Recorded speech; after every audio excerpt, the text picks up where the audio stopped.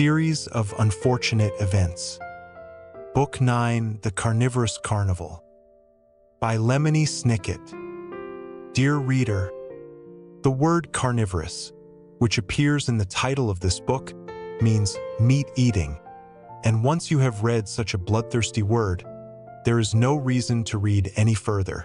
This carnivorous volume contains such a distressing story that consuming any of its contents would be far more stomach-turning than even the most imbalanced meal. To avoid causing discomfort, it would be best if I didn't mention any of the unnerving ingredients of this story, particularly a confusing map, an ambidextrous person, an unruly crowd, a wooden plank, and Chabo the Wolf Baby. Sadly for me, my time is filled with researching and recording the displeasing and disenchanting lives of the Baudelaire orphans. But your time might be better filled with something more palatable, such as eating your vegetables or feeding them to someone else. With all due respect, Lemony Snicket. For Beatrice, our love broke my heart and stopped yours. Chapter 1. When my workday is over, and I have closed my notebook, hidden my pen, and sawed holes in my rented canoe so that it cannot be found, I often like to spend the evening in conversation with my few surviving friends. Sometimes we discuss literature. Sometimes we discuss the people who are trying to destroy us, and if there is any hope of escaping from them.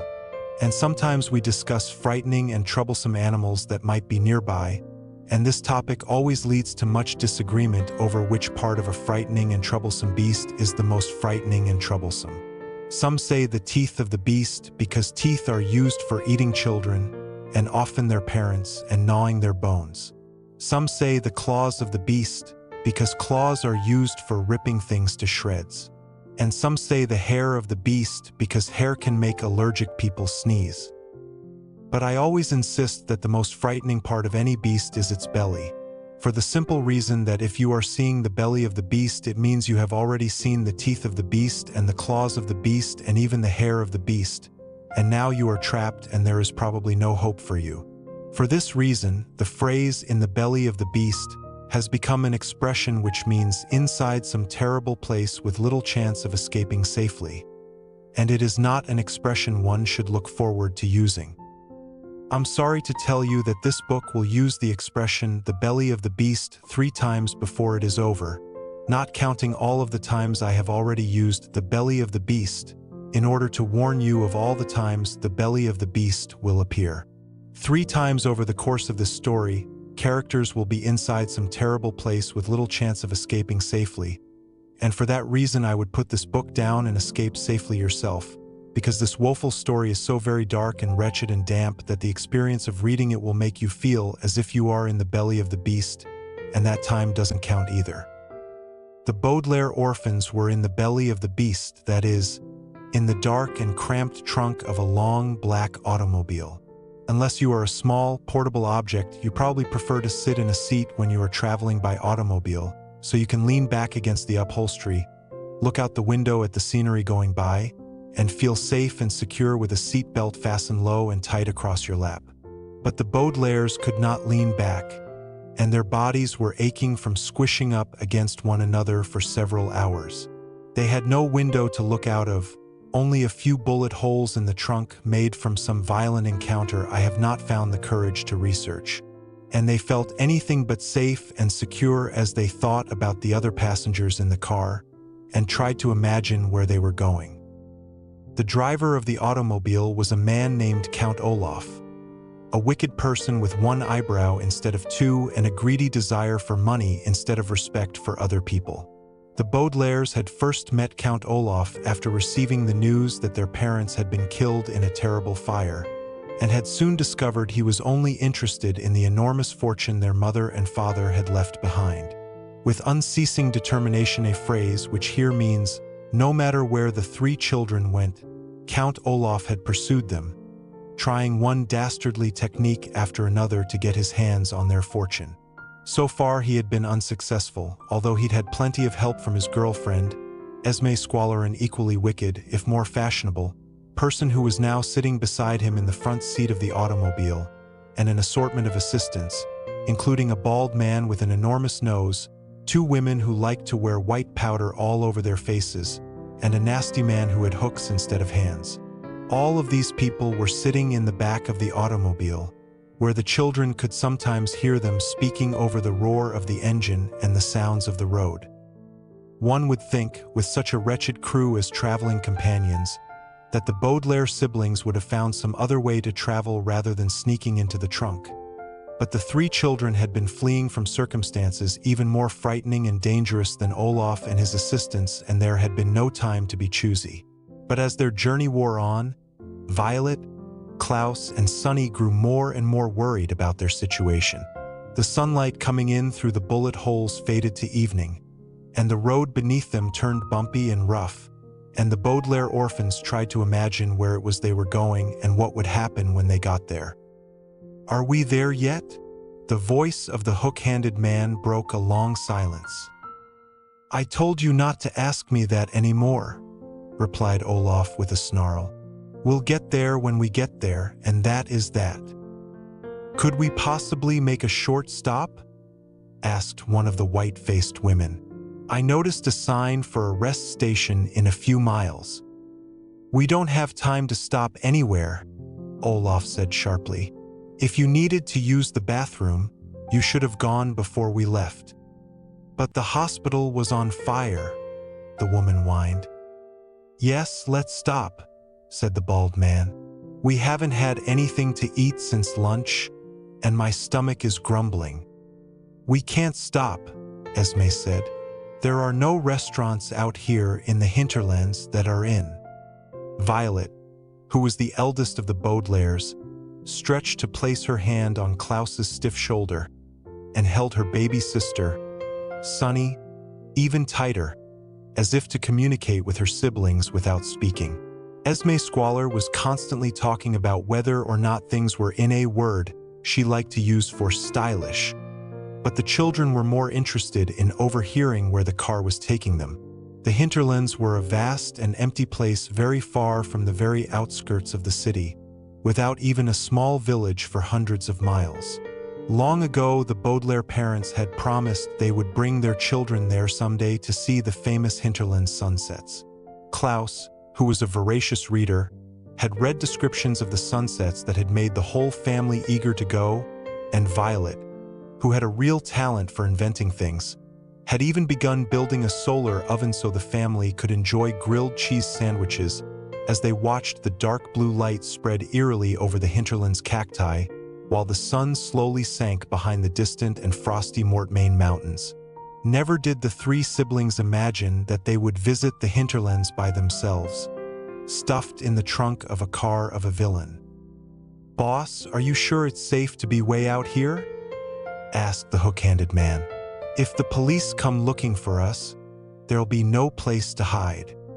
"We could always disguise ourselves again," the bald man said. "Everything we need is in the trunk of the car." "We don't need to hide," Olaf replied. "And we don't need to disguise ourselves either, thanks to that silly reporter at the Daily Punctilio. The whole world thinks I'm dead. Remember?" "You're dead," Esme said with a nasty chuckle. "And the 3 Baudelaire brats are murderers. We don't need to hide, we need to celebrate." "We can't celebrate yet," Olaf said. "There are 2 last things we need to do. First, we need to destroy the last piece of evidence that could send us to jail." "The Snicket file," Esme said, and the Baudelaires shuddered in the trunk. The 3 children had found 1 page of the Snicket file, which was now safe in Klaus's pocket. It was difficult to tell from only 1 page, but the Snicket file seemed to contain information about a survivor of a fire, and the Baudelaires were eager to find the remaining pages before Olaf did. "Yes, of course," the hook-handed man said. "We have to find the Snicket file. But what's the second thing?" "We have to find the Baudelaires, you idiot," Olaf snarled. "If we don't find them, then we can't steal their fortune, and all of my schemes will be a waste." "I haven't found your schemes to be a waste," said one of the white-faced women. "I've enjoyed them very much, even if we haven't gotten the fortune." "Do you think all 3 of those bratty orphans got out of the hospital alive?" the bald man asked. "Those children seem to have all the luck in the world," Count Olaf said. "So they're all probably alive and well, but it would sure make things easier if 1 or 2 of them burned to a crisp. We only need 1 of them alive to get the fortune." "I hope it's Sunny," the hook-handed man said. "It was fun putting her in a cage, and I look forward to doing it again." "I myself hope it's Violet," Olaf said. "She's the prettiest." "I don't care who it is," Esme said. "I just want to know where they are." "Well, Madame Lulu will know," Olaf said. "With her crystal ball, she'll be able to tell us where the orphans are, where the file is, and anything else we want to know." "I never believed in things like crystal balls," remarked a white-faced woman. "But when this Madame Lulu started telling you how to find the Baudelaires every time they escaped, I learned that fortune-telling is real." "Stick with me," Olaf said, "and you'll learn lots of new things. Oh, here's the turn for Rarely Ridden Road. We're almost there." The car lurched to the left, and the Baudelaires lurched with it, rolling to the left-hand side of the trunk, along with the many items Olaf kept in his car to help with his dastardly plots. Violet tried not to cough as one of his fake beards tickled her throat. Klaus held his hand up to his face so that a sliding toolbox wouldn't break his glasses. And Sunny shut her mouth tightly so she wouldn't get one of Olaf's dirty undershirts tangled in her sharp teeth. Rarely Ridden Road was even bumpier than the highway they had been traveling on, and the car made so much noise that the children could not hear any more of the conversation until Olaf pulled the automobile to a creaky stop. "Are we there yet?" the hook-handed man asked. "Of course we're here, you fool," Olaf said. "Look, there's the sign Caligari Carnival." "Where is Madame Lulu?" asked the bald man. "Where do you think?" Esme asked, and everyone laughed. The doors of the automobile opened with a scraping sound, and the car lurched again as everyone piled out. "Should I get the wine out of the trunk, boss?" the bald man asked. The Baudelaires froze. "No," Count Olaf replied. "Madame Lulu will have plenty of refreshments for us." The 3 children lay very still and listened as Olaf and his troop trudged away from the car. Their footsteps grew fainter and fainter until the siblings could hear nothing but the evening breeze as it whistled through the bullet holes, and at last it seemed safe for the Baudelaire orphans to speak to one another. "What are we going to do?" Violet whispered, pushing the beard away from her. "Meryl," Sunny said. Like many people her age, the youngest Baudelaire sometimes used language that was difficult for some people to understand, but her siblings knew at once that she meant something like, "We'd better get out of this trunk." "As soon as possible," Klaus agreed. "We don't know how soon Olaf and his troop will return." "Violet, do you think you can invent something to get us out of here?" "It shouldn't be too hard," Violet said. "With all this stuff in the trunk." She reached out her hand and felt around until she found the mechanism that was keeping the trunk closed. "I've studied this kind of latch before," she said.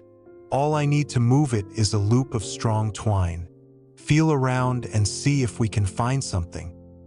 "There's something wrapped around my left arm," Klaus said, squirming around. "It feels like it might be part of the turban Olaf wore when he disguised himself as Coach Genghis." "That's too thick," Violet said. "It needs to slip between 2 parts of the lock." "Semja," Sunny said.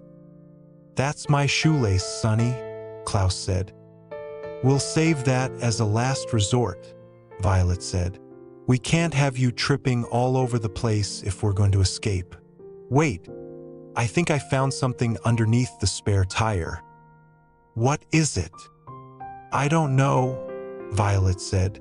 It feels like a skinny cord with something round and flat at the end.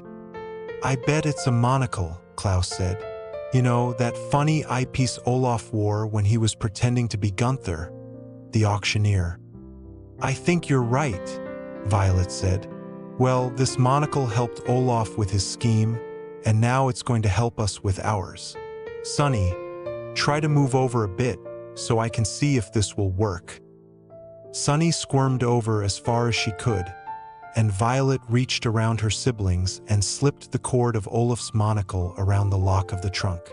The three children listened as Violet wiggled her invention around the latch, and after only a few seconds they heard a quiet click, and the door of the trunk swung open with a long, slow creak. As the cool air rushed in, the Baudelaires stayed absolutely still in case the noise of the trunk caught Olaf's attention. But apparently he and his assistants were too far away to hear, because after a few seconds the children could hear nothing but the chirping of the evening crickets and the faint barking of a dog. The Baudelaires looked at one another, squinting in the dim light, and without another word Violet and Klaus climbed out of the trunk and then lifted their sister out into the night.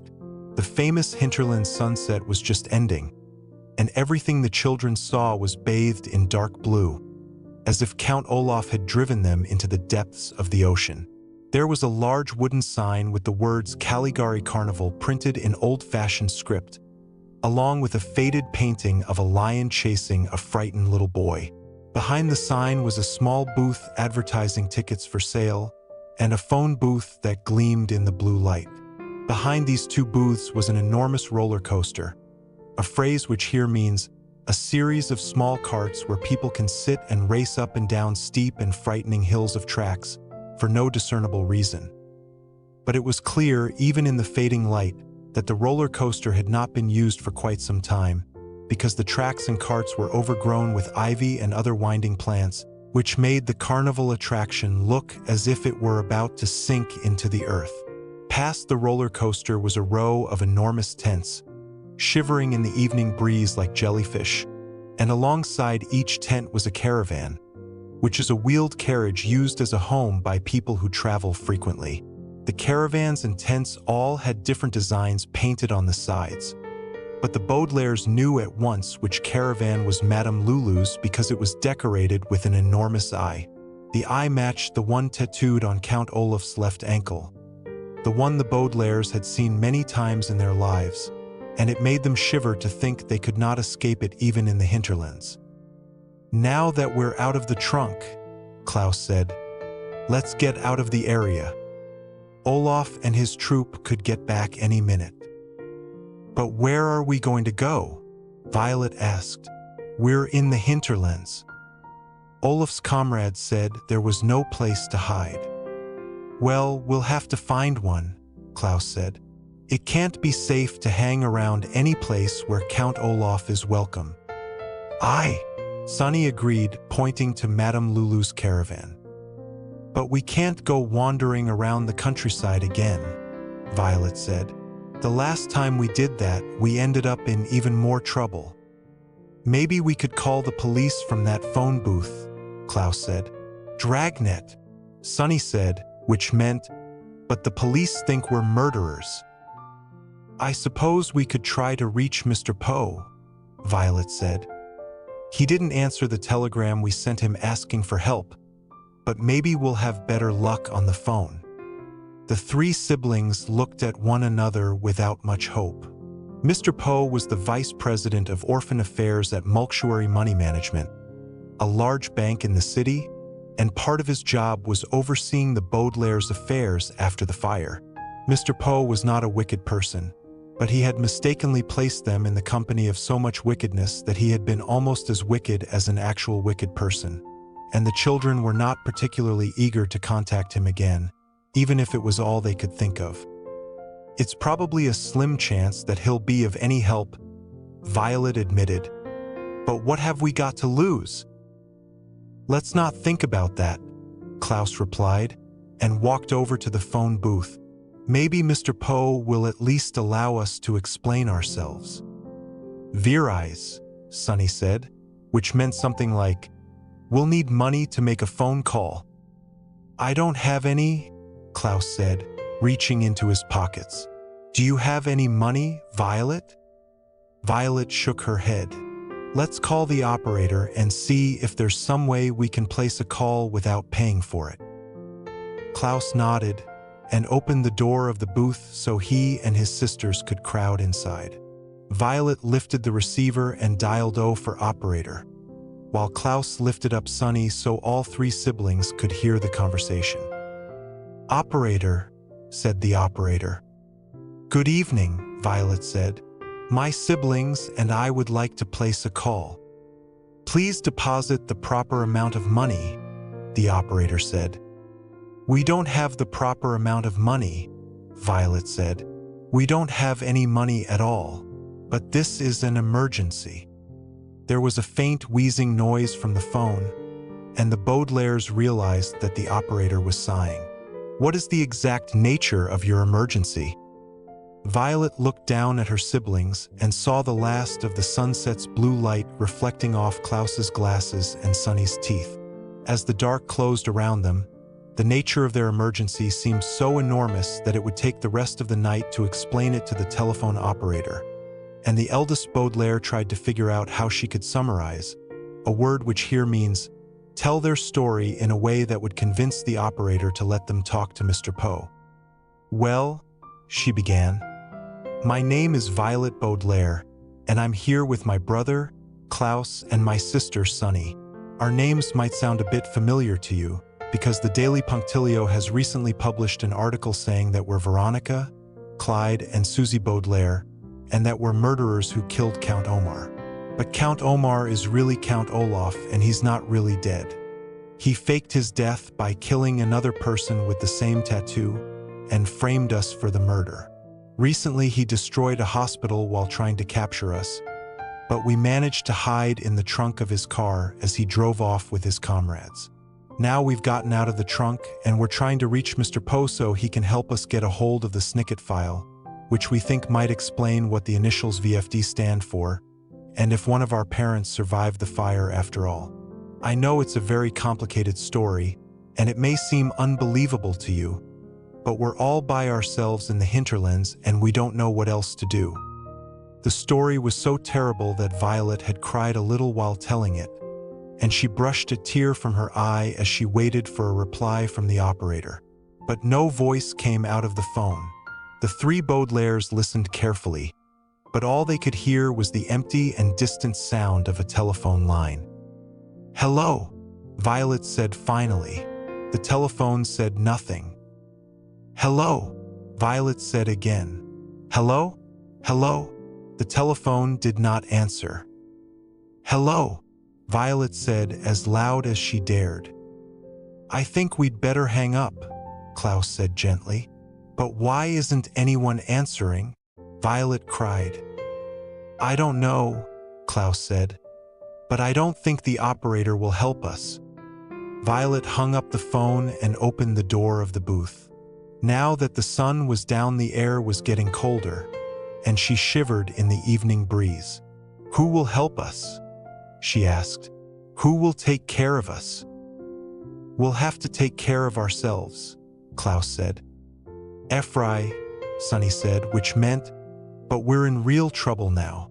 We sure are, Violet agreed. We're in the middle of nowhere with no place to hide, and the whole world thinks we're criminals. How do criminals take care of themselves out in the hinterlands? The Baudelaires heard a burst of laughter, as if in reply. The laughter was quite faint, but in the still of the evening it made the children jump. Sonny pointed, and the children could see a light in one of the windows in Madame Lulu's caravan. Several shadows moved across the window, and the children could tell that Count Olaf and his troop were inside, chatting and laughing while the Baudelaire orphans shivered outside in the gloom. Let's go see, Klaus said. Let's go find out how criminals take care of themselves. Chapter 2. Eavesdropping, a word which here means listening in on interesting conversations you are not invited to join, is a valuable thing to do, and it is often an enjoyable thing to do, but it is not a polite thing to do, and like most impolite things, you are bound to get into trouble if you get caught doing it. The Baudelaire orphans, of course, had plenty of experience not getting caught, so the three children knew how to walk as quietly as possible across the grounds of Caligari Carnival, and how to crouch as invisibly as possible outside the window of Madame Lulu's caravan. If you had been there that eerie blue evening, and nothing in my research indicates that you were, you wouldn't have heard even the slightest rustle from the Baudelaires as they eavesdropped on their enemies. Count Olaf and his troupe, however, were making plenty of noise. Madame Lulu! Count Olaf was roaring as the children pressed up against the side of the caravan so that they would be hidden in the shadows. Madame Lulu, pour us some wine. Arson and escaping from the authorities always makes me very thirsty. I'd prefer buttermilk, served in a paper carton, Esme said. That's the new in beverage.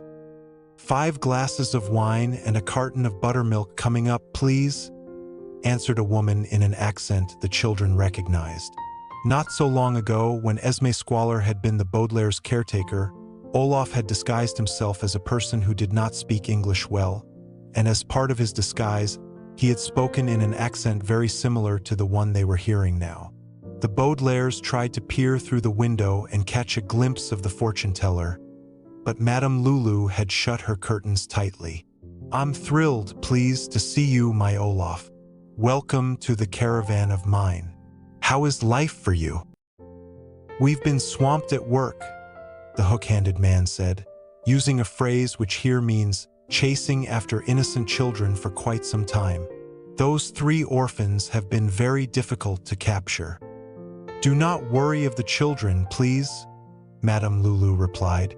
My crystal ball tells me that my Olaf will prevail. If that means murder innocent children, one of the white-faced women said, then that's the best news we've heard all day. Prevail means win, Olaf said. But in my case, that's the same thing as killing those Baudelaires. Exactly when does the crystal ball say I will prevail, Lulu? Very soon, please, Madame Lulu replied. What gifts have you brought me from your traveling, my Olaf?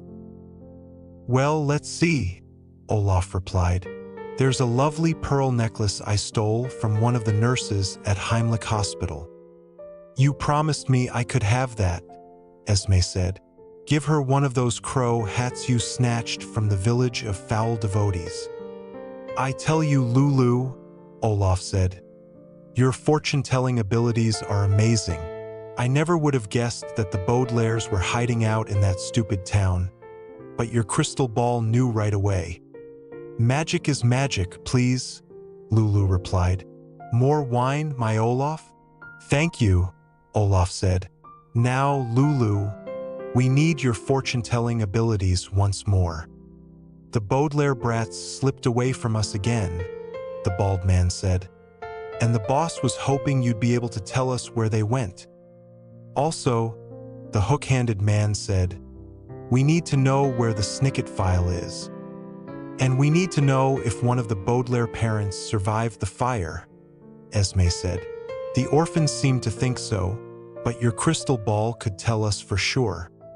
And I'd like some more wine, one of the white-faced women said. So many demands you make, Madame Lulu said in her strange accent.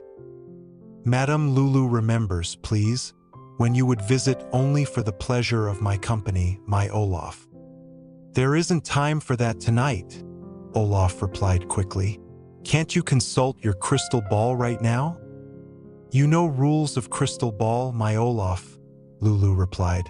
At night, the crystal ball must be sleeping in the fortune-telling tent, and at sunrise you may ask one question. Then I'll ask my first question tomorrow morning, Olaf said, and we'll stay until all my questions are answered. Oh, my Olaf, Madame Lulu said, please, times are very hard for Caligari Carnival. It's not good business idea to have carnival in hinterlands, so there are not many people to see Madame Lulu or Crystal Ball. Caligari Carnival gift caravan has lousy souvenirs. And Madame Lulu has not enough freaks, please, in the House of Freaks. You visit my Olaf with troop and stay many days, drink my wine and eat all of my snackings. This roast chicken is very delicious, the hook-handed man said. Madame Lulu has no money, please, Lulu continued. Is hard, my Olaf, to do fortune-telling for you when Madame Lulu is so poor. The caravan of mine has leaky roof, and Madame Lulu needs money, please, to do repairs. I've told you before, Olaf said. Once we get the Baudelaire fortune, the carnival will have plenty of money. You said that about quagmire fortune, my Olaf, Madame Lulu said, and about Snicket fortune, but never a penny does Madame Lulu see. We must think, please, of something to make Caligari Carnival more popular. Madame Lulu was hoping that troupe of my Olaf could put on a big show like the Marvelous Marriage. Many people would come to see. The boss can't get up on stage, the bald man said. Planning schemes is a full-time job. Besides, Esme said, I've retired from show business. All I want to be now is Count Olaf's girlfriend. There was a silence, and the only thing the Baudelaires could hear from Lulu's caravan was the crunch of someone chewing on chicken bones. Then there was a long sigh, and Lulu spoke very quietly. You did not tell me, my Olaf, that Esme was the girlfriend of you. Perhaps Madame Lulu will not let you and troop stay at the carnival of mine. Now, Lulu, Count Olaf said, and the children shivered as they eavesdropped.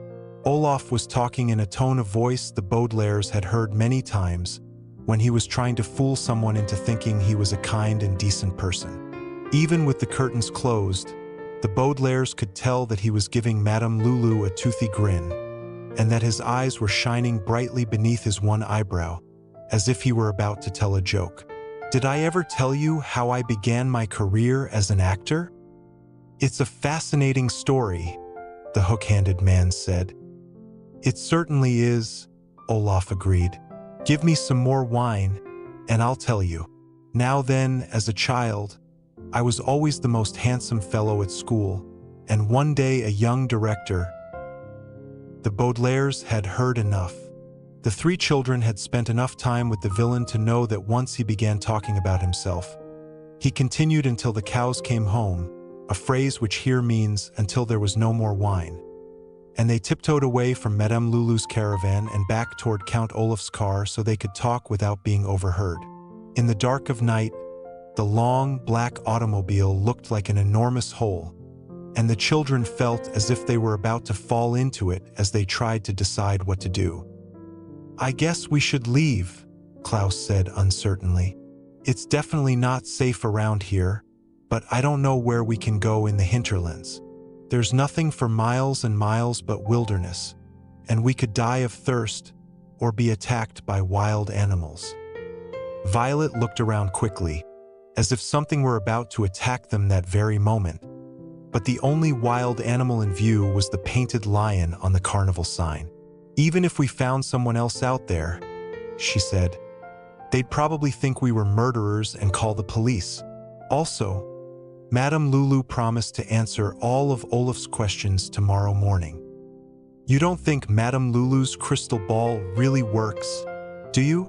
Klaus asked. I've never read any evidence that fortune-telling is real. But Madame Lulu keeps telling Count Olaf where we are, Violet pointed out. She must be getting her information from someplace. If she can really find out the location of the Snicket file, or learn if one of our parents is a 14E. Her voice trailed off, but she did not need to finish her sentence. All three Baudelaires knew that finding out if someone survived the fire was worth the risk of staying nearby. Sandover, Sonny said, which meant so we're staying. We should at least stay the night, Klaus agreed. But where can we hide? If we don't stay out of sight, someone is likely to recognize us. Carnies, Sonny asked. The people in those caravans work for Madame Lulu, Klaus said. Who knows if they'd help us or not? I have an idea, Violet said. and walked over to the back of Count Olaf's car. With a creak, she opened the trunk again and leaned down inside. "Nuts," Sonny said, which meant, "I don't think that's such a good idea, Violet." "Sonny's right," Klaus said. "Olaf and his henchmen might come back any minute to unpack the trunk. We can't hide in there." "We're not going to hide in there," Violet said.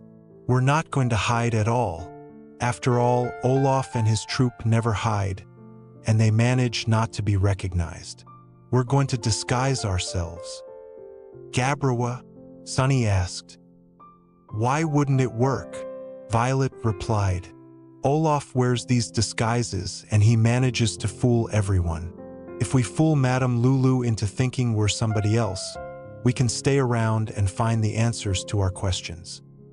"It seems risky," Klaus said, "but I suppose it's just as risky as trying to hide someplace. Who should we pretend to be?" "Let's look through the disguises," Violet said, "and see if we get any ideas." "We'll have to feel through them," Klaus said. "It's too dark to look through anything." The Baudelaires stood in front of the open trunk and reached inside to begin their search. As I'm sure you know, whenever you are examining someone else's belongings, you are bound to learn many interesting things about the person of which you were not previously aware. You might examine some letters your sister received recently, for instance, and learn that she was planning on running away with an archduke.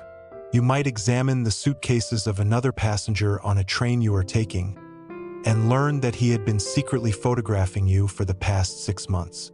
I recently looked in the refrigerator of one of my enemies and learned she was a vegetarian, or at least pretending to be one, or had a vegetarian visiting her for a few days. And as the Baudelaire orphans examined some of the objects in Olaf's trunk, they learned a great deal of unpleasant things. Violet found part of a brass lamp she remembered from living with Uncle Monty, and learned that Olaf had stolen from her poor guardian, in addition to murdering him. Klaus found a large shopping bag from the inn boutique, and learned that Esme Squalor was just as obsessed with fashionable clothing as she ever was. And Sonny found a pair of pantyhose covered in sawdust, and learned that Olaf had not washed his receptionist disguise since he had used it last. But the most dismaying thing the children learned from searching the trunk of Olaf's car was just how many disguises he had at his disposal. They found the hat Olaf used to disguise himself as a ship captain, and the razor he had probably used to shave his head in order to resemble a lab assistant. They found the expensive running shoes he had worn to disguise himself as a gym teacher, and the plastic ones he had used when he was pretending to be a detective. But the siblings also found plenty of costumes they had never seen before, and it seemed as though Olaf could keep on disguising himself forever, following the Baudelaires to location after location, always appearing with a new identity and never getting caught. "We could disguise ourselves as almost anybody," Violet said. "Look, here's a wig that makes me look like a clown, and here's one that makes me look like a judge." "I know," Klaus said, holding up a large box with several drawers. "This appears to be a makeup kit, complete with fake mustaches, fake eyebrows, and even a pair of glass eyes." "Twitcho," Sonny said, holding up a long white veil. "No, thank you," Violet said. "I already had to wear that veil once, when Olaf nearly married me. I'd rather not wear it again. Besides, what would a bride be doing wandering around the hinterlands?" "Look at this long robe," Klaus said. "It looks like something a rabbi would wear, but I don't know if Madame Lulu would believe that a rabbi would visit her in the middle of the night." "Jinon," Sonny said, using her teeth to wrap a pair of sweatpants around her. The youngest Baudelaire meant something like, "All these clothes are too big for me," and she was right. "That's even bigger than that pinstripe suit Esme bought you," Klaus said, helping his sister get disentangled. No one would believe that a pair of sweatpants was walking around a carnival by itself. "All these clothes are too big," Violet said. "Look at this beige coat. If I tried to disguise myself in it, I'd only look freakish." "Freakish," Klaus said. "That's it. Was it?" Sunny asked. Madame Lulu said that she didn't have enough freaks in the House of Freaks.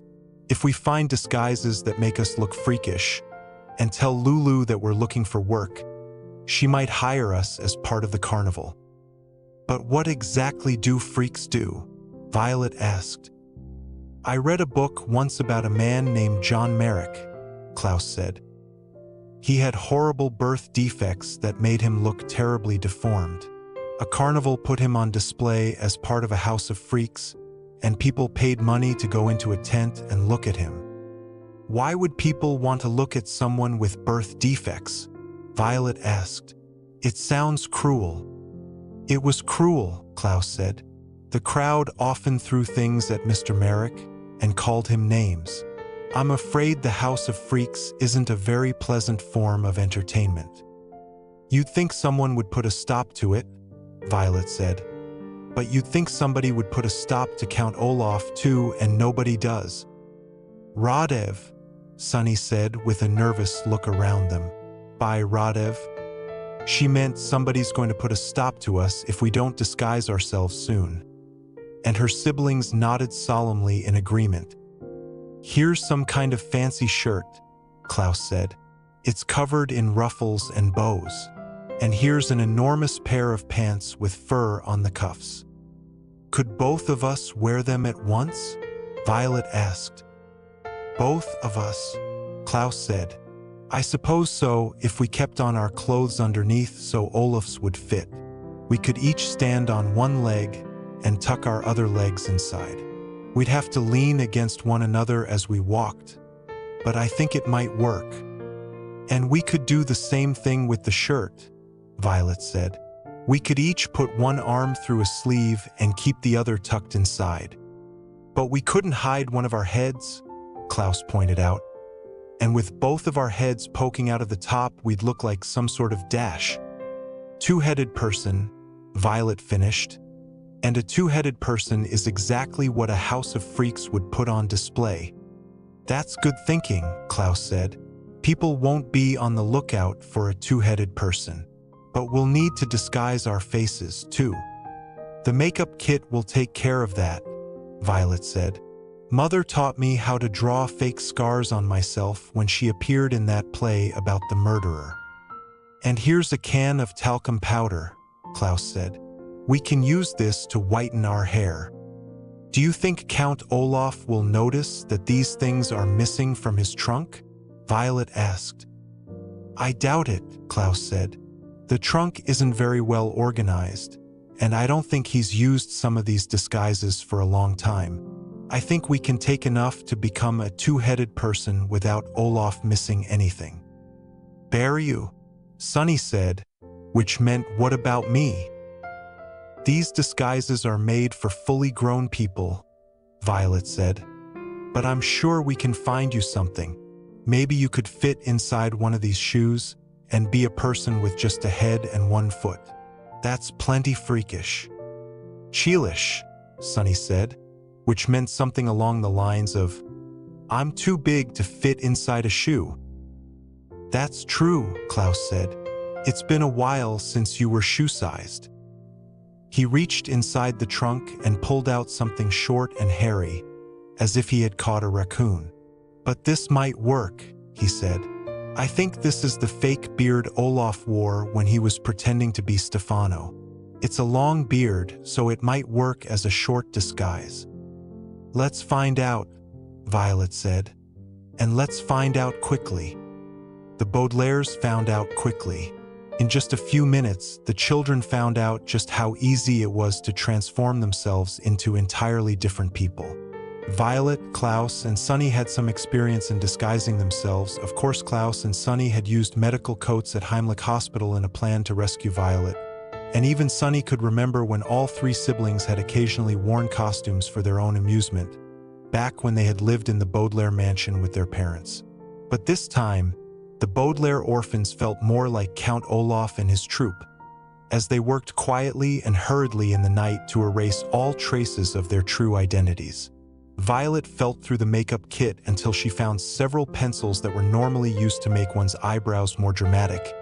And even though it was simple and painless to draw scars on Klaus's face, it felt as if she were breaking the promise she made to her parents, a very long time ago, that she would always look after her siblings and keep them away from harm.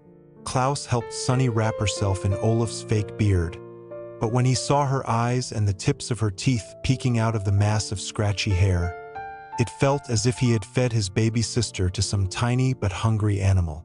And as Sunny helped her siblings button themselves into the fancy shirt and sprinkle talcum on their hair to turn it gray, it felt as if they were melting into Olaf's clothes. The three Baudelaires looked at one another carefully, but it was as if there were no Baudelaires there at all, just two strangers, one with two heads and the other with a head that was covered in fur, all alone in the hinterlands. "I think we look utterly unrecognizable," Klaus said, turning with difficulty to face his older sister. "Maybe it's because I took off my glasses, but to me we don't look a thing like ourselves." "Will you be able to see without your glasses?" Violet asked. "If I squint," Klaus said, squinting. "I can't read like this, but I won't be bumping into things. If I keep them on, Count Olaf will probably recognize me." "Then you'd better keep them off," Violet said. "And I'll stop wearing a ribbon in my hair." "We'd better disguise our voices too," Klaus said. "I'll try to speak as high as I can. And why don't you try to speak in a low voice, Violet?" "Good idea," Violet said in as low a voice as she could. "And Sunny, you should probably just growl." "Gore," Sunny tried.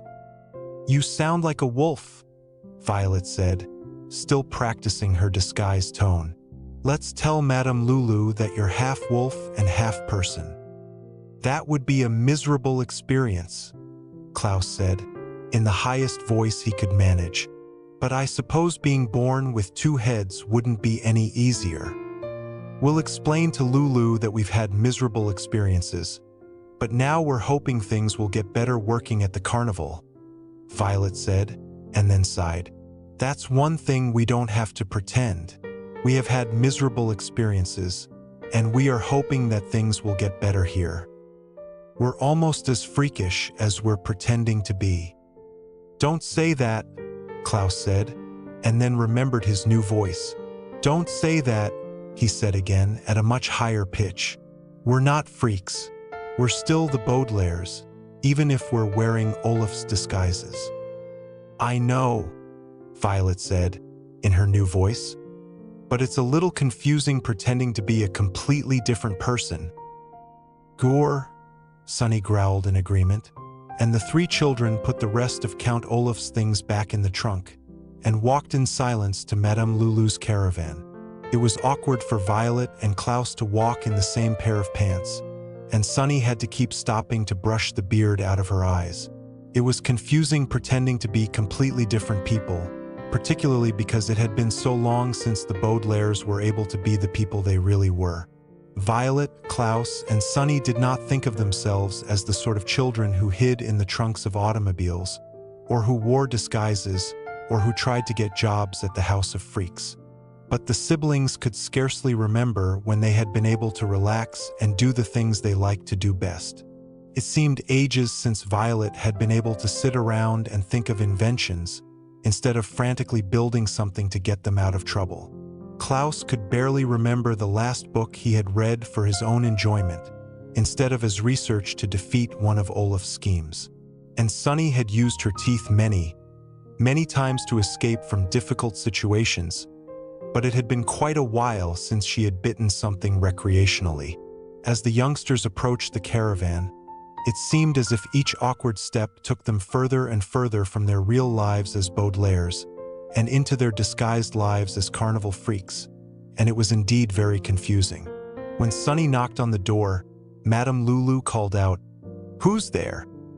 And for the first time in their lives, it was a confusing question. "We're freaks," Violet answered, in her disguised voice.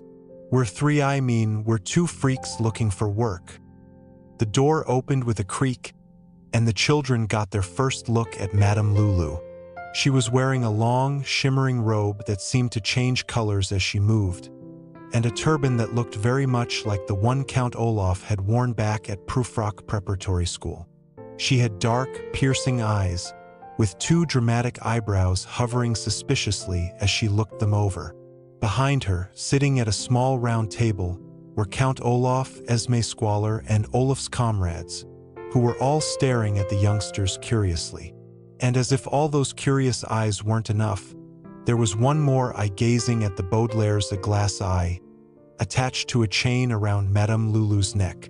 The eye matched the one painted on her caravan, and the one tattooed on Count Olaf's ankle.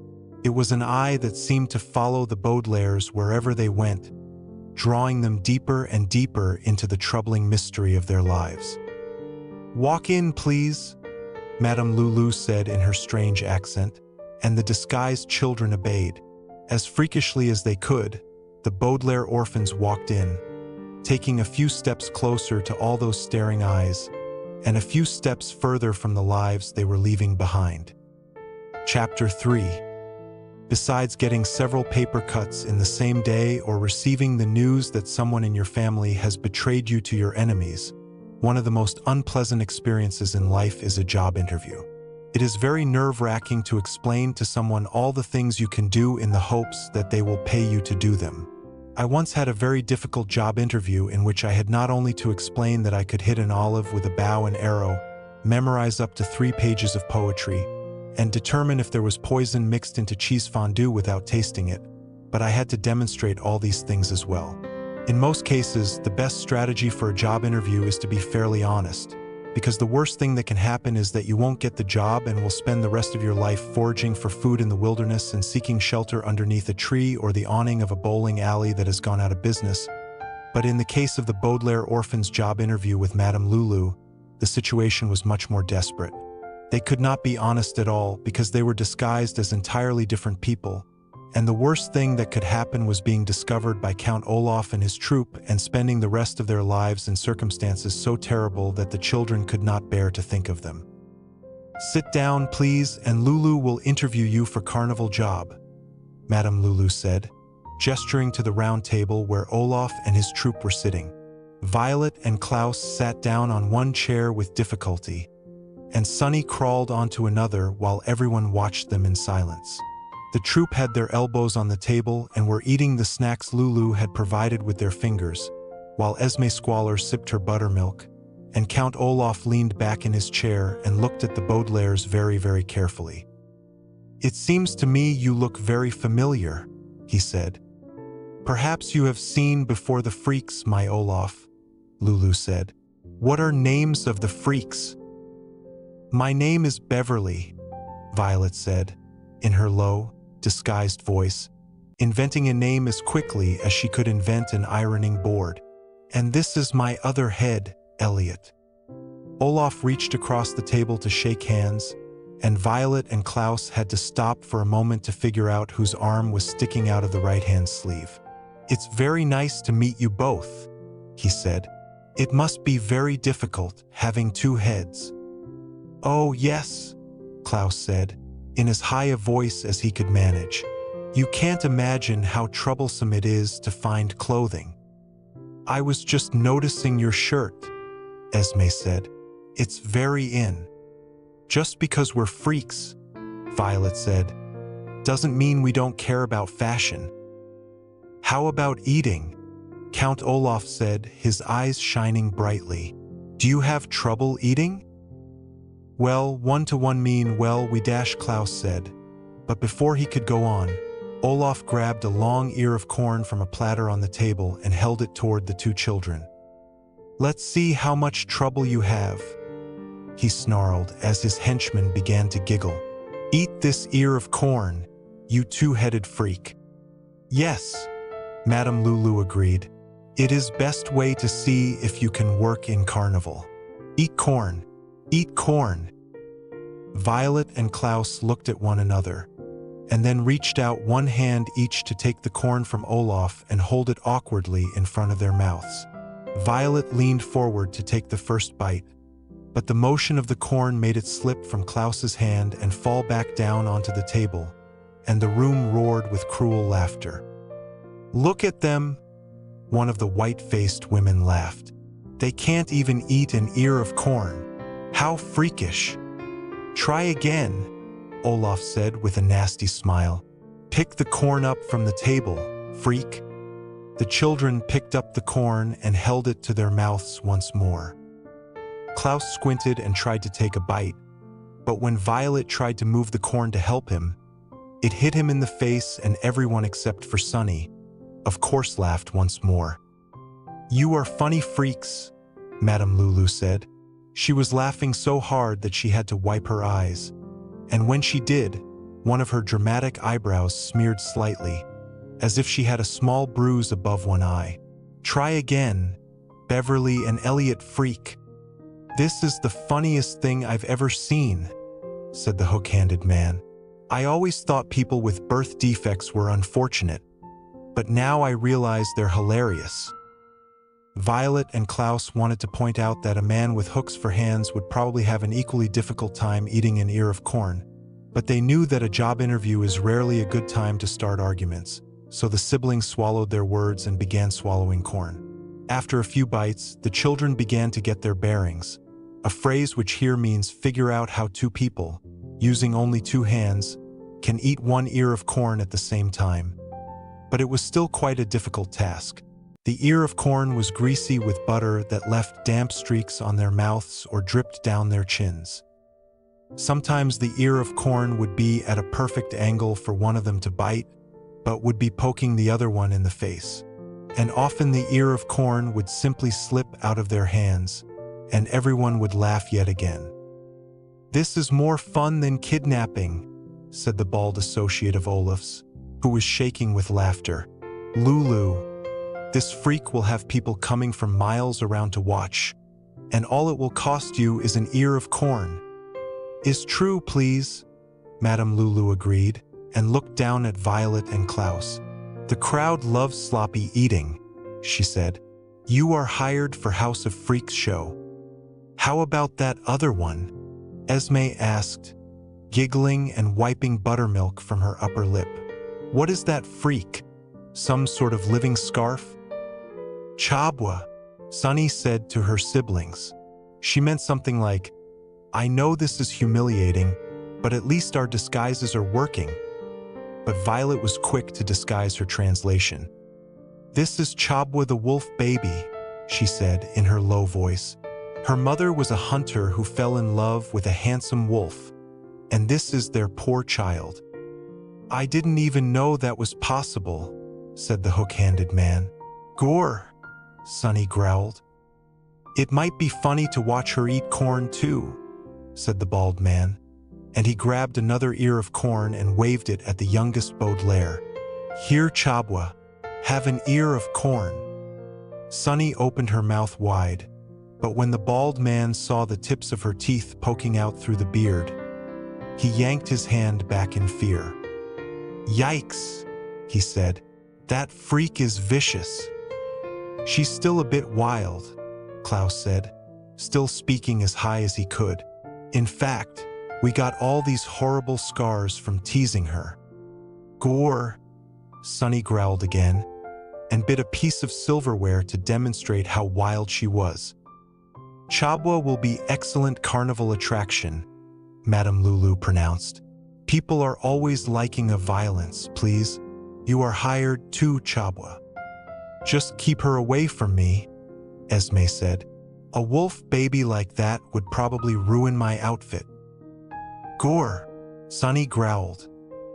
"Come now, freaky people," Madame Lulu said.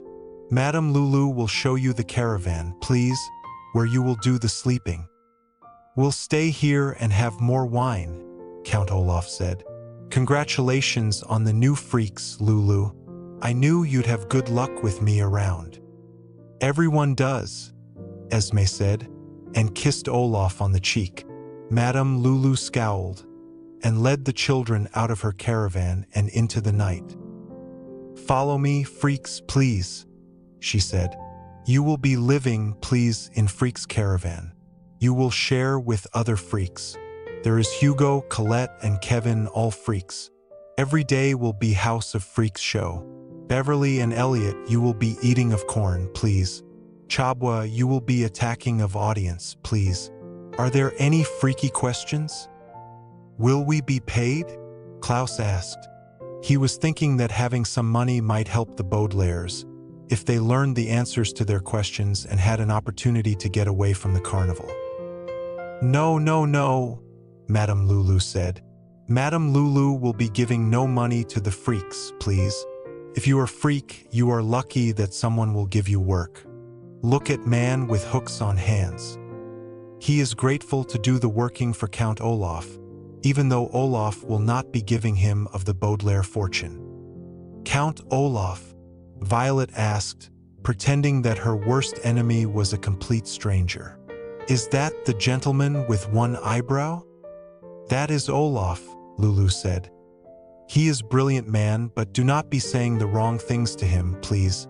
Madame Lulu always says you must always give people what they want, so always tell Olaf he is brilliant man. We'll remember that, Klaus said. Good, please, Madame Lulu said. Now, here is Freak Caravan. Welcome, freaks, to your new home. The fortune teller had stopped at a caravan with the word freaks painted on it in large, sloppy letters. The letters were smeared and dripping in several places, as if the paint was still wet. But the word was so faded that the Baudelaires knew the caravan had been labeled many years ago.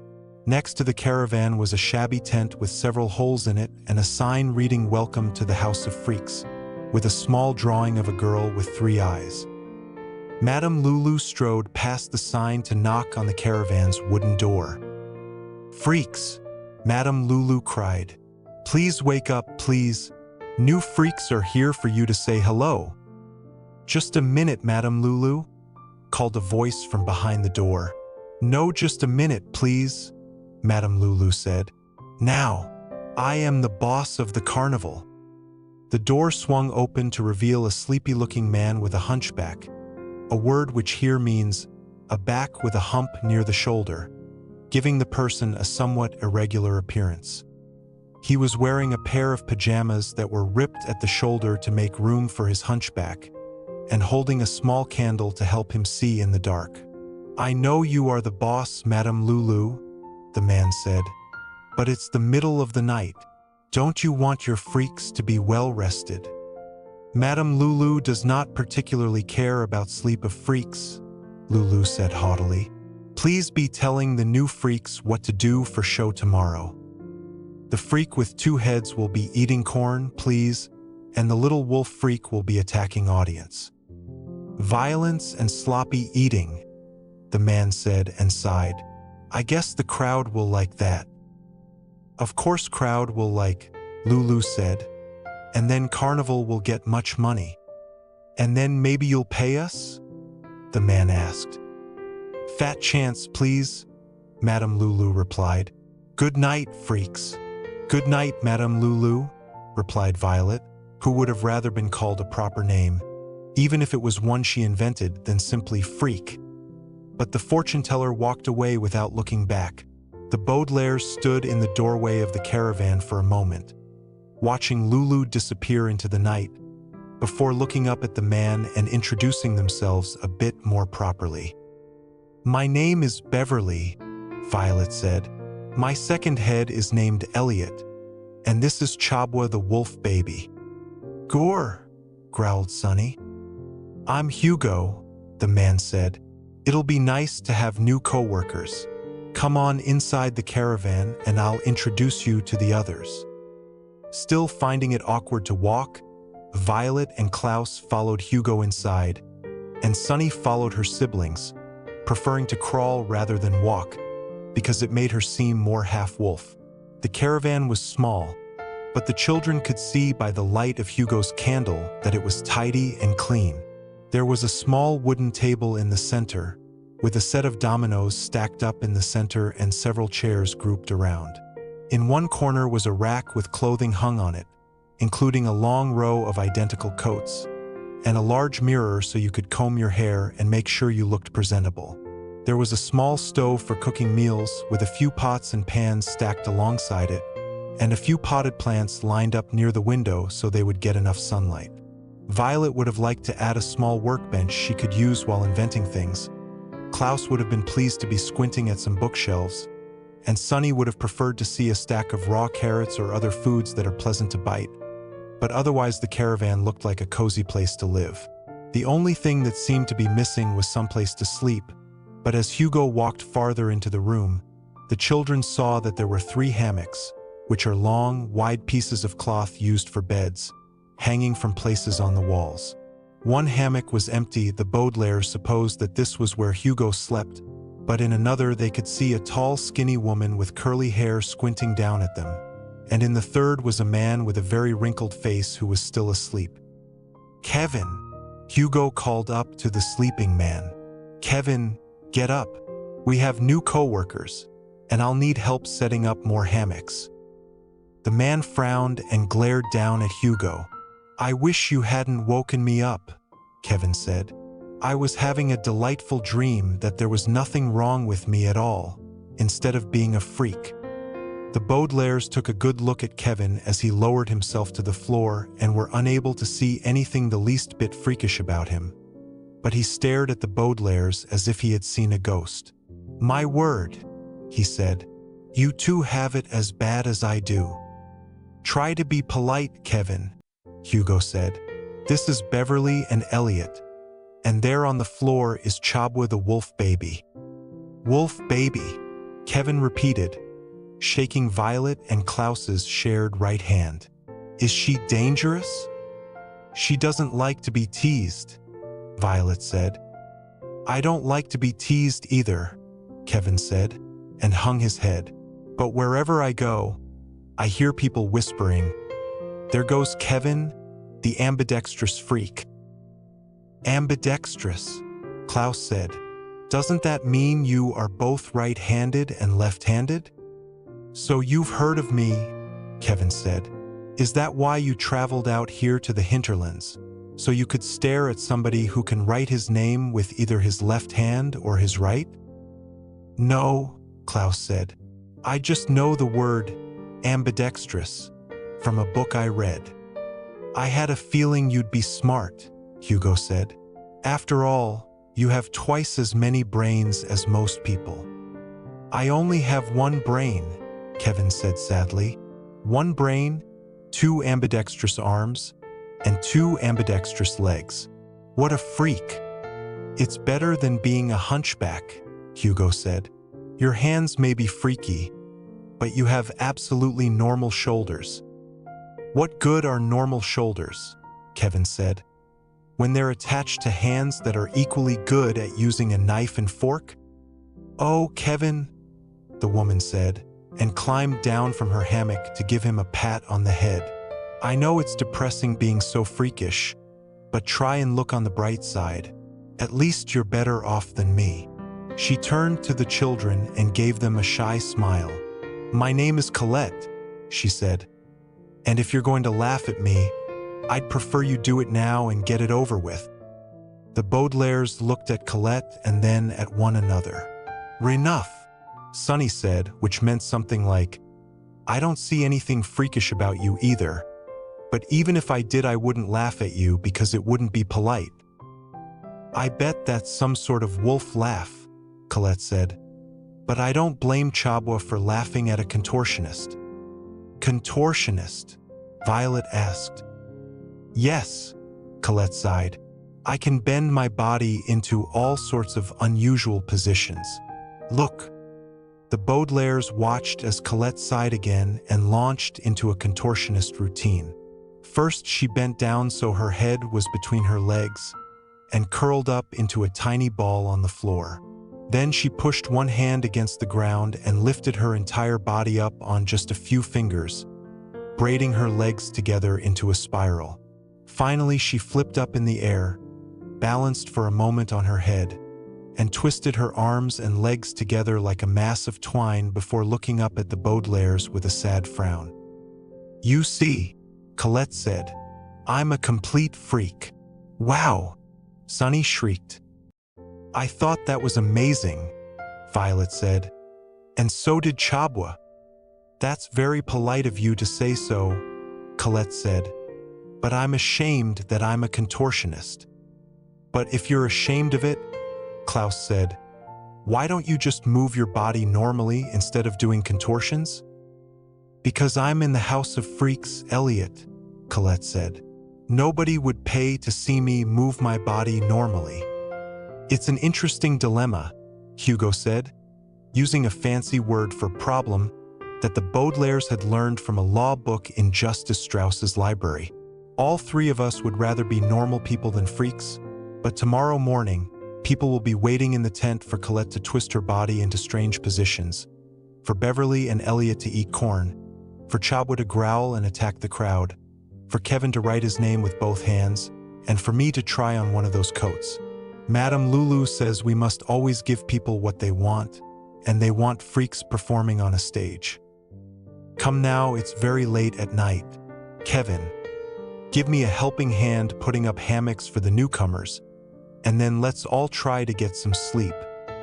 "I might as well give you 2 helping hands," Kevin said glumly. "They're both equally efficient." "Oh, I wish that I was either right-handed or left-handed."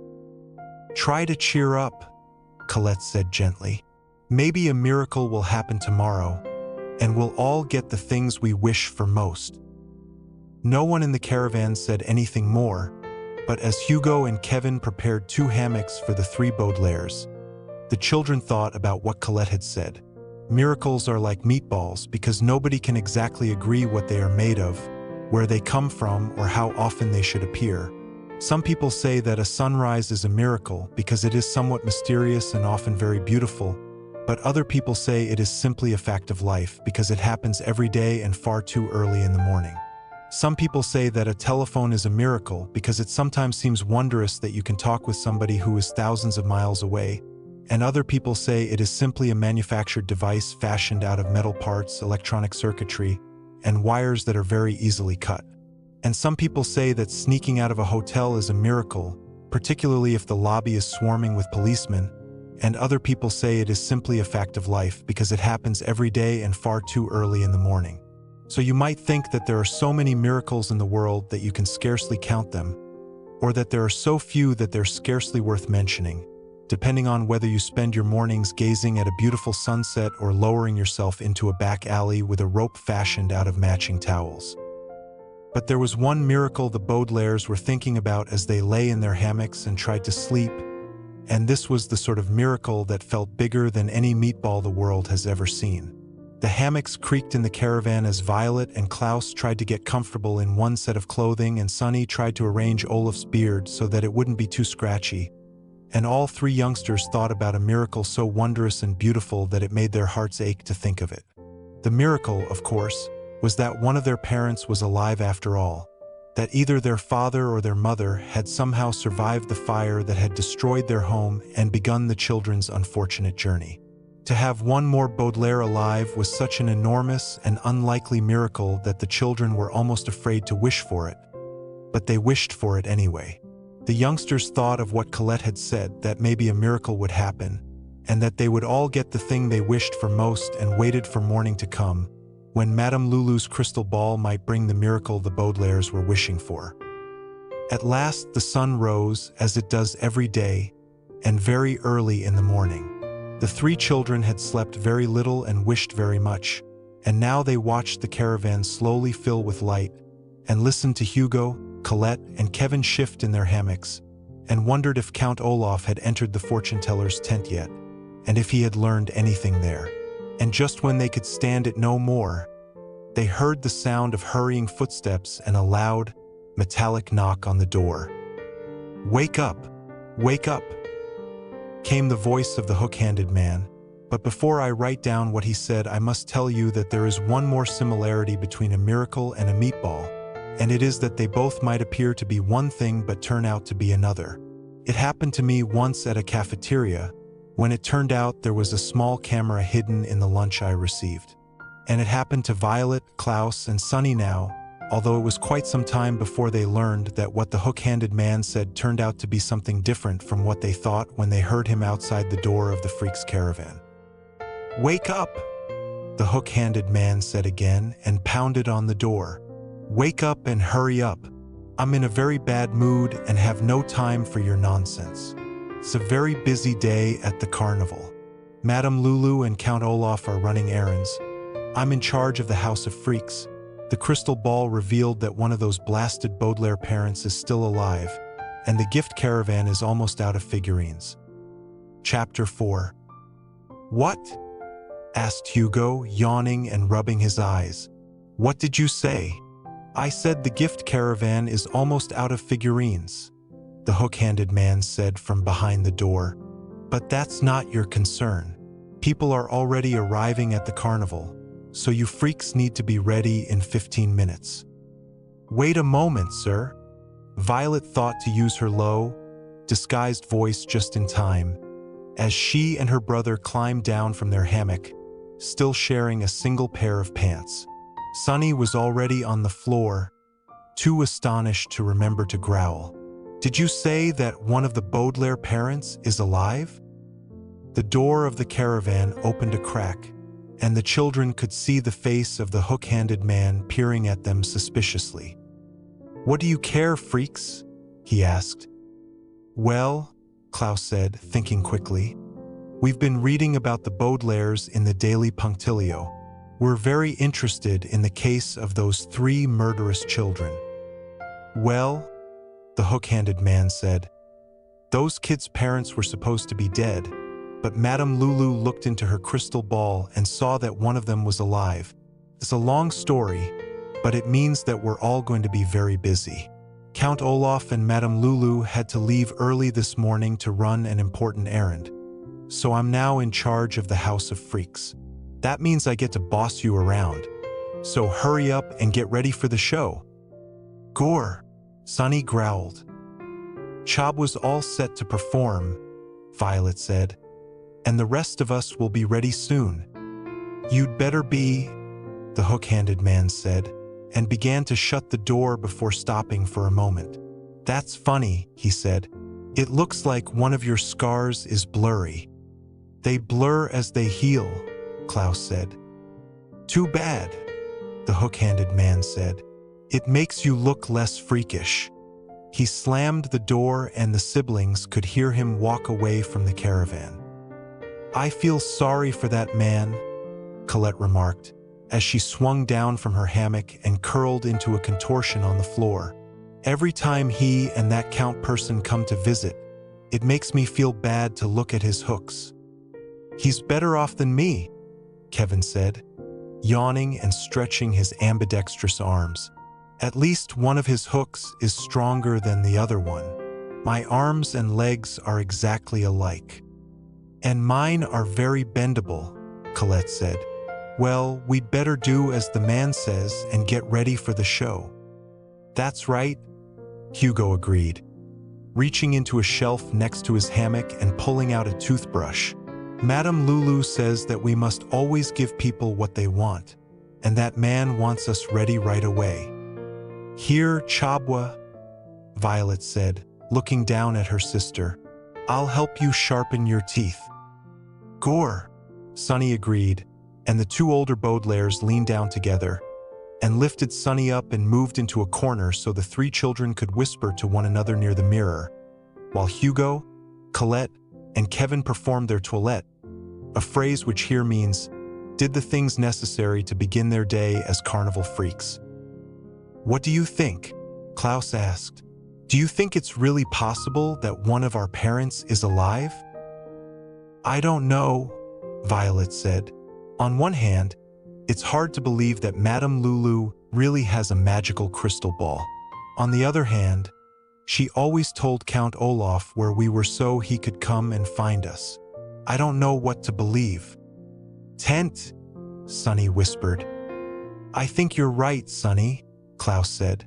"If we could sneak into the fortune-telling tent, we might be able to find out something for ourselves." "You're whispering about me, aren't you?" Kevin called out from the other end of the caravan. I bet you're saying, what a freak Kevin is. Sometimes he shaves with his left hand, and sometimes he shaves with his right hand, but it doesn't matter because they're exactly the same. We weren't talking about you, Kevin, Violet said. We were discussing the Baudelaire case. I never heard of these Baudelaires, Hugo said, combing his hair. Did I hear you mention they were murderers? That's what it says in the Daily Punctilio, Klaus said. Oh, I never read the newspaper, Kevin said. Holding it in both of my equally strong hands makes me feel like a freak. That's better than me, Colette said. I can contort myself into a position that allows me to pick up a newspaper with my tongue. Talk about freakish. It's an interesting dilemma, Hugo said, grabbing one of the identical coats from the rack. But I think that we're all equally freakish.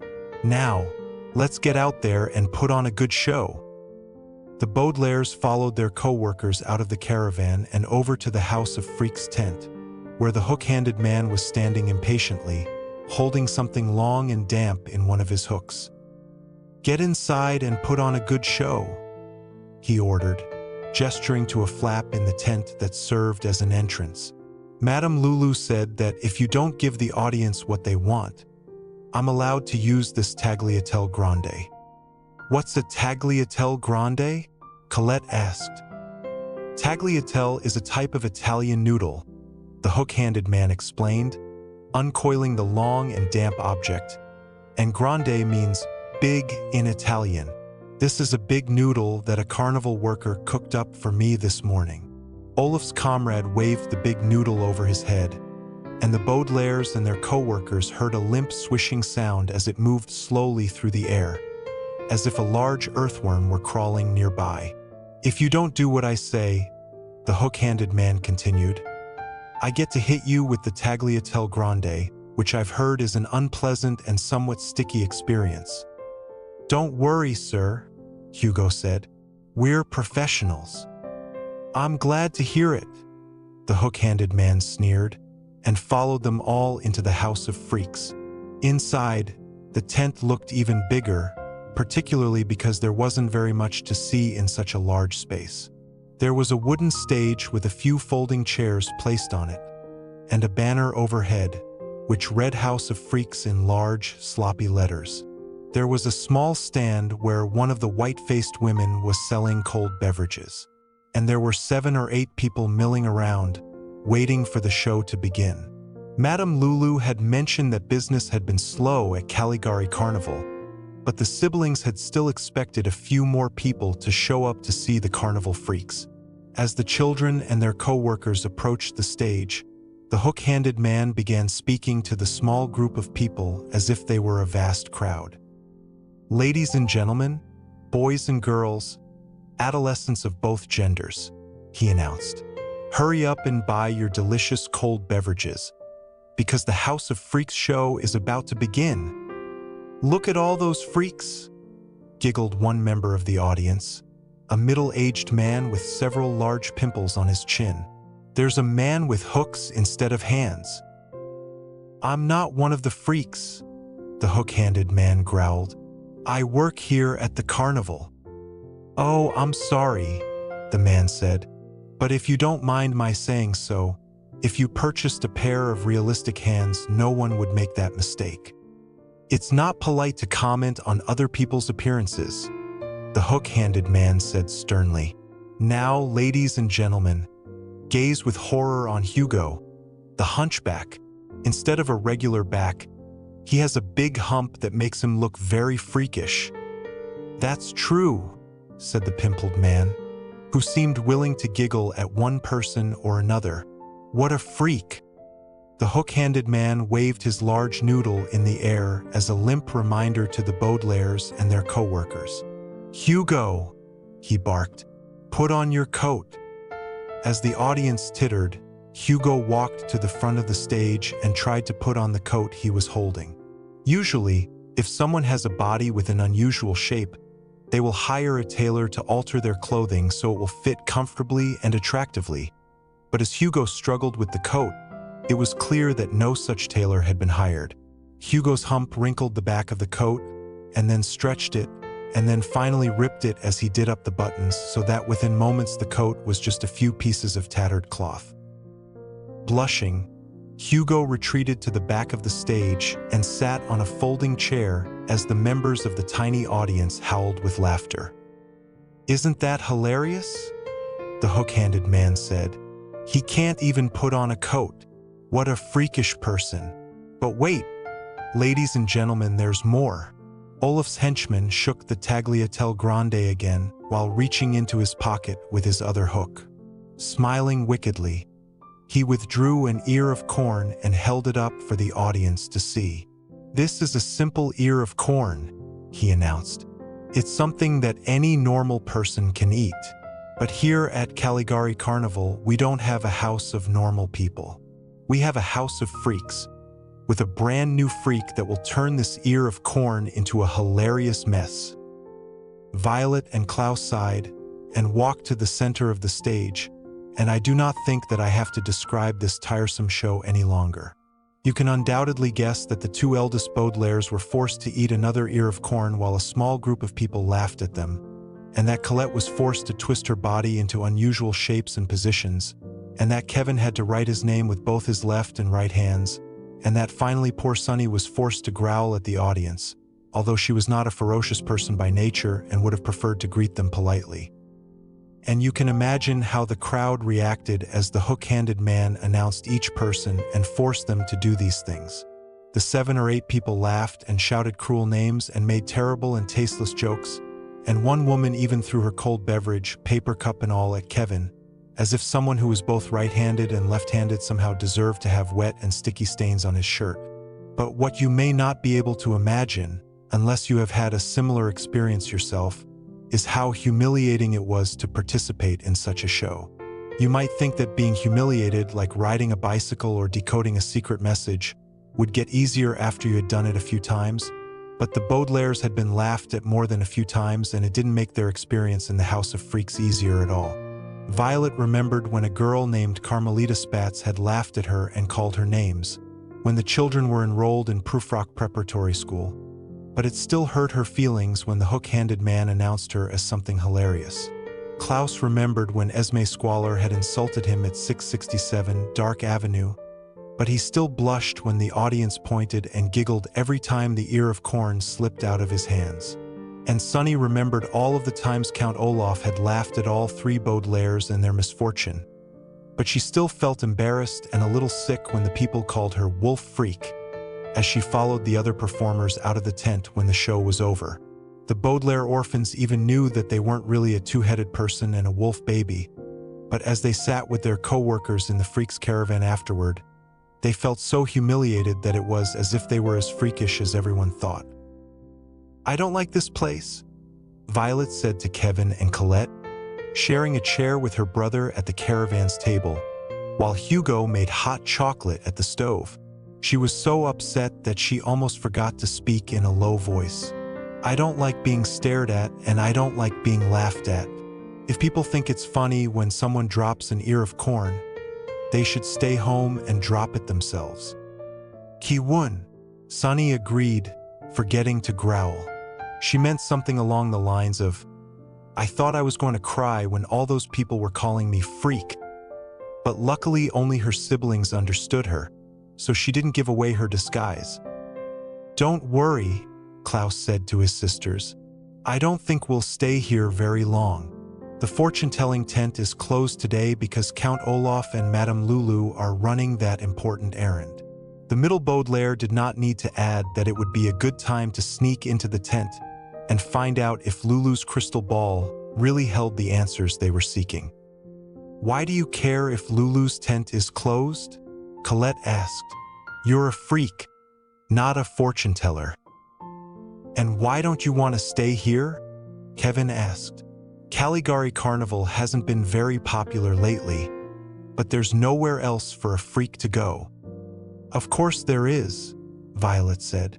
"Lots of people are ambidextrous, Kevin. There are ambidextrous florists and ambidextrous air traffic controllers and all sorts of things." "You really think so?" Kevin asked. Of course I do, Violet said. And it's the same with contortionists and hunchbacks. All of us could find some other type of job where people didn't think we were freakish at all. I'm not sure that's true, Hugo called over from the stove. I think that a two-headed person is going to be considered pretty freakish no matter where they go. And it's probably the same with an ambidextrous person, Kevin said with a sigh. Let's try to forget our troubles and play dominoes, Hugo said, bringing over a tray with 6 steaming mugs of hot chocolate. I thought both of your heads might want to drink separately, he explained with a smile, particularly because this hot chocolate is a little bit unusual. Chabo the Wolf Baby added a little bit of cinnamon. Chabo added it? Klaus asked with surprise, as Sonny growled modestly. Yes, Hugo said. At first I thought it was some freaky wolf recipe, but it's actually quite tasty. That was a clever idea, Chabo, Klaus said, and gave his sister a squinty smile. It seemed only a little while ago that the youngest Baudelaire couldn't walk, and was small enough to fit inside a birdcage, and now she was developing her own interests, and was big enough to seem half-wolf. You should be very proud of yourself, Hugo agreed. If you weren't a freak, Chabo, you could grow up to be an excellent chef. She could be a chef anyway, Violet said. Elliot, would you mind if we stepped outside to enjoy our hot chocolate? That's a good idea, Klaus said quickly.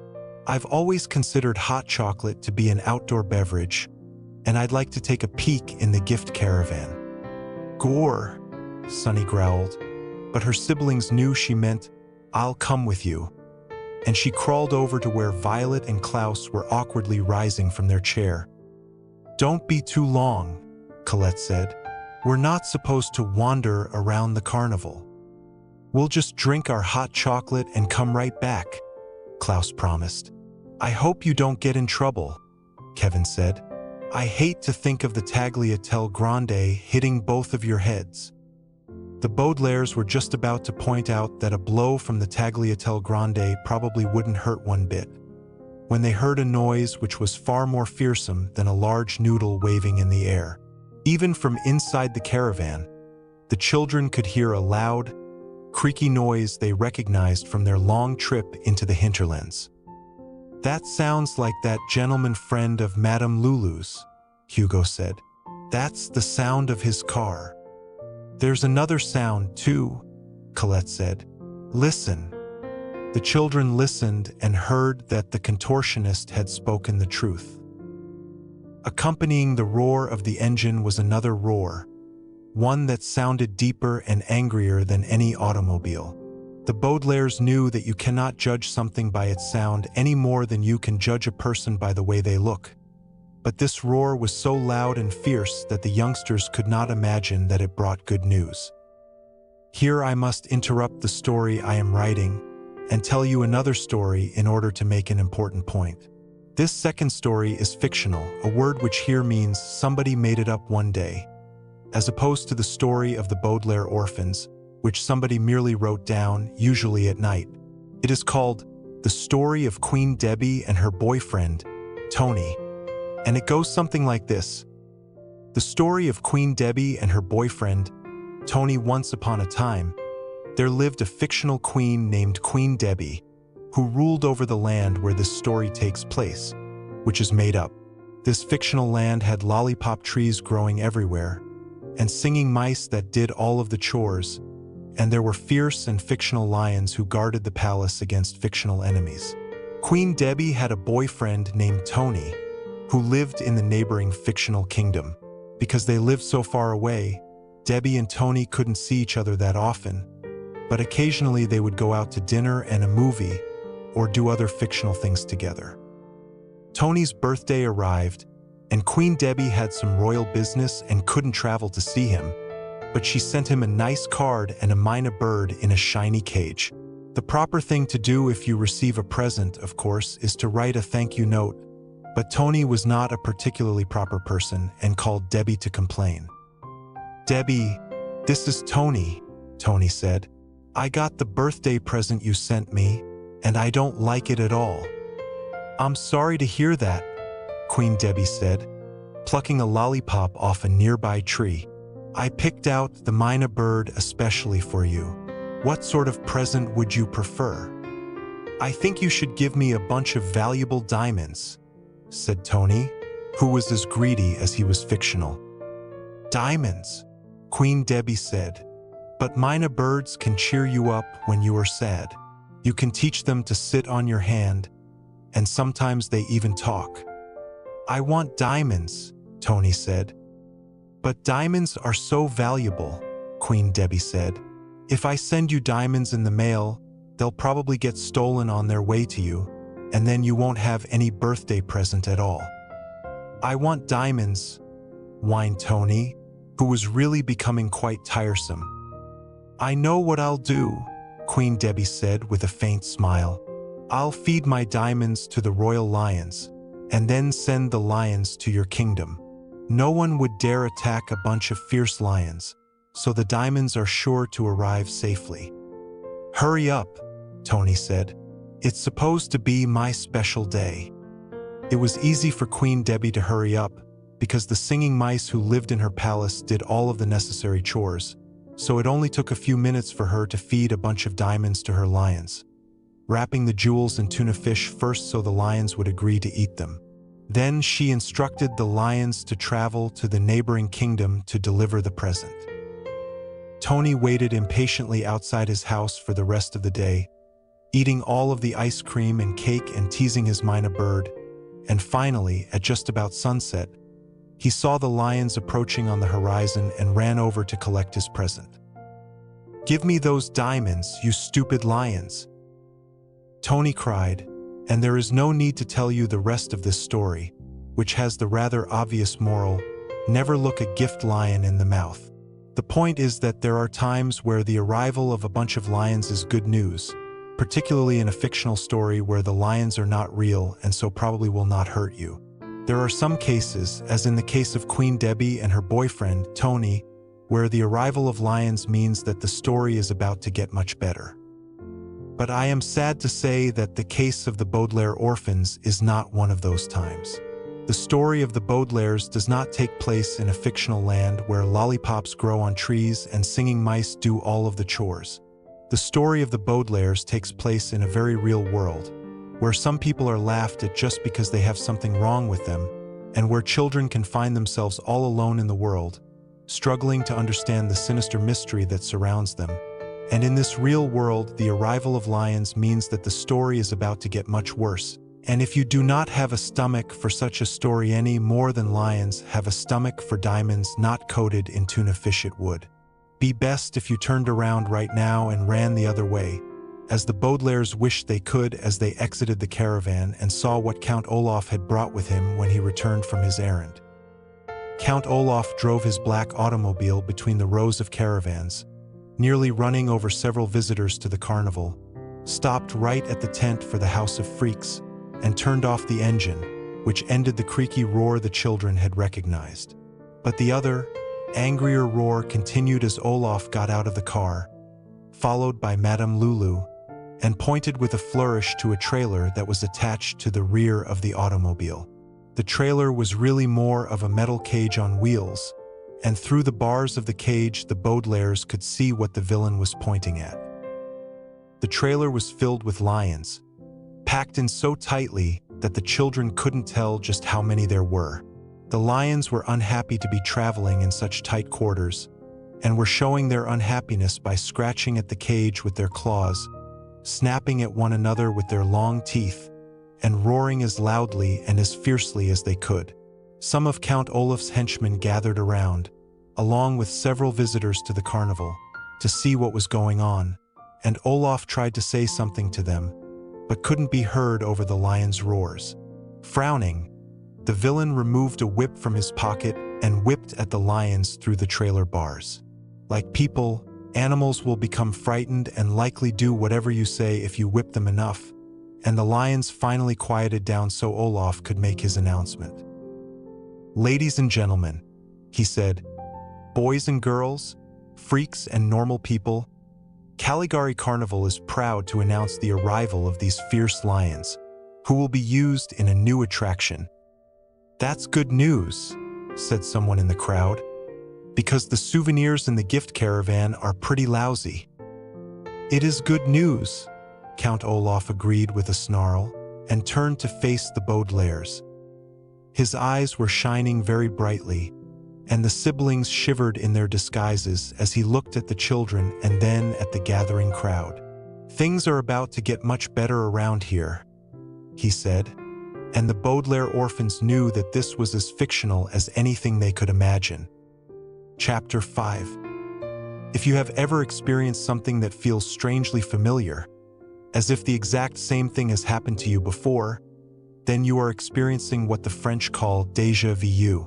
Like most French expressions, ennui, which is a fancy term for severe boredom, or la petite mort, which describes a feeling that part of you has died. Déjà vu refers to something that is usually not very pleasant, and it was not pleasant for the Baudelaire orphans to stand outside the freaks' caravan listening to Count Olaf and experiencing the queasy feeling of déjà vu. "These lions are going to be the most exciting thing at Caligari Carnival," Olaf announced, as more and more people drew near to see what all the fuss was about. "As you all know, unless you are incredibly dim-witted, a stubborn mule will move in the proper direction if there is a carrot in front of it and a stick behind it. It will move toward the carrot because it wants the reward of food, and away from the stick because it does not want the punishment of pain. And these lions will do the same." "What's going on?" Hugo asked the children, walking out of the caravan with Colette and Kevin close behind. "Déjà vu," Sonny said bitterly.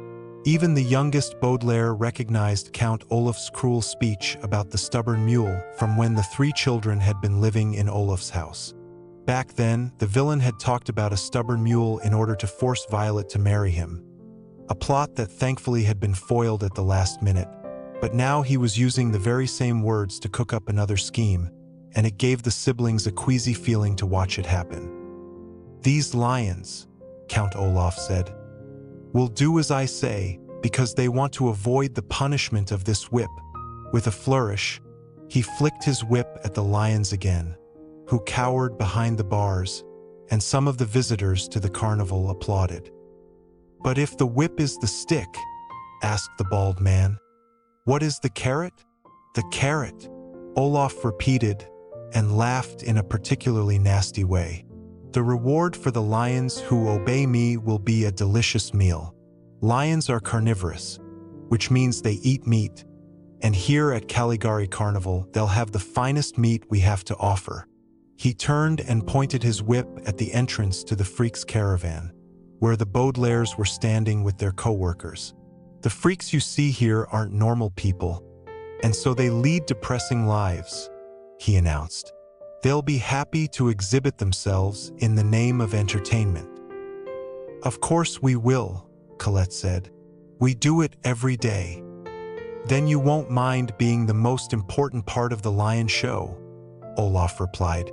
"We're not going to feed these lions regular meals, so they'll be very, very hungry by the time the show begins. Each day, instead of a show at the House of Freaks, we'll randomly choose one freak and watch the lions devour them."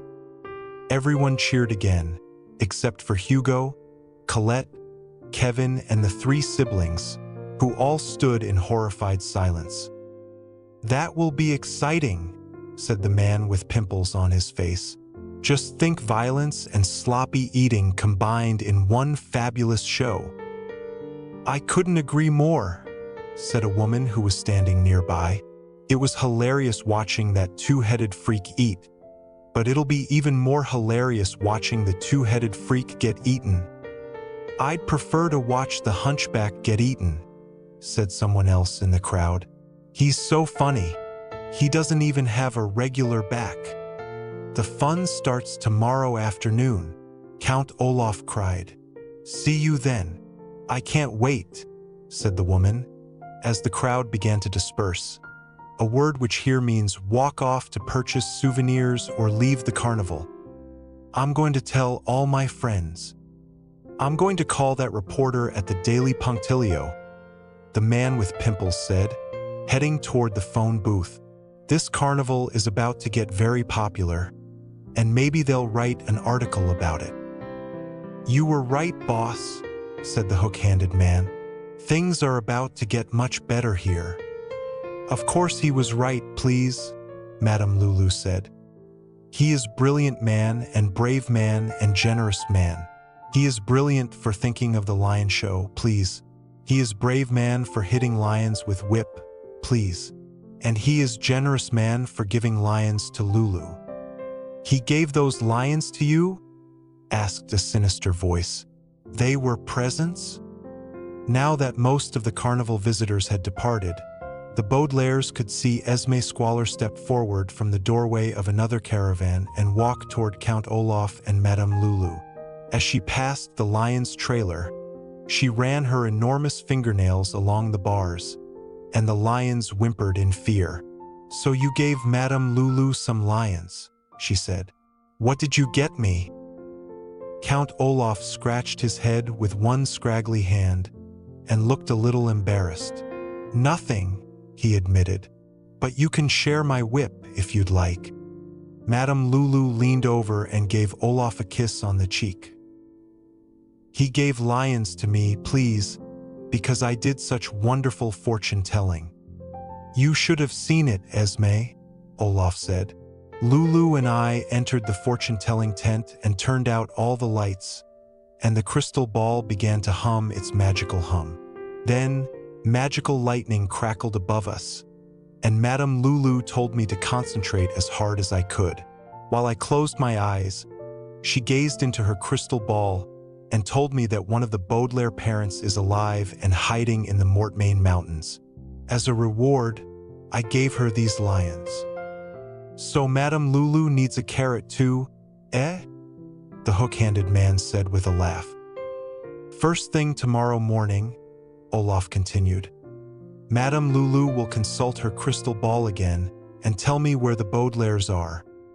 Esme glared at Lulu. And what sort of gift will you give then, Olaf?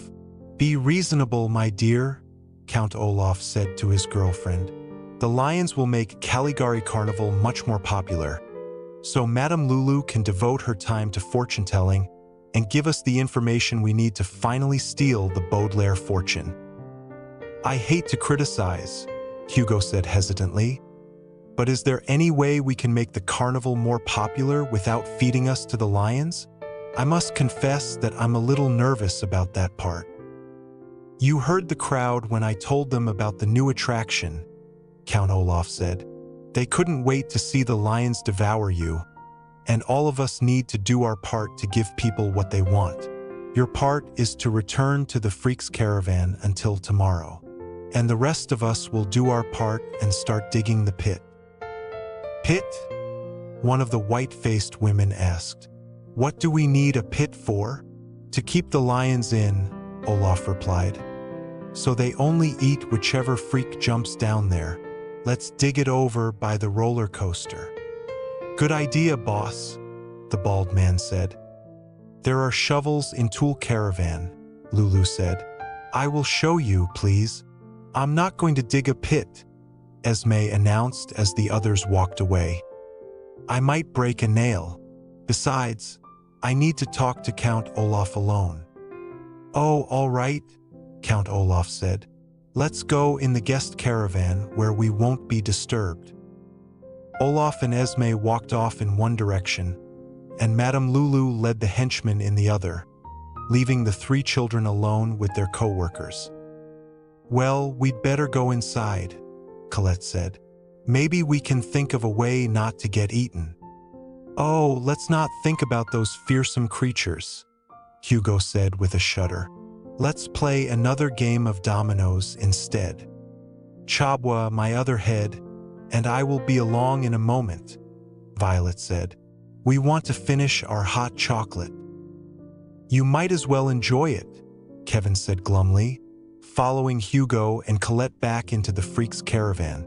It might turn out to be the last hot chocolate you ever drink. Kevin shut the door with both hands, and the Baudelaires stepped farther away from the caravan so they could talk without being overheard. Adding cinnamon to hot chocolate is a terrific idea, Sonny, Violet said, but I'm having trouble enjoying it. Ificat, Sonny said, which meant me too. Count Olaf's latest scheme leaves a bad taste in my mouth, Klaus said, and I don't think cinnamon will help. We have to get into that fortune-telling tent, Violet said, and this may be our only chance. Do you think it's really true? Klaus asked. Do you think Madame Lulu really saw something in her crystal ball? I don't know, Violet said, but I do know from my studies of electricity that lightning can't appear inside a tent. Something mysterious is going on, and we need to find out what it is. Chow, Sonny said, which meant before we're thrown to the lions. But do you think it's real? Klaus asked. I don't know, Violet said testily, a word which here means in her regular voice, forgetting her disguise because she was becoming very frustrated and upset. I don't know if Madame Lulu is a fortune teller. I don't know how Count Olaf always knows where we are. I don't know where the Snicket file is, or why someone else had Olaf's tattoo, or what V.F.D stands for, or why there's a secret passageway that leads to our house or dash. If our parents are alive? Klaus interrupted. Do you know if one of our parents is really alive? The middle Baudelaire's voice quivered, and his sisters turned to look at him, a feat that was difficult for Violet, who was still sharing his shirt and saw that he was crying. Violet leaned so that her head was against his while Sonny put her mug down and crawled closer to hug his knees, and the three Baudelaires stood quietly together for a few moments.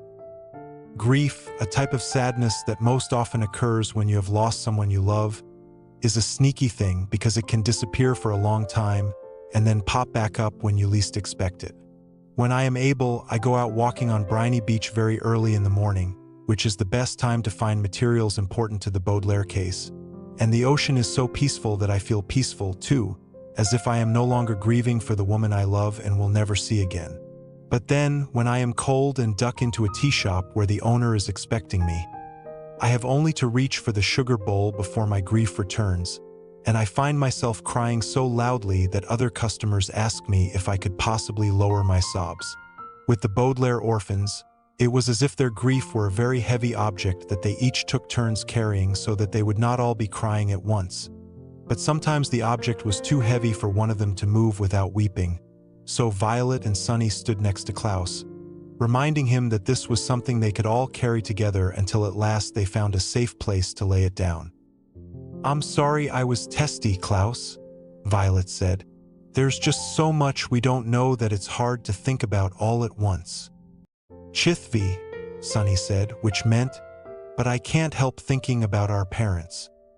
Me neither, Violet admitted. I keep wondering if one of them survived the fire. But if they did, Klaus said, why would they be hiding in a faraway place?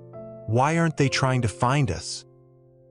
Maybe they are, Violet said quietly. Maybe they're searching for us everywhere they can think of, but they can't find us because we've been hiding and disguising ourselves for so long. But why doesn't our mother or father contact Mr. Poe? Klaus said. We've tried to contact him, Violet pointed out, but he doesn't answer our telegrams, and we can't seem to reach him by phone. If one of our parents has survived the fire, maybe they're having the same wretched luck. Galfuskin, Sonny pointed out. By Galfuskin, she meant something like, this is all guesswork, let's go to the fortune-telling tent and see if we can find out anything for sure, and we'd better do it soon before the others get back. You're right, Sonny, Violet said, and put her mug down next to Sonny's. Klaus put down his mug, and all three Baudelaires took disguised steps away from their hot chocolate. Violet and Klaus walked awkwardly in their shared pants, leaning against one another with every step, and Sonny followed alongside, still crawling so that she would look half-wolf if anyone watched them as they made their way through the carnival toward the fortune-telling tent. But no one was watching the Baudelaire orphans. The visitors to the carnival had gone home to tell their friends about the lion show happening the next day. The children's co-workers were in the freaks' caravan bemoaning their fate, a word which here means playing dominoes, rather than trying to think of a way out of their predicament.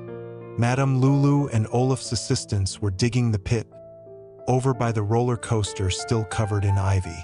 Count Olaf and Esme Squalor were bickering in the guest caravan, which was located at the far end of the carnival where I had stayed with my brother so many years ago, and the rest of Madame Lulu's employees were closing down the carnival and hoping that someday they might work in a less miserable place. So nobody was watching as the children approached the tent next to Lulu's caravan and stopped for a minute at the flap that led inside. The fortune-telling tent no longer stands at Caligari Carnival, or anywhere else for that matter. Anyone wandering through the blackened and desolate hinterlands would scarcely be able to tell that there had been any tents at all. But even if everything looked exactly the same as when the Baudelaire orphans stayed there, it is unlikely that a traveler would understand what the tent's decoration meant, as nowadays there are so few living experts on such subjects, and the experts who are alive are all in terrible circumstances, or, in my case, on their way to terrible circumstances in the hopes of making them less terrible. But the Baudelaire orphans, who, as you will recall, had only arrived at the carnival the night before, and so had never seen the fortune-telling tent in daylight until this very moment, could see how the tent was decorated, which is why they stopped to stare at it. At first glance, the painting on the fortune-telling tent seemed to depict an eye, like the decoration on Madame Lulu's caravan and the tattoo on Count Olaf's ankle. The three children had seen similar eyes wherever they went, from a building in the shape of an eye when they were working in a lumber mill, to an eye on Esme Squalor's purse when they were hiding in a hospital, to a huge swarm of eyes that surrounded them in their most frightening nightmares. And although the siblings never understood quite what these eyes meant, they were so weary of gazing at them that they would never pause to look at one again. But there are many things in life that become different if you take a long look at them, and as the children paused in front of the fortune-telling tent, the painting seemed to change before their very eyes, until it did not seem like a painting at all, but an insignia.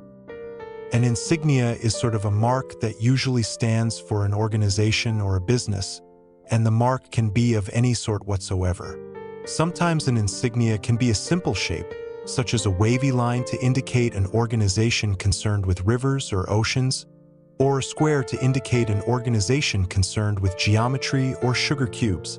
Sometimes an insignia can be a small picture of something, such as a torch, to indicate an organization that is flammable, or the three-eyed girl outside the House of Freaks, indicating that people who were unusual in some way were on display inside. And sometimes an insignia can be part of the name of the organization, such as the first few letters or its initials. The Baudelaires, of course, were not involved in any sort of business, aside from disguising themselves as carnival freaks. And as far as they knew, they were not members of an organization of any kind, and they had never even been to the hinterlands until Count Olaf's car had taken them down rarely ridden road. But the three children took a long look at the insignia on Madame Lulu's tent, because they knew that it was important to them somehow, as if whoever had painted the insignia knew they would come here and wanted to bring them inside. "Do you think?" Klaus said, his voice trailing off as he squinted at the tent. "I didn't see it at first glance," Violet said, "but as I took a long look." "Valu," Sunny said, and without another word the three children peered into the entrance, and, seeing no sign of anyone inside, took a few steps forward. If someone had been watching the youngsters, they would have seen these few hesitant steps as they entered the fortune-teller's tent as quietly as they could. But there was no one watching. There was no one to see the flap of cloth as it closed quietly behind them, making the whole tent shiver ever so slightly, and there was no one to notice that the painting shivered, too. There was no one watching the Baudelaire orphans as they drew closer to finding the answers to their questions, or solving the mysteries of their lives. There was no one to take a long look at the painting on the tent to see that it was not an image of an eye, as it appeared to be at first glance, but an insignia, standing for an organization the children knew only as V.F.D. Chapter 6. There are many difficult things in this world to hide, but a secret is not one of them. It is difficult to hide an airplane, for instance, because you generally need to find a deep hole or an enormous haystack and sneak the airplane inside in the middle of the night, but it is easy to hide a secret about an airplane because you can merely write it on a tiny piece of paper and tape it to the bottom of your mattress anytime you are at home. It is difficult to hide a symphony orchestra because you usually need to rent a soundproof room and borrow as many sleeping bags as you can find, but it is easy to hide a secret about a symphony orchestra because you can merely whisper it into the ear of a trustworthy friend or music critic. And it is difficult to hide yourself because you sometimes need to stuff yourself into the trunk of an automobile or concoct a disguise out of whatever you can find. But it is easy to hide a secret about yourself because you can merely type it into a book and hope it falls into the right hands. My dear sister, if you are reading this, I am still alive and heading north to try and find you. Had the Baudelaire orphans been looking for an airplane as they stepped inside Madame Lulu's fortune-telling tent, they would have known to look for the tip of a wing, sticking out from under an enormous black tablecloth decorated with shiny silver stars, which hung over a table in the center of the tent. Had they been looking for a symphony orchestra, they would have known to listen for the sound of someone coughing or bumping up against an oboe as they hid in the corners of the tent, which were covered in heavy curtains. But the children were not looking for methods of air travel or professional musicians. They were looking for secrets, and the tent was so big that they scarcely knew where to begin looking. Was there news of the Baudelaire parents hidden in the cupboard that stood near the entrance? Could there be information about the Snicket file stuffed into the large trunk that stood in one of the corners? And was it possible the children could find out the meaning of V.F.D by gazing into the crystal ball placed in the center of the table? Violet, Klaus, and Sunny looked around the tent and then at one another, and it seemed that the secrets concerning them could be hidden just about anywhere. "Where do you think we should look?" Violet asked. "I don't know," Klaus replied, squinting all around him. "I'm not even sure what to look for." "Well, maybe we should look for answers the way Count Olaf did," Violet said. He told the whole story of his fortune-telling experience. "I remember," Klaus said. "First he entered Madame Lulu's tent. We've done that. Then, he said they turned out all the lights." The Baudelaires looked up and noticed for the first time that the ceiling of the tent was decorated with small lights in the shape of stars, matching the stars on the tablecloth. "Switch," Sunny said, pointing to a pair of switches attached to one of the tent poles. "Good work, Sunny," Violet said. "Here, Klaus, walk with me so I can get a look at those switches." The two older Baudelaires walked freakishly over to the pole, but when they reached the switches, Violet frowned and shook her head. "What's wrong?" Klaus asked. "I wish I had a ribbon," Violet said, "to tie up my hair. It's hard to think seriously with my powdery hair getting in my eyes. But my hair ribbon is somewhere at Heimlich." Her voice trailed off, and Klaus saw that she had reached her hand into the pocket of Count Olaf's pants and was drawing out a ribbon that looked just like the one she usually wore. "Yours," Sunny said. "It is mine," Violet said, looking at it closely. "Count Olaf must have kept it when he was preparing me for surgery and left it in his pocket." "I'm glad you got it back," Klaus said with a slight shudder. "I don't like to think about Olaf getting his filthy hands on our possessions. Do you need some help tying your hair up? It might be difficult using only one hand, and I don't think you should take your other one out from under the shirt. We don't want to mess up our disguise." "I think I can manage it with one hand," Violet said. "Ah, there we go. I feel less like a freak and more like Violet Baudelaire with my hair up like this. Now let's see. Both these switches are attached to wires that run up to the top of the tent. One of them obviously controls the lights, but what does the other one do?"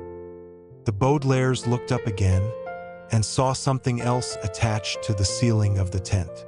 In between the stars was a small, round mirror, hanging from a piece of metal, which held it at an odd angle. Attached to the metal was a long strip of rubber, which led to a large knot of wires and gears, which in turn was attached to some more mirrors arranged in a sort of wheel. "What?" Sonny asked. "I don't know," Klaus said. "It sure doesn't look like anything I've read about." "It's an invention of some sort," Violet said, studying it carefully. She began to point to different parts of the strange device, but it was as if she were talking to herself instead of her siblings. "That piece of rubber looks like a fan belt, which transmits torque from an automotive engine in order to help cool the radiator. But why would you want to? Oh, I see. It moves those other mirrors around, but how would wait a minute? Klaus, see that small hole in the upper corner of the tent?" "Not without my glasses," Klaus said. "Well, there's a small rip up there," Violet said. "What direction are we facing if we face that small hole?" "Let me think for a moment," Klaus said. "Last night, the sun was setting as we got out of the car." "Yiret," Sonny said, which meant, "I remember the famous hinterland sunset." "And the car is over there," Klaus said, turning around and dragging his older sister with them. "So that way is west, and the rip in the tent faces east." "East?" Violet said with a smile. "The direction of the sunrise." "That's right," Klaus said. "But what does that have to do with anything?" Violet said nothing, just stood and smiled at her siblings, and Klaus and Sonny smiled back. Even with the fake scars penciled on her face, Violet was smiling in a way the other Baudelaires recognized at once. It was the sort of smile that appeared when Violet had figured out a difficult problem, usually having to do with an invention of some sort. She had smiled this way when the siblings were in jail, and she figured out how a pitcher of water could help break them out. She had smiled this way when she had looked over some evidence she had found in a suitcase, which could convince Mr. Poe that their Uncle Monty had been murdered. And she was smiling this way now, as she looked up at the strange device on the ceiling, and then back down at the two switches on the wall. "Watch this," she said, and flicked the first switch. Immediately, the gears began to spin, and the long strip of rubber began to move, and the wheel of mirrors became a whirring circle. "But what does it do?" Klaus said. "Listen," Violet said, and the children could hear a low, buzzing hum coming from the machine. That's the hum Count Olaf was talking about. He thought it was coming from the crystal ball, but it was coming from this invention. "I thought a magical hum sounded fishy," Klaus said. "Legrer," Sonny asked, which meant, "But what about the lightning? You see how that larger mirror is angled?" Violet said. "It's pointed so that it reflects any light that comes out of the small hole in the tent." "But there isn't any light coming from it," Klaus said. "Not now," Violet said, "because the hole is facing east and it's late in the afternoon. But in the morning, when Madame Lulu does her fortune-telling, the sun is rising, and the light of the sunrise would shine right on that mirror, and that mirror would reflect it onto the other mirrors, put into motion by the torquated belt dash." "Wait," Klaus said. "I don't understand." "That's okay," Violet said. "Count Olaf doesn't understand either. When he walks into the tent in the morning, Madame Lulu turns this invention on and the room is filled with flickering lights. Remember when I used the refraction of light to make a signaling device at Lake Lachrymos? It's the same thing, but Lulu tells him that it's magical lightning. But wouldn't Olaf look up and see that it wasn't magical lightning? Not if the lights were off," Violet said, flicking the other switch, and above them the stars went out. The cloth of the tent was so thick that no light from outside shone in, and the Baudelaires found themselves in utter darkness. It reminded the children of when they were climbing down the elevator shaft of 667 Dark Avenue, except that had been silent, and here they were surrounded by the sound of the machine's hum. "Eerie," Sonny said. "It is spooky," Klaus agreed. "No wonder Olaf thought it was a magical hum. Imagine how it would feel if the room were flickering with lightning," Violet said. "That's the sort of trickery that makes people believe in fortune-telling." "So Madame Lulu is a fake," Klaus said. Violet flicked both switches again, and the lights went on as the invention went off. "She's a fake, all right," Violet said. "I bet that crystal ball is just plain glass. She tricks Count Olaf into thinking she's a fortune-teller, so he'll buy her things like lions and new turbans." "Chesro?" Sonny asked and looked up at her siblings. By Chesro, Sonny meant something along the lines of, "But if she's a fake, how did she know that one of our parents was alive?" But her siblings were almost afraid to answer her. "She didn't, Sonny," Violet said quietly. "Madame Lulu's information is as fake as her magic lightning." Sonny made a small, quiet sound that her siblings could scarcely hear behind her beard, and hugged Violet and Klaus's legs while her little body shivered with sadness.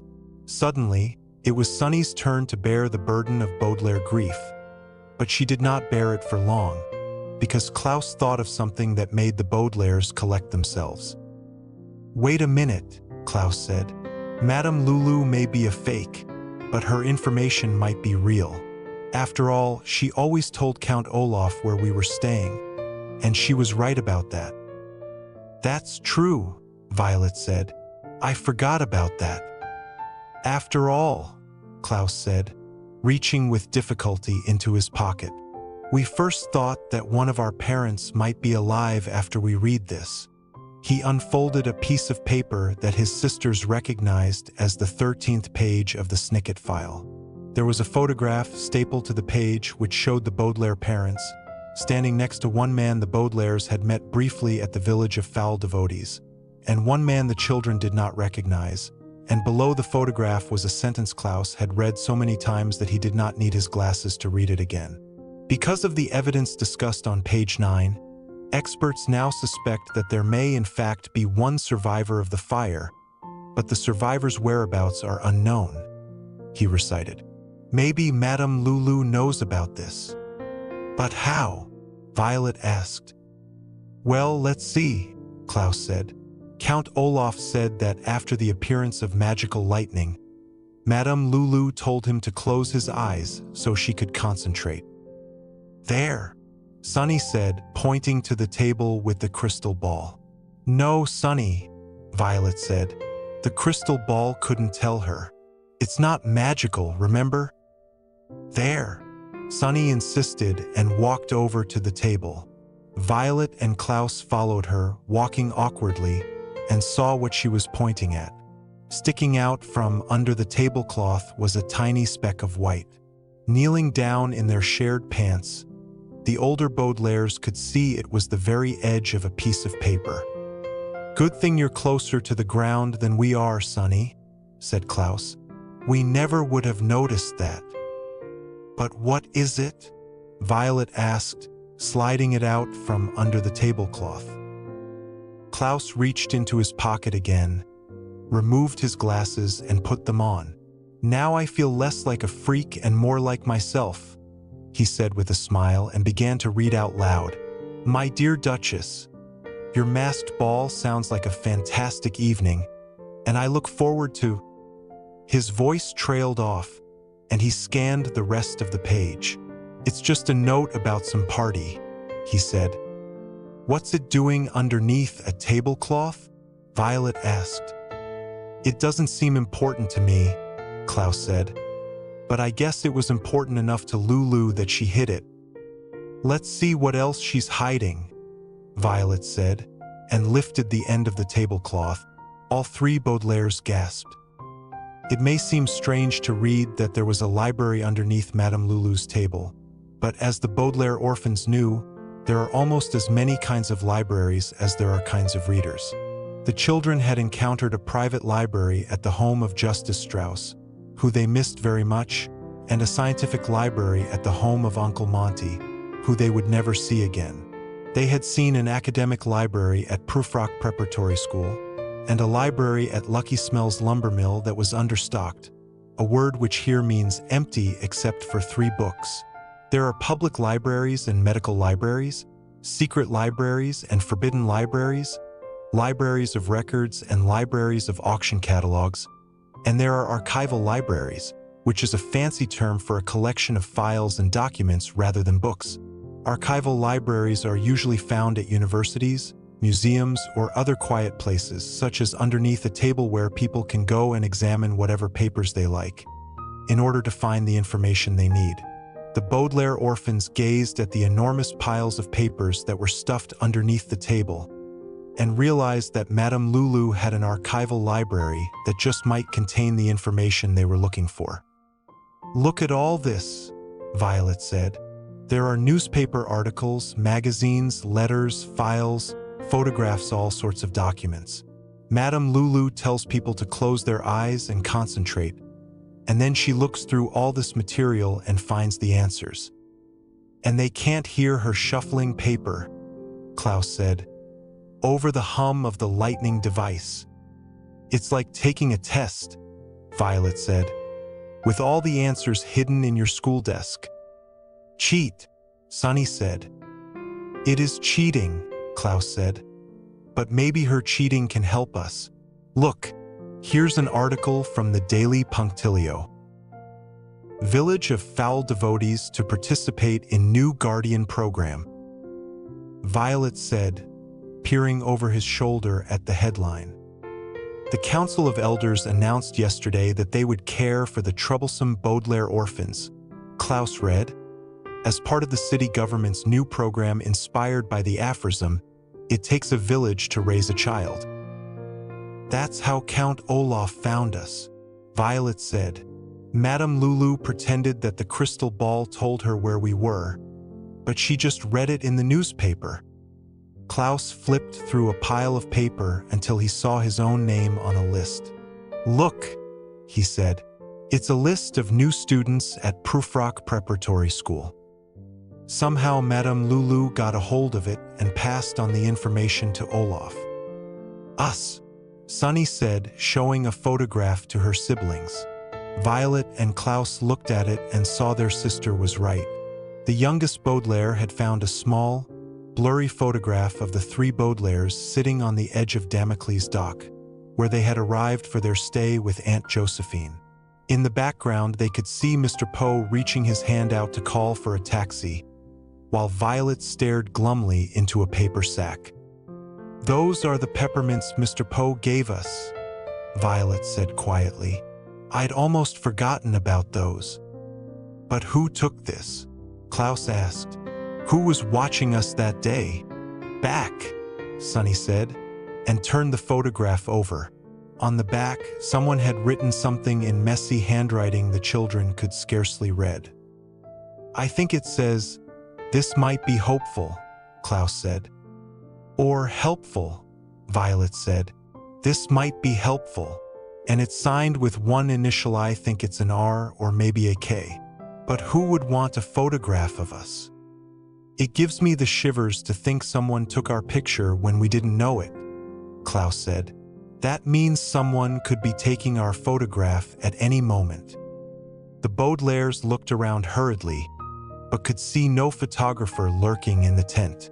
"Let's calm down," Violet said. "Remember the time we watched a scary movie when our parents were out for the evening, and we were jumpy for the rest of the night? Every time we heard a noise, we thought vampires were breaking into the house to take us away. Maybe somebody was breaking into the house to take us away," Klaus said and pointed to the photograph.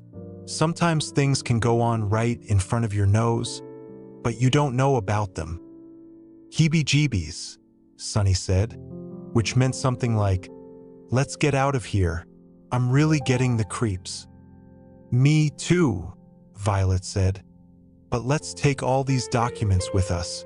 Maybe we can find someplace to look through them and find the information we want." "We can't take all these papers with us," Klaus said. "There are stacks and stacks. It would be like checking out every single book in the library just to find the one you wanted to read." "We'll stuff our pockets," Violet said. "My pockets are already stuffed," Klaus said. "I have page 13 of the Snicket file and all those fragments from the Quagmire notebooks. I can't get rid of those, but I don't have room for anything else. It's as if all the world's secrets are here on paper. But which secrets do we take with us?" "Maybe we can look through it quickly right here," Violet said, "and take anything that has our names on it." "That's not the best method of research," Klaus said, "but I guess it will have to do. Here, help me lift the tablecloth so we can see everything better." Violet and Klaus began to lift the tablecloth together, but it was quite difficult to do in their disguise. Like eating an ear of corn, lifting the tablecloth while sharing a shirt was trickier than it looked, and the tablecloth slid back and forth as the older Baudelaires struggled with it.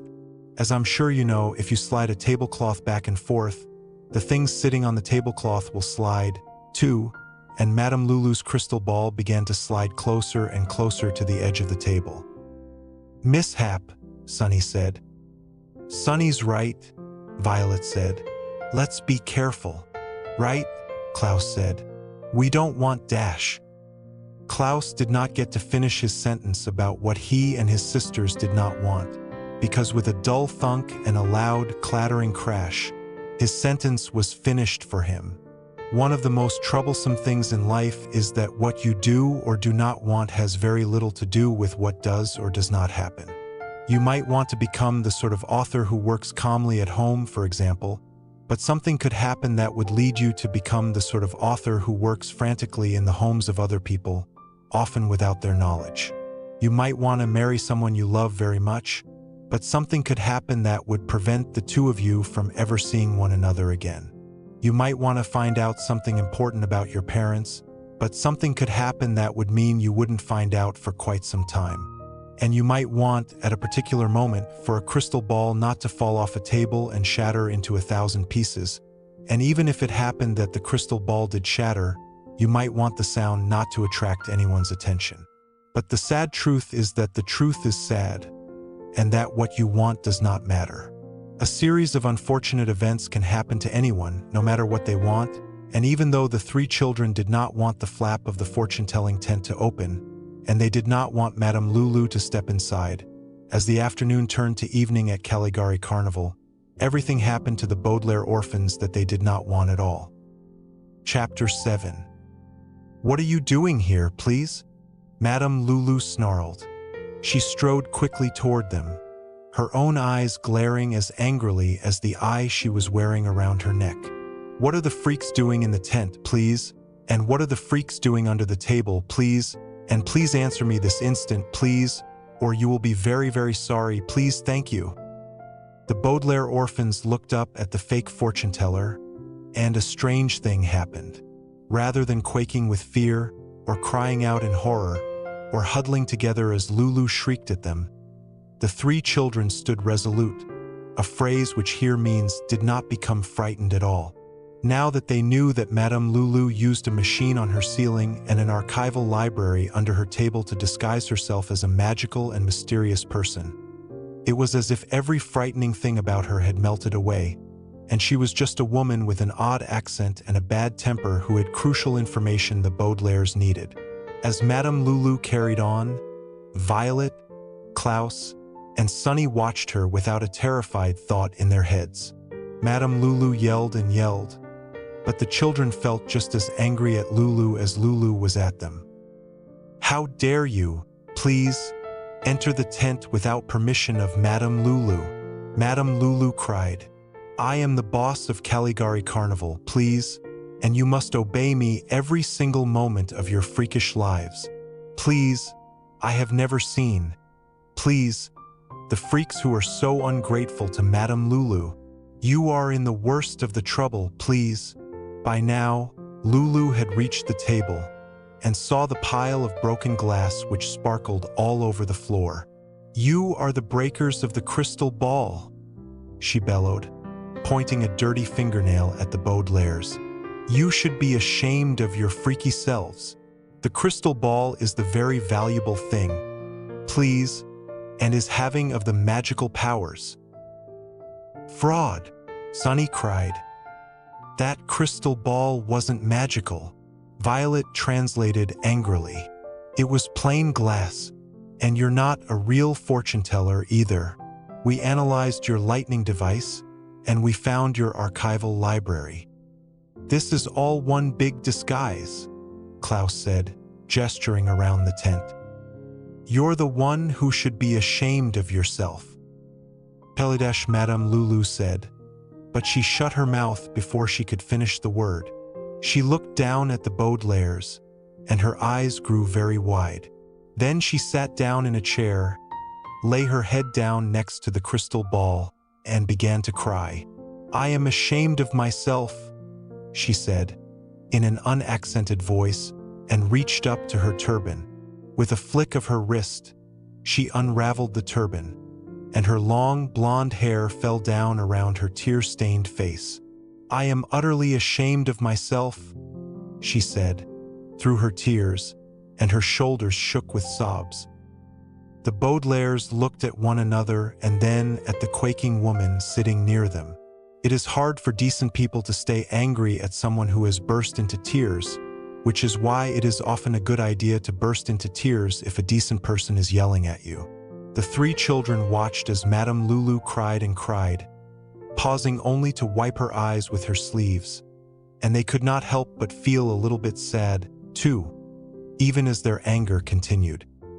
"Madame Lulu," Violet said firmly, although not as firmly as she would have liked, "why did you dash?" "Oh," Madame Lulu cried at the sound of her name. "Don't call me that." She reached up to her neck and yanked on the cord that held the eye around her neck.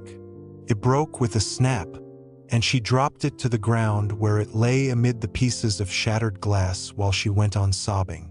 "My name is Olivia," she said finally with a shuddering sigh.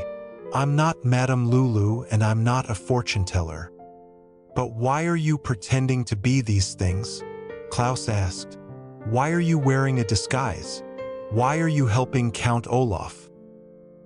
"I try to help everyone," Olivia said sadly. "My motto is give people what they want. That's why I'm here at the carnival. I pretend to be a fortune teller and tell people whatever it is they want to hear.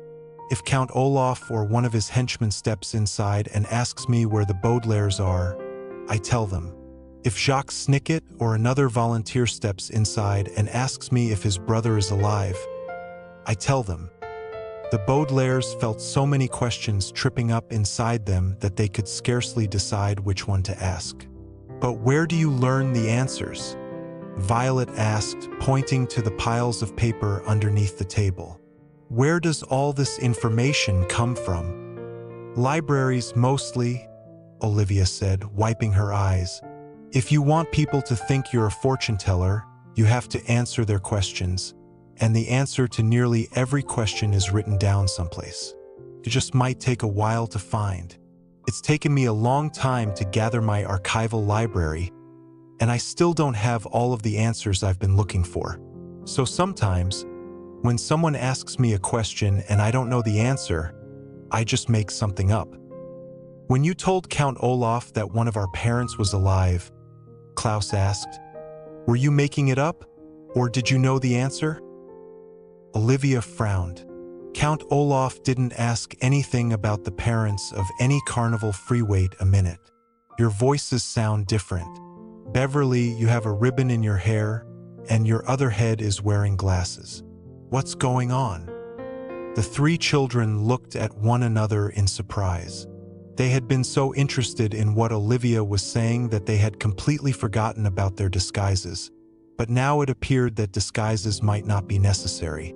The siblings needed to have their questions answered honestly, and it seemed more likely that Olivia would give them honest answers if the children were honest themselves.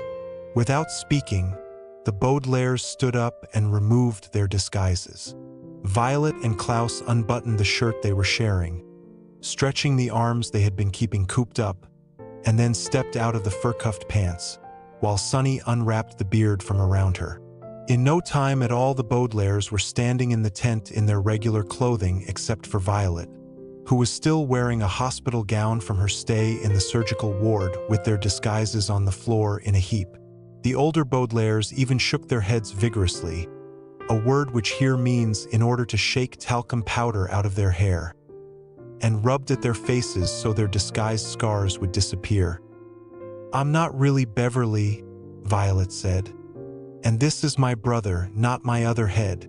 And that's not Chabo the Wolf Baby. She's Dash." "I know who she is," Olivia said, looking at all of them amazedly. "I know who all of you are. You're the Baudelaires." "Yes," Klaus said, and he and his sisters smiled. It felt as if it had been 100 years since someone had called the Baudelaires by their proper names, and when Olivia recognized them, it was as if they were finally themselves again instead of carnival freaks or any other fake identity. "Yes," Klaus said again. "We're the Baudelaires, 3 of them anyway. We're not sure, but we think there may be a 4th. We think one of our parents may be alive." "Not sure?" Olivia asked. "Isn't the answer in the Snicket file?" "We just have the last page of the Snicket file," Klaus said, and pulled page 13 out of his pocket again. "We're trying to find the rest of it before Olaf does. But the last page says that there may be a survivor of the fire. Do you know if that's true?" "I have no idea," Olivia admitted. "I've been looking for the Snicket file myself. Every time I see a piece of paper blow by, I chase after it to see if it's one of the pages." "But you told Count Olaf that one of our parents is alive," Violet said, "and that they're hiding in the Mortmain Mountains." "I was just guessing," Olivia said. "If one of your parents has survived, though, that's probably where they'd be. Somewhere in the Mortmain Mountains is one of the last surviving headquarters of V.F.D. But you know that, of course." "We don't know that," Klaus said. "We don't even know what V.F.D. stands for." "Then how did you learn to disguise yourselves?" Olivia asked in astonishment.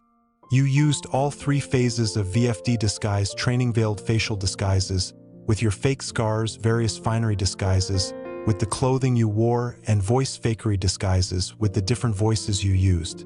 Now that I think of it, you're even using disguises that look like things in my disguise kit." Olivia stood up and walked over to the trunk that sat in the corner. Taking a key out of her pocket, she unlocked it and began to go through its contents. The siblings watched as she lifted an assortment of things out of the trunk, all of which the children recognized. First, she removed a wig that looked like the one Count Olaf had used when he was pretending to be a woman named Shirley, and then a fake wooden leg he had used as part of his ship captain disguise. She removed a pair of pots that Olaf's bald associate had used when the children were living in Paltryville, and a motorcycle helmet that looked identical to the one Esme Squalor had used to disguise herself as a police officer.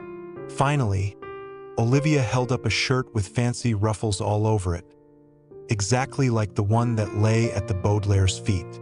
"You see," she said, "this is the same shirt as the one you 2 were wearing." "But we got ours from Count Olaf's trunk," Violet said. "That makes sense," Olivia replied. "All volunteers have the same disguise kit. There are people using these disguises all over the world, trying to bring Count Olaf to justice." "What?" Sunny asked. "I'm confused too," Klaus said. "We're all confused, Olivia. What is V.F.D.? Sometimes it seems like they're good people, and sometimes it seems like they're bad people." "It's not as simple as all that," Olivia said sadly. She took a surgical mask out of the trunk and held it in her hand. "The items in the disguise kit are just things, Baudelaires. You can use these things to help people or to harm them, and many people use them to do both. Sometimes it's hard to know which disguise to use, or what to do once you've put one on. I don't understand, Violet said. Some people are like those lions Olaf brought here, Olivia said. They start out being good people, but before they know it, they've become something else. Those lions used to be noble creatures. A friend of mine trained them to smell smoke, which was very helpful in our work. But now Count Olaf is denying them food and hitting them with his whip, and tomorrow afternoon they'll probably devour one of the freaks. The world is a harem-scarum place. Ham? Sonny asked. It's complicated and confusing, Olivia explained. They say that long ago it was simple and quiet, but that might be a legend. There was a schism in V.F.D, a great big fight between many of the members, and since then it's been hard for me to know what to do. I never thought I'd be the sort of person who helps villains, but now I do. Haven't you ever found yourself doing something you never thought you'd do? I guess so, Klaus said and turned to his sisters. Remember when we stole those keys from Hal at the Library of Records? I never thought I'd be a thief. Flynn, Sonny said, which meant something like, and I never thought I would become a violent person, but I engaged in a sword fight with Dr. Orwell. We've all done things we never thought we'd do, Violet said, but we always had a good reason.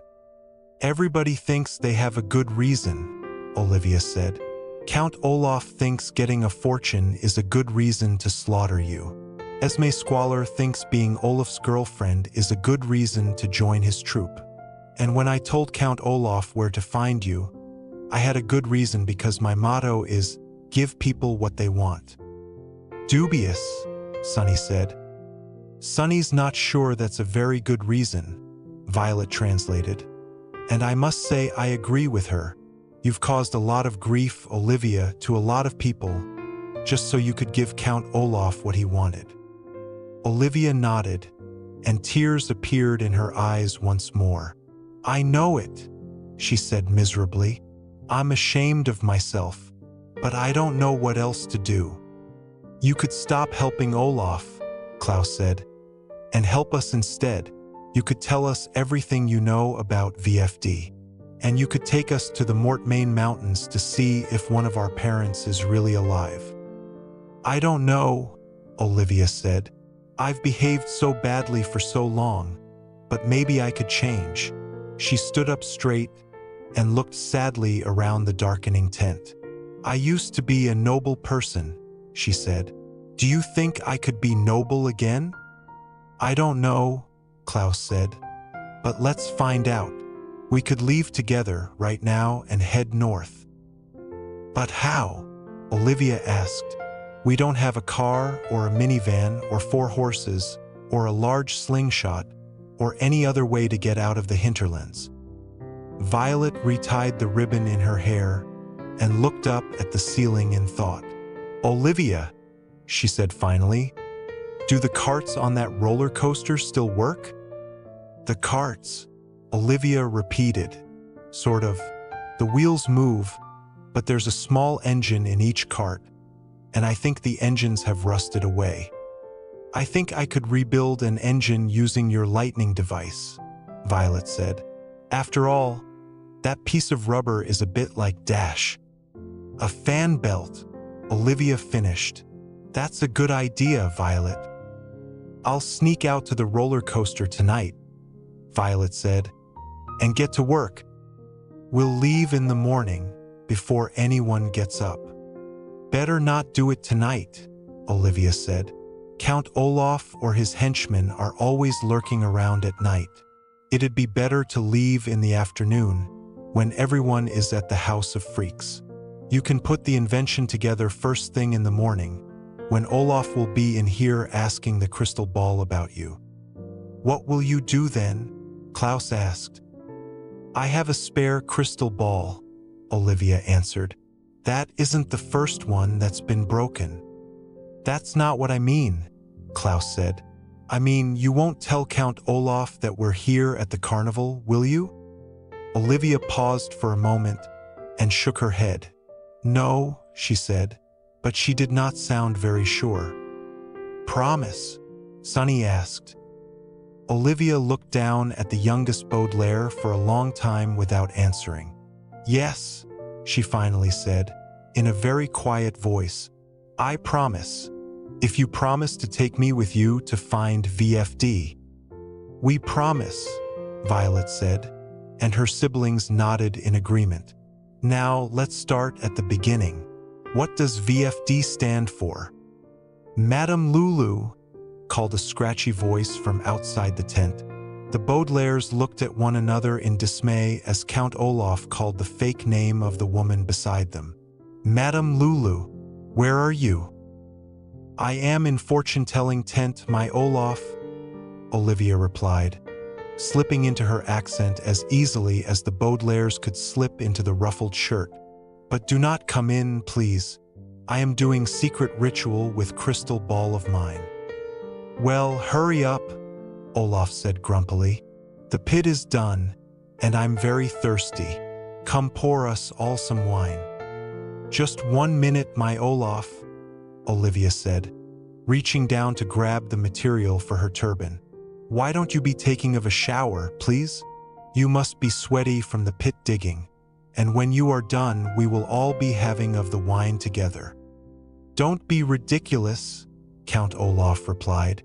I took a shower 10 days ago. I'll go put on some extra cologne and meet you in your caravan. Yes, my Olaf, Olivia called, and then turned to whisper to the children as she wound the turban around her hair. We'd better cut short our conversation, she said. The others will be looking for you. When we leave here tomorrow, I'll tell you everything you want to know. Couldn't you just tell us a few things now? Klaus asked. The Baudelaires had never been closer to the answers they were seeking, and delaying things any further was almost more than they could stand. No, Olivia decided.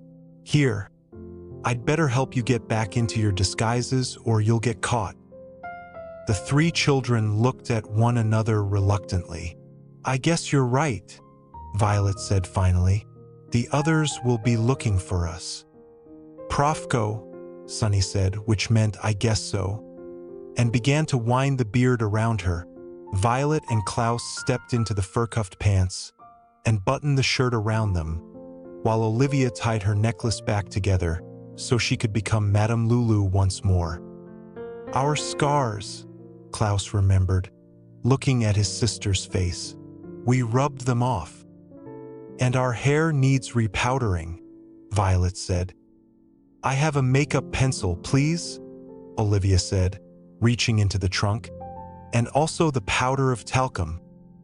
You don't have to use your accent right now, Violet said, taking the ribbon out of her hair. Is good to practice, please, Olivia replied. I must be thinking of myself as Madame Lulu, otherwise I will please be forgetting of the disguise. But you'll remember our promises, won't you? Klaus asked. Promises, Madame Lulu repeated. You promised you wouldn't tell Count Olaf that we're here, Violet said, and we promised to take you with us to the Mortmain Mountains. Of course, Beverly, Madame Lulu replied. I will be keeping of the promise to freaks. I'm not Beverly, Violet said, and I'm not a freak. Madame Lulu smiled and leaned in to pencil a scar on the eldest Baudelaire's face. But it is time for disguises, please, she said. Don't be forgetting of your disguised voices, or you will be recognized. We won't forget our disguises, Klaus said, putting his glasses back in his pocket. And you won't forget your promise, right? Of course, please, Madame Lulu said, leading the children out of the fortune-telling tent. Do not be of the worrying, please. The siblings stepped out of the tent with Madame Lulu and found themselves bathed in the blue light of the famous hinterland's sunset.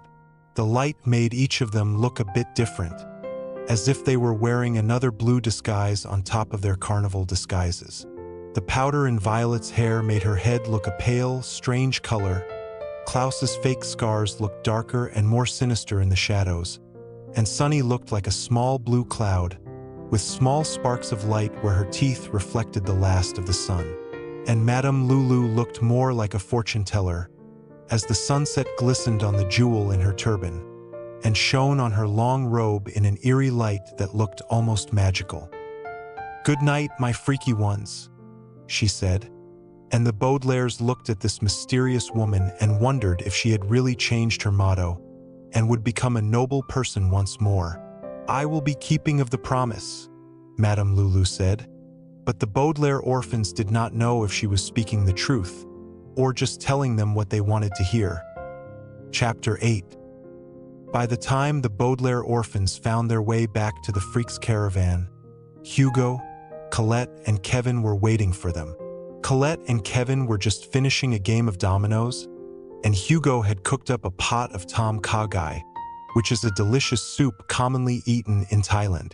But as the Baudelaires sat at the table and ate their supper, they were not in the mood to digest the mixture of chicken, vegetables, fancy mushrooms, fresh ginger, coconut milk, and water chestnuts that the hunchback had prepared. They were more concerned with digesting information, a phrase which here means thinking about everything that Madame Lulu had told them. Violet took a spoonful of hot broth, but she was thinking so hard about Lulu's archival library that she scarcely noticed the unusual sweet taste. Klaus chewed on a water chestnut, but he was wondering so much about the headquarters in the Mortmain Mountains that he didn't appreciate its appealing, crunchy texture. And Sunny tipped the bowl forward to take a large sip, but she was so curious about the disguise kit that she wasn't aware that her beard was getting soaked. Each of the three children finished their soup to the last drop, but they were so eager to hear more from Lulu about the mystery of V.F.D. that they felt hungrier than when they sat down. "Everyone sure is quiet tonight," Colette said, contorting her head underneath her armpit to look around the table. "Hugo and Kevin, you haven't talked much, and I don't think I've heard a single growl from Chabo, or heard a word out of either of your heads. I guess we're not feeling much like making conversation," Violet said, remembering to speak as low as she could. "We have a lot to think about." "We sure do," Hugo said. "I'm still not wild about the idea of being eaten by a lion." "Me neither," Colette said. But today's visitors were certainly excited about the carnival's new attraction. Everyone does seem to love violence. "And sloppy eating," Hugo said, dabbing at his mouth with a napkin. "It's certainly an interesting dilemma." "I don't think it's an interesting dilemma," Klaus said, squinting at his co-workers. "I think it's a terrible one. Tomorrow afternoon, someone will jump to their deaths." He did not add that the Baudelaires planned to be far away from Caligari Carnival by then, heading out to the Mortmain Mountains in the Invention Violet plan to construct early tomorrow morning. "I don't know what we can do about it," Kevin said. "On one hand, I'd rather keep on performing at the House of Freaks instead of being fed to the lions. But on the other hand, and in my case, both my hands are equally strong. Madame Lulu's motto is, 'Give people what they want.' And apparently they want this carnival to be carnivorous." "I think it's a terrible motto," Violet said, and Sunny growled in agreement. "There are better things to do with your life than doing something humiliating and dangerous, just to make total strangers happy." "Like what?" Colette asked. The Baudelaires looked at one another. They were afraid to reveal their plan to their co-workers, in case one of them would tell Count Olaf and ruin their escape. But they also couldn't stand resolute, knowing that something terrible would happen just because Hugo, Colette, and Kevin felt obliged to be freaks and live up to Madame Lulu's motto. "You never know when you'll find something else to do," Violet said finally. "It could happen at any moment." "Do you really think so?" Hugo asked hopefully. "Yes," Klaus said. "You never know when opportunity will knock." Kevin looked up from his soup and gazed at the Baudelaires with a look of hope in his eye. "Which hand will it knock with?" "Opportunity can knock with any hand, Kevin," Klaus said, and at that moment there was a knock at the door. "Open up, freaks." The impatient voice, coming from outside the caravan, made the children jump.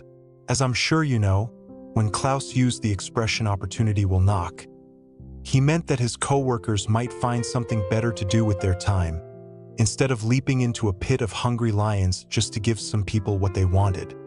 He did not mean that the girlfriend of a notorious villain would actually knock on the door and give them an idea that was possibly even worse, but I am sorry to say that it was Esme Squalor who was knocking, her long fingernails clattering against the door. "Open up. I want to talk to you." "Just one moment, Miss Squalor," Hugo called and walked over to the door. "Let's all be on our best behavior," he said to his co-workers. "It's not often that a normal person wants to talk to us, and I think we should make the most of this opportunity." "We'll be good," Colette promised. "I won't bend into a single strange position. And I'll use only my right hand," Kevin said. "Or maybe only my left hand." "Good idea," Hugo said and opened the door. Esme Squalor was leaning in the doorway with a wicked smile on her face. "I am Esme Gigi Genevieve Squalor," she said, which was often how she announced herself, even when everyone nearby knew who she was.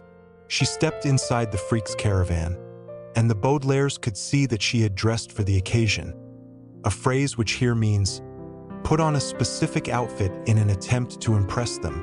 She was dressed in a long white gown, so long that it passed her feet and lay around her as if she were standing in a large puddle of milk. Embroidered on the front of the gown in glittery thread were the words "I love freaks," except instead of the word love, there was an enormous heart, a symbol sometimes used by people who have trouble figuring out the difference between words and shapes. On one of the shoulders of the gown, Esme had tied a large brown sack, and on her head she had an odd round hat, with black thread poking out of the top, and it had a large, angry face drawn on the front of it. The children knew that such an outfit must be very in, otherwise Esme would not be wearing it, but they couldn't imagine who in the world would admire such strange clothing. "What a lovely outfit," Hugo said. "Thank you," Esme said. She poked Colette with one of her long fingernails, and the contortionist stood up so Esme could sit down in her chair. "As you can see from the front of my gown, I love freaks." "You do," Kevin said. "That's very nice of you." "Yes, it is," Esme agreed. "I had this dress made especially to show how much I love them. Look, there's a cushion on the shoulder to resemble a hunchback, and my hat makes me look as if I have two heads, like Beverly and Elliot."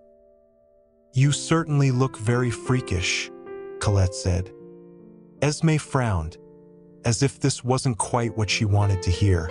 "Of course, I'm not really a freak," she said. "I'm a normal person, but I wanted to show you all how much I admire you. Now, please bring me a carton of buttermilk. It's very in." "We don't have any," Hugo said, "but I think we have some cranberry juice, or I could make you some hot chocolate. Chabo here taught me to add cinnamon to the hot chocolate, and it tastes quite delicious." "Tomka Guy," Sonny said. "And we also have soup," Hugo said. Esme looked down at Sonny and frowned. "No, thank you," she said, "although it's very kind of you to offer. In fact, you freaks are so kind that I consider you to be more than employees at a carnival I happen to be visiting. I consider you to be some of my closest friends." The children knew, of course, that this ridiculous statement was as fake as Esme's second head, but their co-workers were thrilled. Hugo gave Esme a big smile and stood up straight so that you could barely see his hunchback. Kevin blushed and looked down at his hands, and Colette was so excited that, before she could stop herself, she twisted her body until it resembled the letter K and the letters at the same time. "Oh, Esme," Colette said, "do you really mean it?" "Of course I mean it," Esme said, pointing to the front of her gown. I would rather be here with you than with the finest people in the world." "Gosh," Kevin said, "no normal person has ever called me a friend." "Well, that's what you are," Esme said, and leaned toward Kevin to kiss him on the nose. "You're all my freaky friends, and it makes me very sad to think that one of you will be eaten by lions tomorrow." The Baudelaires watched as she reached into a pocket in the gown and drew out a white handkerchief, embroidered with the same slogan as her gown, and held up the word "freaks" to dab at her eyes. "I have real tears in my eyes from thinking about it," she explained. They're close friend," Kevin said, and patted one of her hands. "Don't be sad." "I can't help it," Esme said, yanking back her own hand as if she were afraid that being ambidextrous was contagious. "But I have an opportunity for you that might make all of us very, very happy." "An opportunity?" Hugo asked. "Why, Beverly and Elliot were just telling us that an opportunity could come along at any minute." "And they were right," Esme said. "Tonight I am offering you the opportunity to quit your jobs at the House of Freaks and join Count Olaf and myself in his troupe." "What would we do exactly?" Hugo asked.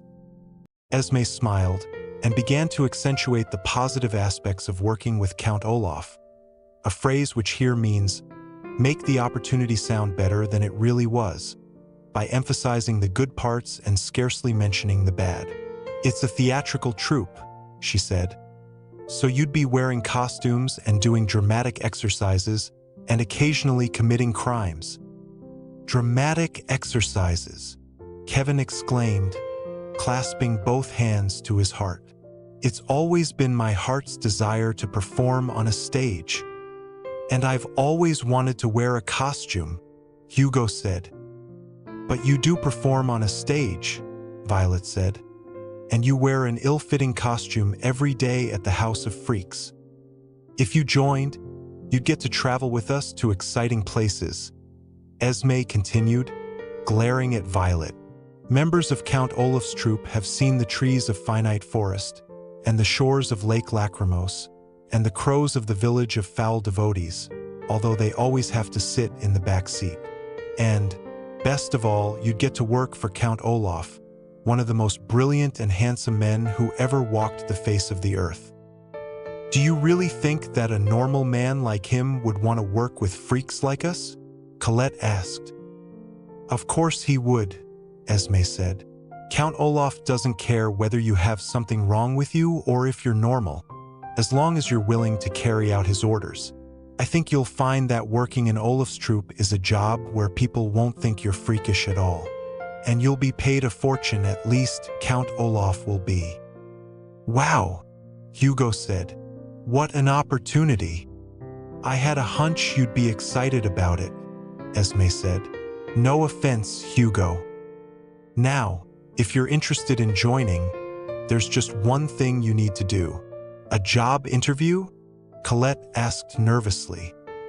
"There's no need for close friends of mine to do anything as unpleasant as a job interview," Esme said. "You just have to do one simple task. Tomorrow afternoon, during the show with the lions, Count Olaf will announce which freak will jump into the pit of lions. But I want whomever is chosen to throw Madame Lulu in instead." The freaks' caravan was silent for a moment as everyone digested this information. "You mean," Hugo said finally, "that you want us to murder Madame Lulu?" "Don't think of it as murder," Esme said. "Think of it as a dramatic exercise. It's a special surprise for Count Olaf that will prove to him that you're brave enough to join his troupe. Throwing Lulu into a pit of lions doesn't strike me as particularly brave," Colette said. "Just cruel and vicious." "How can it be cruel and vicious to give people what they want?" Esme asked. "You want to join Count Olaf's troupe, the crowd wants to see someone eaten by lions, and I want Madame Lulu thrown into the pit. Tomorrow, one of you will have the exciting opportunity to give everybody exactly what they want." "Gore," Sonny growled. but only her siblings understood that she really meant everybody except Lulu. When you put it like that, Hugo said thoughtfully, it doesn't sound so bad. Of course it doesn't, Esme said, adjusting her false head. Besides, Madame Lulu was eager to see all of you eaten by lions, so you should be happy to throw her in the pit. But why do you want Madame Lulu thrown in? Colette asked. Esme scowled. Count Olaf thinks we have to make this carnival popular, so that Madame Lulu will help us with her crystal ball, she said. But I don't think we need her help. Besides, I'm tired of my boyfriend buying her presents. That doesn't seem like such a good reason for someone to be eaten by lions, Violet said carefully in her disguised voice. I'm not surprised that a two-headed person like yourself is a little confused, Esme said, and reached out her long-nailed hands to pat both Violet and Klaus on their scarred faces. Once you join Olaf's troupe, you won't be troubled by that kind of freakish thinking any longer. Just think, Hugo said. Tomorrow we'll stop being freaks, and we'll be henchmen of Count Olaf. I prefer the term hench people, Colette said. Esme gave everyone in the room a big smile, and then reached up to her shoulder and opened the brown sack. To celebrate your new jobs, she said, I brought each of you a present. A present, Kevin cried. Madame Lulu never gave us presents. This is for you, Hugo, Esme said, and took out an oversized coat the Baudelaires recognized from a time when the hook-handed man had disguised himself as a doorman. The coat was so big that it had covered his hooks, and as Hugo tried it on, they saw that it was also big enough to fit Hugo, even with his irregular shape. Hugo looked at himself in the mirror and then at his co-workers in joy. It covers my hunchback, he said happily. I look normal instead of freakish. You see, Esme said, Count Olaf is already making your life much better. And look what I have for you, Colette. The Baudelaires watched as Olaf's girlfriend reached into the sack and pulled out the long, black robe that they had seen in the trunk of the automobile. It's so baggy, Esme explained, that you can twist your body any which way, and no one will notice that you're a contortionist. It's like a dream come true, Colette said, grabbing it out of Esme's hands. I'd throw 100 people into the lion pit to wear something like this. And Kevin, Esme said, look at this small piece of rope. Turn around, and I'll tie your right hand behind your back so you can't possibly use it. And then I'll be left-handed like normal people, Kevin said, jumping out of his chair and standing on his two equally strong feet. Hooray! The ambidextrous person turned around happily so Esme could tie his right hand behind his back, and in a moment he became someone with only one useful arm instead of two. I haven't forgotten you too, Esme continued, smiling at the three of them. Chabo, here's a long razor that Count Olaf uses when he needs to disguise himself with a good shave. I thought you could use it to trim some of that ugly wolf hair. And for you, Beverly and Elliot, I have this. Esme removed the sack from her gown and held it out to the older Baudelaires triumphantly. Violet and Klaus peeked inside and saw that it was empty. This sack is perfect to cover up one of your heads, she explained. You'll look like a normal one-headed person who just happens to have a sack balanced on their shoulder. Isn't that smashing? I guess so, Klaus said in his fake high voice. What's the matter with you? Hugo demanded. You've been offered an exciting job and given a generous present, and yet both your heads are moping around. You too, Chabo, Colette said. I can see through your fur that you don't look very enthusiastic. I think this might be an opportunity that we should refuse, Violet said, and her siblings nodded in agreement. What? Esme said sharply. It's nothing personal, Klaus added quickly, although not wanting to work for Count Olaf was about as personal as things could get. It does seem very exciting to work in a theatrical troupe, and Count Olaf does seem like a terrific person. Then what's the problem? Kevin asked. Well, Violet said, I don't think I'm comfortable throwing Madame Lulu to the lions. As her other head, I agree, Klaus said. And Chabo agrees too. I bet she only half agrees, Hugo said. I bet her wolf half can't wait to watch her get eaten. Sunny shook her head and growled as gently as she could, and Violet lifted her up and placed her on the table. It just doesn't seem right, Violet said. Madame Lulu isn't the nicest person I know, but I'm not sure she deserves to be devoured. Esme gave the older Baudelaires a large, false smile and leaned forward to pat them each on the head again. Don't worry your heads over whether or not she deserves to be devoured, she said, and then smiled down at Chabo. You don't deserve to be half wolf, do you? She asked. People don't always get what they deserve in this world. It still seems like a wicked thing to do, Klaus said. I don't think so, Hugo said. It's giving people what they want, just like Lulu says. Why don't you sleep on it? Esme suggested and stood up from the table. Right after tomorrow's show, Count Olaf is heading north to the Mortmain Mountains to take care of something important. And if Madame Lulu is eaten by then, you'll be allowed to join him. You can decide in the morning whether you want to be brave members of a theater troupe or cowardly freaks in a rundown carnival. I don't need to sleep on it, Kevin said.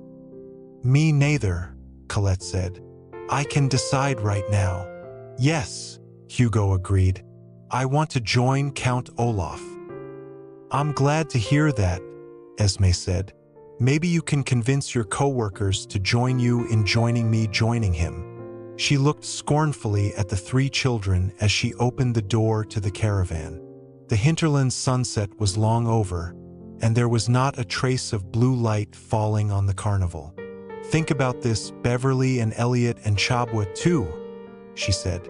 It just might be a wicked thing, throwing Madame Lulu into a pit full of carnivorous lions. Esme took a step outside, and it was so dark that Olaf's girlfriend looked like a ghost in a long, white gown and a fake extra head. But if you don't join us, where can you possibly go? She asked. The Baudelaire orphans had no answer for Esme Squalor's terrible question, but Esme answered it herself with a long, wicked laugh. If you don't choose the wicked thing, what in the world will you do? She asked and disappeared into the night. Chapter 9. The curious thing about being told to sleep on it, a phrase which here means, as I'm sure you know, to go to bed thinking about something and reach a conclusion in the morning, is that you usually can't. If you are thinking over a dilemma, you are likely to toss and turn all night long, thinking over terrible things that can happen and trying to imagine what in the world you can do about it. And these circumstances are unlikely to result in any sleeping at all. Just last night, I was troubled by a decision involving an eyedropper, a greedy night watchman, and a tray of individual custards. And this morning I am so tired that I can scarcely type these wharfs. And so it was with the Baudelaire orphans that night, after Esme Squalor had told them to sleep on it, and decide the next morning whether or not to throw Madame Lulu to the lions and join Count Olaf's troupe. The children, of course, had no intention of becoming part of a band of villains, or tossing anyone into a deadly pit. But Esme had also asked them what in the world they would do if they decided not to join Olaf, and this was the question that kept them tossing and turning in their hammocks, which are particularly uncomfortable places to toss and turn. The Baudelaires hoped that instead of joining Count Olaf, they would travel through the hinterlands in a motorized roller coaster cart of Violet's invention, accompanied by Madame Lulu, in her undisguised identity of Olivia, along with the archival library from underneath the table of the fortune-telling tent, in the hopes of finding one of the Baudelaire parents alive and well at the V.F.D. headquarters in the Mortmain Mountains. But this plan seemed so complicated that the children worried over all that could go wrong and spoil the whole thing. Violet thought about the lightning device that she planned to turn into a fan belt, and worried that there wouldn't be sufficient torque to make the carts move the way they needed to. Klaus worried that the archival library wouldn't contain specific directions to the headquarters, and they would get lost in the mountains, which were rumored to be enormous, confusing, and filled with wild animals. Sonny worried that they might not find enough to eat in the hinterlands. And all three Baudelaires worried that Madame Lulu would not keep her promise, and would reveal the orphans' disguise when Count Olaf asked about them the next morning. The siblings worried about these things all night, and although in my case the dessert chef managed to find my hotel room and knock on my window just before dawn, the Baudelaire orphans found that when morning came and they were done sleeping on it, they hadn't reached any other conclusion but that their plan was risky, and the only one they could think of. As the first rays of the sun shone through the window onto the potted plants, the Baudelaires quietly lowered themselves out of their hammocks. Hugo, Colette, and Kevin had announced that they were ready to join Count Olaf's troop and didn't need to sleep on it. And as so often happens with people who have nothing to sleep on, the children's co-workers were sleeping soundly and did not awaken as the siblings left the caravan to get to work on their plan. Count Olaf and his troop had dug the lion's pit alongside the ruined roller coaster, so close that the children had to walk along its edge to reach the ivy-covered carts. The pit was not very deep, although its walls were just high. Enough that nobody could climb out if they were thrown inside, and it was not very large, so all the lions were as crowded together as they had been in the trailer. Like the Baudelaires' co-workers, the lions must not have had much to sleep on, and they were still dozing in the morning sun. Sound asleep, the lions did not look particularly ferocious. Some of their manes were all tangled, as if no one had brushed them for a long time, and sometimes one of their legs twitched, as if they were dreaming of better days. On their backs and bellies were several nasty scars from the whippings Count Olaf had given them, which made the Baudelaires sore just looking at them, and most of the lions were very, very thin, as if they had not eaten a good meal in quite some time. "I feel sorry for them," Violet said, looking at one lion who was so skinny that all of its ribs were visible. If Madame Lulu was right, these lions were once noble creatures, and now look how miserably Count Olaf has treated them. "They look lonely," Klaus said, squinting down into the pit with a sad frown. "Maybe they're orphans, too. But maybe they have a surviving parent," Violet said, "somewhere in the Mortmain Mountains." "Edisirk," Sonny said, which meant something like, "Maybe someday we can rescue these lions." "For now, let's rescue ourselves," Violet said with a sigh. "Klaus, let's see if we can untangle the ivy from this cart in front. We'll probably need 2 carts, one for passengers and one for the archival library, so Sonny, see if you can get the ivy off that other one." "Easy," said Sonny, pointing to her teeth. "All the caravans are on wheels," Klaus said. "Would it be easier to hitch up one of the caravans to the lightning device?" "A caravan is too big," Violet replied. "If you wanted to move a caravan, you'd have to attach it to an automobile or several horses. We'll be lucky if I can rebuild the cart's engines." Madame Lulu said that they were rusted away. "It seems like we're hitching our hopes to a risky plan," Klaus said, tearing away at a few strands of ivy with the one arm he could use. "But I suppose it's no more risky than plenty of other things we've done, like stealing a sailboat. Or climbing up an elevator shaft," Violet said. "Wake," Sonny said, with her mouth full of plants, and her siblings knew she meant something along the lines of, "Or pretending to be surgeons." "Actually," Violet said, "maybe this plan isn't so risky after all. Look at the axles on this cart." "Axles?" Klaus asked. "The rods that hold the wheels in place," she explained, pointing to the bottom of the cart. "They're in perfect condition. That's good news, because we need these wheels to carry us a long way." The eldest Baudelaire looked up from her work and gazed out at the horizon. To the east, the sun was rising, and soon its rays would reflect off the mirrors positioned in the fortune-telling tent. But to the north, she could see the Mortmain Mountains rising up in odd, square shapes, more like a staircase than a mountain range, with patches of snow on the higher places, and the top steps covered in a thick gray fog. "It'll take a long time to get up there," she said, "and it doesn't look like there are a lot of repair shops on the way." "I wonder what we'll find up there," Klaus said. "I've never been to the headquarters of something." "Neither have I," Violet said. "Here, Klaus, lean down with me so I can look at the engine of this cart." "If we knew more about V.F.D., Klaus said, we might know what to expect. How does the engine look?" "Not too bad," Violet said. "Some of these pistons are completely rusted away, but I think I can replace them with these latches on the sides of the cart, and the lightning device will provide a fan belt. But we'll need something else, something like twine or wire, to help connect the two carts." "Ivy?" Sunny asked. "Good idea, Sunny," Violet said. "The stems of the ivy feel solid enough. If you'll pluck the leaves off a few strands, you'd be a big help." "What can I do?" Klaus asked. "Help me turn the cart over," Violet said. "But watch where you put your feet. We don't want you falling into the pit." "I don't want anyone falling into the pit," Klaus said. "You don't think the others will throw Madame Lulu to the lions, do you?" "Not if we get this done in time," Violet said grimly. "See if you can help me bend the latch so it fits into that notch, Klaus." No, the other way. I just hope Esme doesn't have them throw somebody else in when we all escape." "She probably will," Klaus said, struggling with the latch.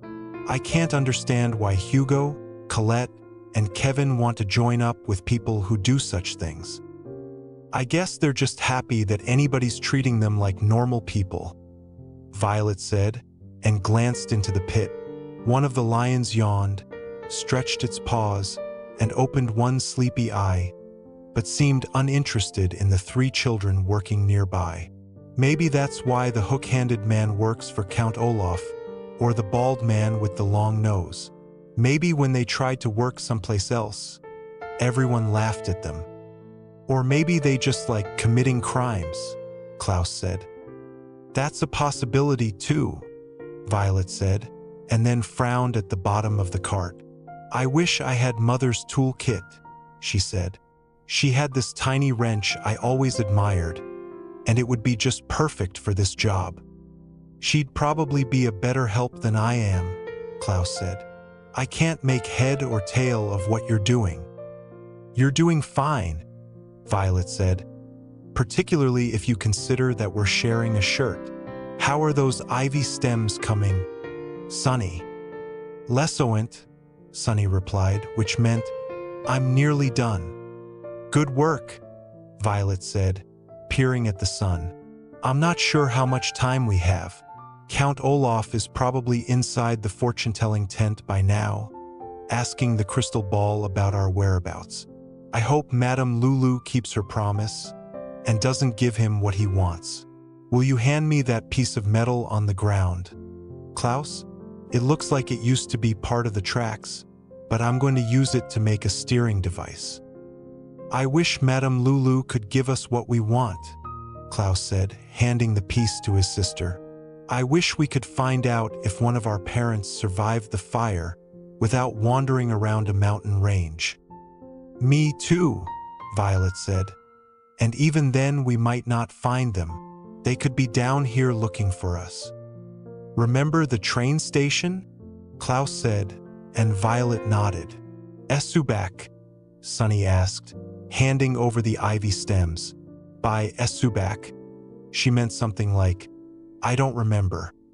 Although there was no way she could have, as the youngest Baudelaire hadn't been born at the time her siblings were remembering. The Baudelaire family had decided to go away for the weekend to a vineyard, a word which here means a sort of farm where people grow grapes used in wine. This vineyard was famous for having grapes that smelled delicious, and it was very pleasant to picnic in the fields. while the fragrance drifted in the air and the vineyard's famous donkeys, who helped carry bushels of grapes at harvest time, slept in the shade of the grapevines. To reach the vineyard, the Baudelaires had to take not one train but two, transferring at a busy station not far from Paltryville. And on the day that Violet and Klaus were remembering, the children had been separated from their parents in the rush of the transferring crowd. Violet and Klaus, who were quite young, decided to search for their parents in the row of shops just outside the station. And soon the local shoemaker, blacksmith, chimney sweep, and computer technician were all helping the two frightened children look for their mother and father. Soon enough, the Baudelaire family was reunited, but the children's father had taught them a serious lesson. "If you lose us," he said, "stay put." "Yes," their mother agreed. "Don't go wandering around looking for us. We'll come and find you." At the time, Violet and Klaus had solemnly agreed, but times had changed. When the Baudelaire parents had said, "If you lose us," they were referring to times when the children might lose sight of them in a crowd, as they had at the train station that day, where I had lunch just a few weeks ago and talked to the shoemaker's son about what had happened. They were not referring to the way the Baudelaires had lost them now, in a deadly fire that it seemed had claimed at least one of their lives. There are times to stay put and what you want will come to you, and there are times to go out into the world and find such a thing for yourself. Like the Baudelaire orphans, I have found myself in places where staying put would be dangerously foolish and foolishly dangerous. I have stood in a department store and seen something written on a price tag that told me I had to leave at once, but in different clothing. I have sat in an airport and heard something over the loudspeaker that told me I had to leave later that day, but on a different flight. And I have stood alongside the roller coaster at Caligari Carnival and known what the Baudelaires could not possibly have known that quiet morning. I have looked at the carts, all melted together and covered in ash, and I have gazed into the pit dug by Count Olaf and his henchmen and seen all the burnt bones lying in a heap. And I have picked through the bits of mirror and crystal where the fortune-telling tent once stood. And all this research has told me the same thing. And if somehow I could slip back in time, as easily as I could slip out of the disguise I am in now, I would walk to the edge of that pit and tell the Baudelaire orphans the results of my findings. But of course I cannot. I can only fulfill my sacred duty and type this story as best I can, down to the last wharf. "Wharf," Sunny said, when the Baudelaires had finished telling her about the train station. By wharf, she meant something along the lines of, "I don't think we should stay put. I think we should leave right now." "We can't leave yet," Violet said. "The steering device is ready, and the carts are firmly attached to one another. But without a fan belt, the engine won't work. We'd better go to the fortune-telling tent and dismantle the lightning device." "Olaf," Sunny asked. "Let's hope that Madame Lulu has sent him on his way," Violet said. "Otherwise we'll be cutting it close. We have to finish our invention before the show begins. Otherwise everyone will see us get in the carts and leave." There was a faint growl from the pit, and the children saw that most of the lions were awake and looking around crankily at their surroundings. Some of them were trying to pace around their cramped quarters, but they only managed to get in the way of other lions, which only made them crankier. "Those lions look hungry," Klaus said. "I wonder if it's almost showtime." "Aklek," Sunny said, which meant let's move out. And the Baudelaires moved out, walking away from the roller coaster and toward the fortune-telling tent. As the children walked through the carnival, they saw that quite a few visitors had already arrived, and some of them giggled at the siblings as they made their way. "Look," one man said, pointing at the Baudelaires with a sneer. "Freaks. Let's be sure to go to the lion show later, one of them might get eaten." "Oh, I hope so," said his companion. "I didn't come all the way out here to the hinterlands for nothing." "The woman at the ticket booth told me that a journalist from the Daily Punctilio is here to report on who gets devoured," said another man. who was wearing a Caligari Carnival t-shirt he had apparently purchased at the gift caravan. "The Daily Punctilio," cried the woman who was with him. "How exciting! I've been reading about those Baudelaire murderers for weeks. I just love violence." "Who doesn't?" the man replied, "especially when it's combined with sloppy eating." Just as the Baudelaires reached the fortune-telling tent, a man stepped in front of them and blocked their way. The children looked up at the pimples on his chin and recognized him as the very rude member of the audience at the House of Freaks. "Why, look who's here," he said. "It's Chabo the Wolf Baby and Beverly and Elliot, the two-headed freak." "It's very nice to see you again," Violet said quickly. She tried to walk around him, but he grabbed the shirt she was sharing with her brother, and she had to stop so he wouldn't tear the shirt and reveal their disguise. "What about your other head?" the pimpled man asked sarcastically. "Doesn't he think it's nice to see me?" "Of course," Klaus said, "but we're in a bit of a hurry, so if you'll excuse us." "I don't excuse freaks," the man said. "There's no excuse for them. Why don't you wear a sack over one of your heads, so you look normal?" "Gore," Sunny said, baring her teeth at the man's knees. "Please leave us alone, sir," Violet said. "Chabo is very protective of us, and might bite you if you get too close." "I bet Chabo's no match for a bunch of ferocious lions," the man said. "I can't wait until the show, and neither can my mother." "That's right, dear," said a woman who was standing nearby. She stepped forward to give the pimpled man a big kiss, and the Baudelaires noticed that pimples seemed to run in the family. "What time does the show start, freaks?" "The show starts right now." The pimpled man and his mother turned around to see who had spoken, but the Baudelaires did not have to look to know it was Count Olaf who had made the announcement. The villain was standing at the entrance to the fortune-telling tent with a whip in his hand and a particularly nasty gleam in his eye, both of which the siblings recognized. The whip, of course, was the one that Count Olaf used to encourage the lions to become ferocious, which the Baudelaires had seen the previous day, and the gleam was something they had seen more times than they could count. It was the sort of gleam someone might get in their eye when they were telling a joke, but when Olaf looked at people that way, it usually meant that one of his schemes was succeeding brilliantly. "The show starts right now," he announced again to the people gathering around him. "I've just had my fortune told, so I've gotten what I wanted." Count Olaf pointed at the fortune-telling tent with his whip, and then turned around to point at the disguised Baudelaires as he grinned at the crowd. "Now, ladies and gentlemen, it's time to go to the lion pit, so we can give the rest of you what you want." Chapter 10.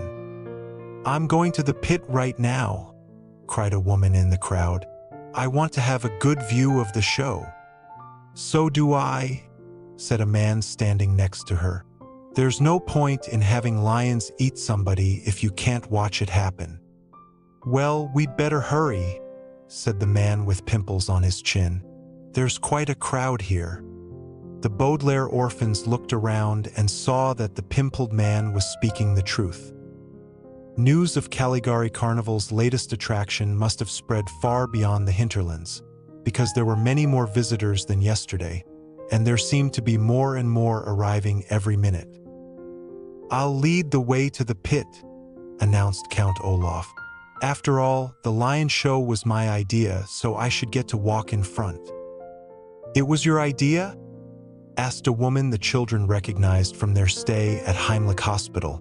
She was wearing a gray suit and chewing gum as she spoke into a microphone, and the siblings remembered that she was a reporter from the Daily Punctilio. "I'd love to write about it in the newspaper. What is your name?" "Count Olaf," Count Olaf said proudly. "I can see the headline now. Count Olaf thinks up idea for lion show," said the reporter. "Wait until the readers of the Daily Punctilio see that." "Wait a minute," someone said. I thought Count Olaf was murdered by those 3 children." "That was Count Omar," replied the reporter. "I should know. I've been writing about the Baudelaires for the Daily Punctilio. Count Omar was murdered by those 3 Baudelaire children, who still remain at large. Well, if anyone ever finds them," someone in the crowd said, "we'll throw them into the lion pit." "An excellent idea," Count Olaf replied. "But in the meantime, the lions will have a meal of one delicious freak. Follow me, everyone, for an afternoon of violence and sloppy eating." "Hooray!"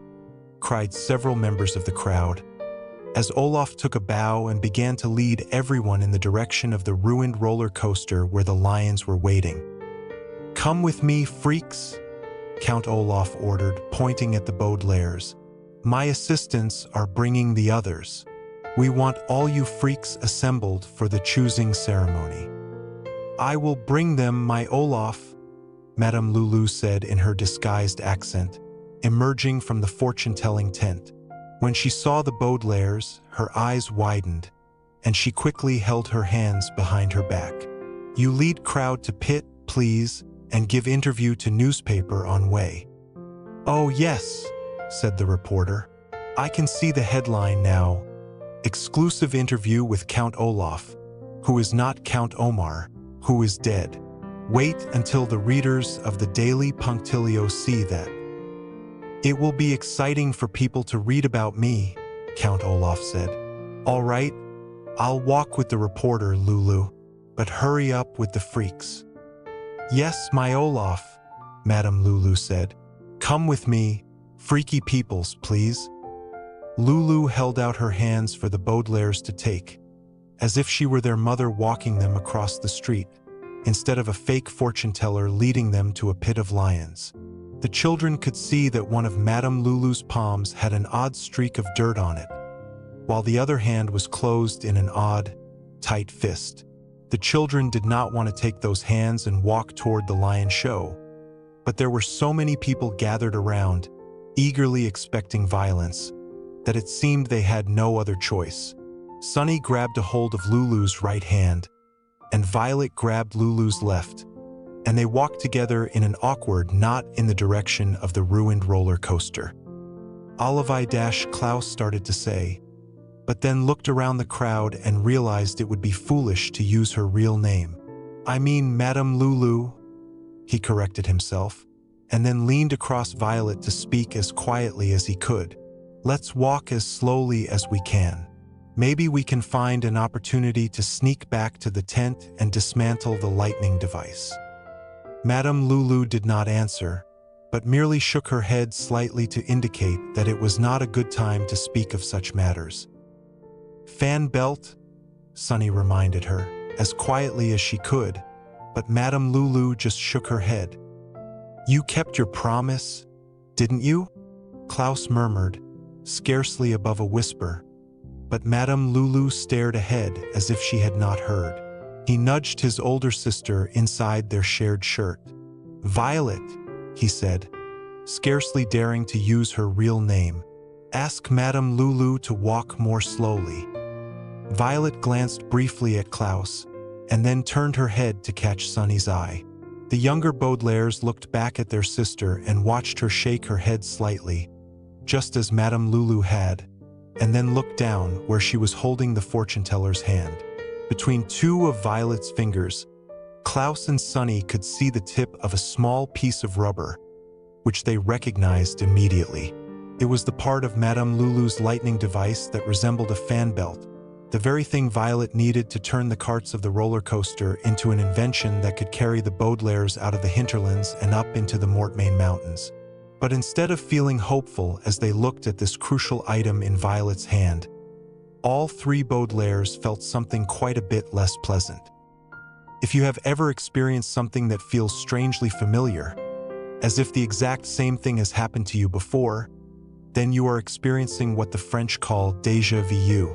Like most French expressions, ennui, which is a fancy term for severe boredom, or la petite mort, which describes a feeling that part of you has died. Déjà vu, refers to something that is usually not very pleasant, and it was not pleasant for the Baudelaire orphans to arrive at the lion pit and experience the queasy feeling of déjà vu. When the children had been staying at Heimlich Hospital, they had found themselves in an operating theater, surrounded by a large crowd that was very eager to see something violent occur, such as an operation performed on someone. When the children were living in the town of V.F.D, they had found themselves in a field, surrounded by a large crowd eager to see something violent occur, such as the burning of someone at the stake. And now, as Madame Lulu let go of their hands, the children looked at the enormous and strangely familiar crowd towering over them at the ruined roller coaster. Once again, there were people eager for something violent to happen. Once again, the Baudelaires were afraid for their lives. And once again, it was all because of Count Olaf. The siblings looked past the cheering crowd at the 2 roller coaster carts that Violet had adapted. All the invention needed was the fan belt, and the children could continue their search for one of the Baudelaire parents. But as Violet, Klaus, and Sunny looked across the pit at the 2 small carts joined with Ivy and altered to travel across the hinterlands, they felt the queasiness of déjà vu and wondered if there was another unhappy ending in store for them. Welcome, ladies and gentlemen, to the most exciting afternoon of your entire lives, Count Olaf announced and cracked his whip into the pit. The whip was just long enough to strike the restless lions, who roared obediently and gnashed their teeth in hunger. "These carnivorous lions are ready to eat a freak," he said. "But which freak will it be?" The crowd parted, and the hook-handed man emerged, leading the Baudelaires' co-workers in a line toward the edge of the pit where the Baudelaires stood. Hugo, Colette, and Kevin had evidently been told to dress in their freakish clothes rather than in the gifts Esme had given them, and they gave the Baudelaires a small smile and stared nervously at the snarling lions.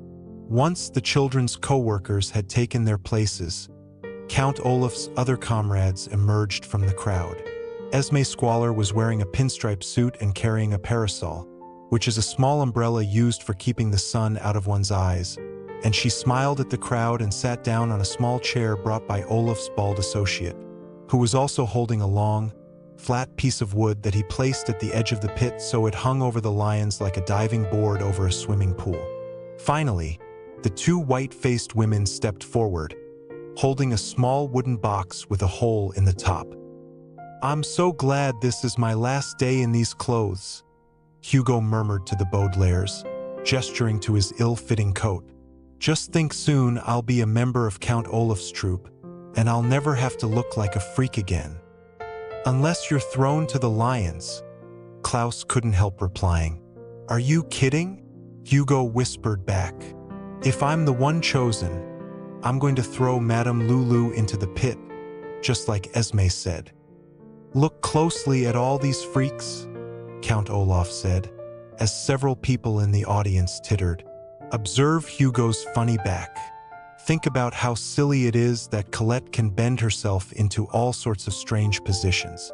Giggle at the absurdity of Kevin's ambidextrous arms and legs. Snicker at Beverly and Elliot, the 2-headed freak. And laugh so hard that you can scarcely breathe at Chabo the Wolf Baby."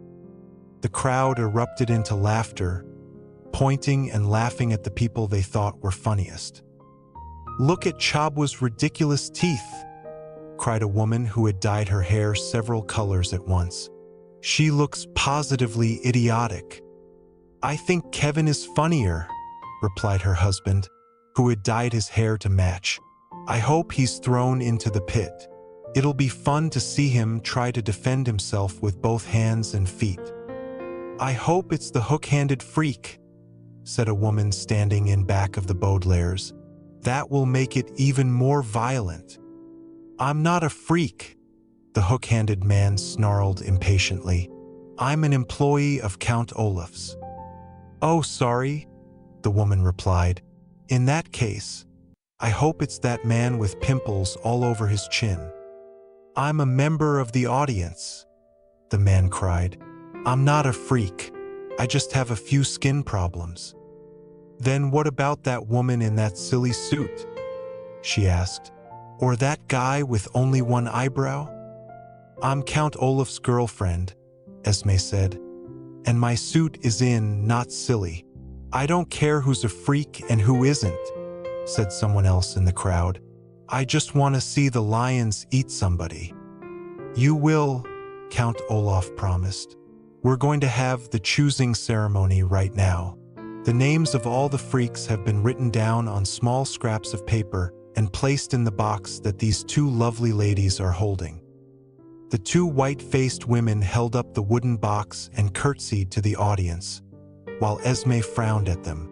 I don't think they're particularly lovely, she said, but few people heard her over the cheering of the crowd. I'm going to reach inside the box, Count Olaf said. Draw out one piece of paper and read the name of the freak out loud. Then that freak will walk down that wooden plank and jump into the pit, and we'll all watch as the lions eat him. Or her, Esme said. She looked over at Madame Lulu and then at the Baudelaires and their co-workers. Putting down her parasol for a moment, she raised both of her long-nailed hands and made a small, pushing motion to remind them of her scheme. Or her, Count Olaf said, looking curiously at Esme's gesture. Now, are there any questions before we begin? Why do you get to choose the name? Asked the pimpled man. Because this whole thing was my idea, Count Olaf said. I have a question, asked the woman with dyed hair. Is this legal? Oh, stop spoiling the fun, her husband said.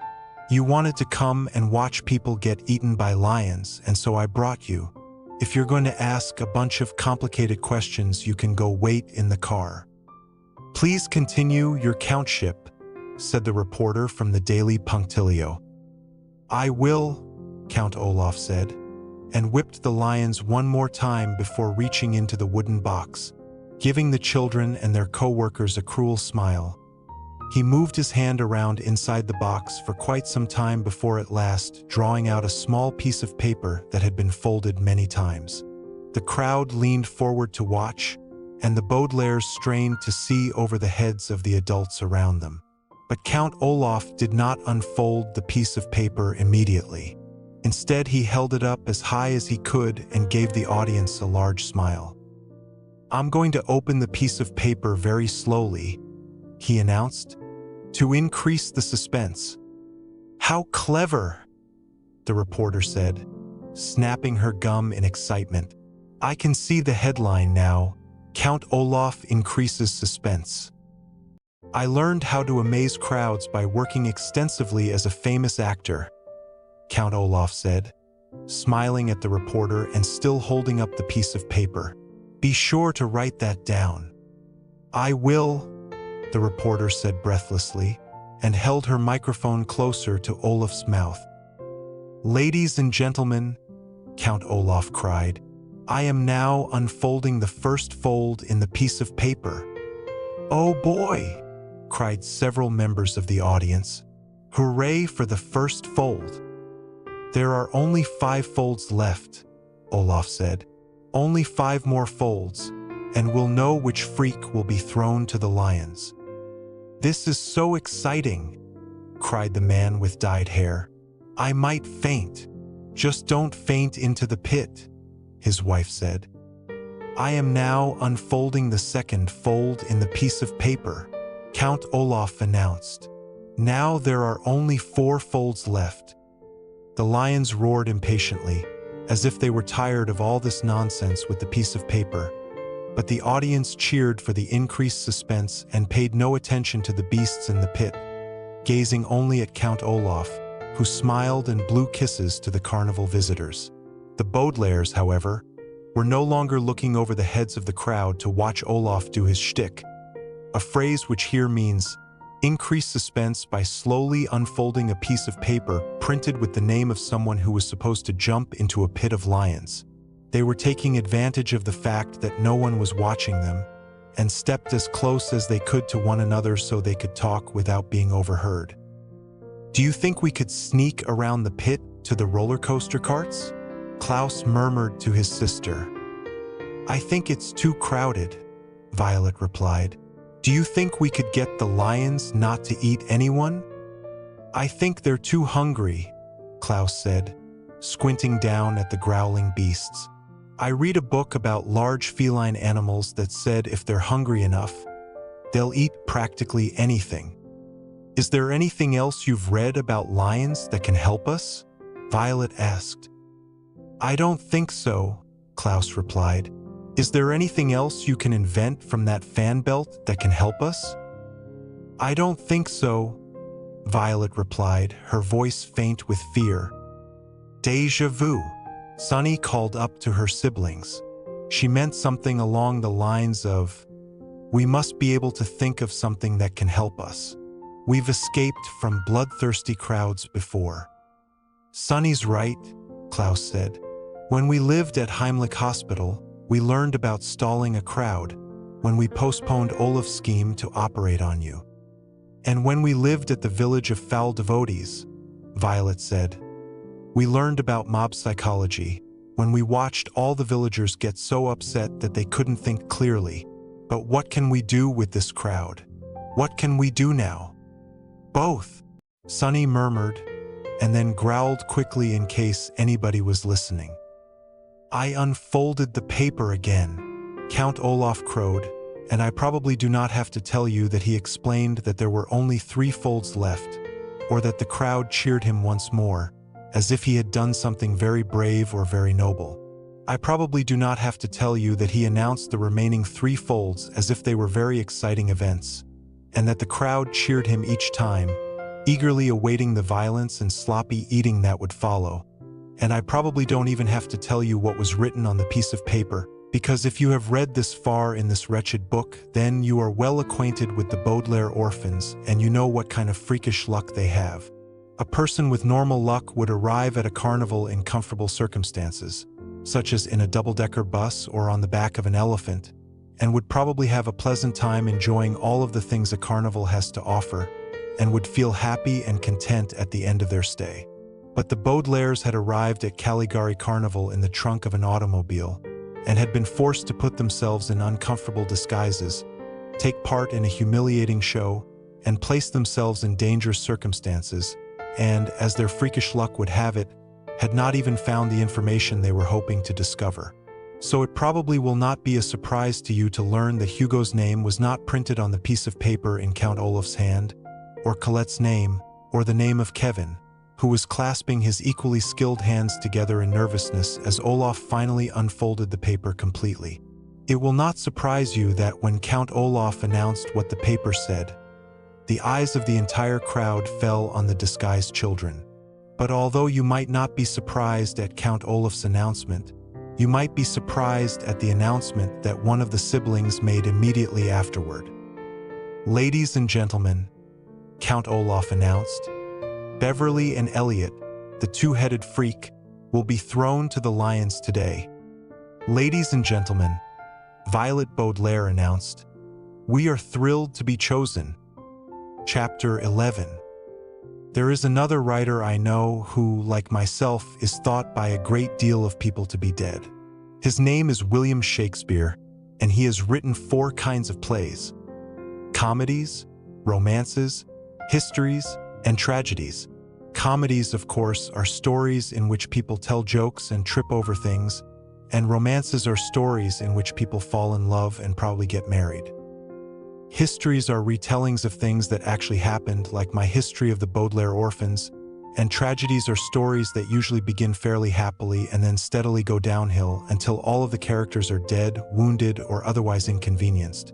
It is usually not much fun to watch a tragedy, whether you are in the audience or one of the characters, and out of all Shakespeare's tragedies, possibly the least fun example is King Lear, which tells the story of a king who goes mad while his daughters plot to murder one another and other people who are getting on their nerves. Toward the end of the play, one of William Shakespeare's characters remarks that humanity must perforce prey upon itself, like monsters of the deep, a sentence which here means, how sad it is that people end up hurting one another as if they were ferocious sea monsters. And when the character utters those unhappy words, the people in Shakespeare's audience often weep or sigh, or remind themselves to see a comedy next time. I am sorry to report that the story of the Baudelaire orphans has reached a point where it is appropriate to borrow Mr. Shakespeare's rather depressing sentence to describe how the Baudelaire orphans felt as they addressed the crowd gathered at the edge of the lion pit and tried to continue the story they found themselves in without turning it into a tragedy, when it seemed that everyone was eager to hurt one another. Count Olaf and his henchmen were eager to see Violet and Klaus jump to their carnivorous deaths, so that Caligari Carnival would become more popular, and Madame Lulu would continue telling Olaf's fortune. Esme Squalor was eager to see Madame Lulu thrown into the pit, so that she could get all of Olaf's attention, and the Baudelaire's co-workers were eager to help, so they could join Olaf's troupe. The reporter from the Daily Punctilio and the other members of the audience were eager to see violence and sloppy eating, so their visit to the carnival would be worthwhile, and the lions were eager for a meal after being whipped and denied food for so long. It seemed that every member of humanity gathered at the roller coaster that afternoon was eager for something awful to occur, and the children felt awful as Violet and Klaus stepped toward the plank and pretended they were just as eager. "Thank you, Count Olaf, for choosing my other head and I as the first victims in the lion show," Klaus said grandly in his high-pitched voice. You're welcome," Count Olaf replied, looking a bit surprised. "Now, jump into the pit so we can watch the lions devour you. And do it quickly," cried the man with pimples on his chin. "I'd like my carnival visit to be worthwhile." "Instead of watching a freak jump into the pit," Violet said, thinking quickly, "wouldn't you rather watch someone push a freak into the pit? That would be much more violent." "Gore," Sonny growled in disguised agreement. "That's a good point," one of the white-faced women said thoughtfully. "Oh yes," cried the woman with dyed hair.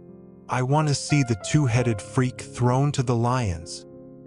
"I agree," Esme said, glaring at the two older Baudelaires and then at Madame Lulu. "I'd like to see someone thrown into the pit." The crowd cheered and applauded, and Sunny watched as her two siblings took a step toward the plank that hung over the pit where the lions were waiting hungrily. There are tiresome people who say that if you ever find yourself in a difficult situation, you should stop and figure out the right thing to do.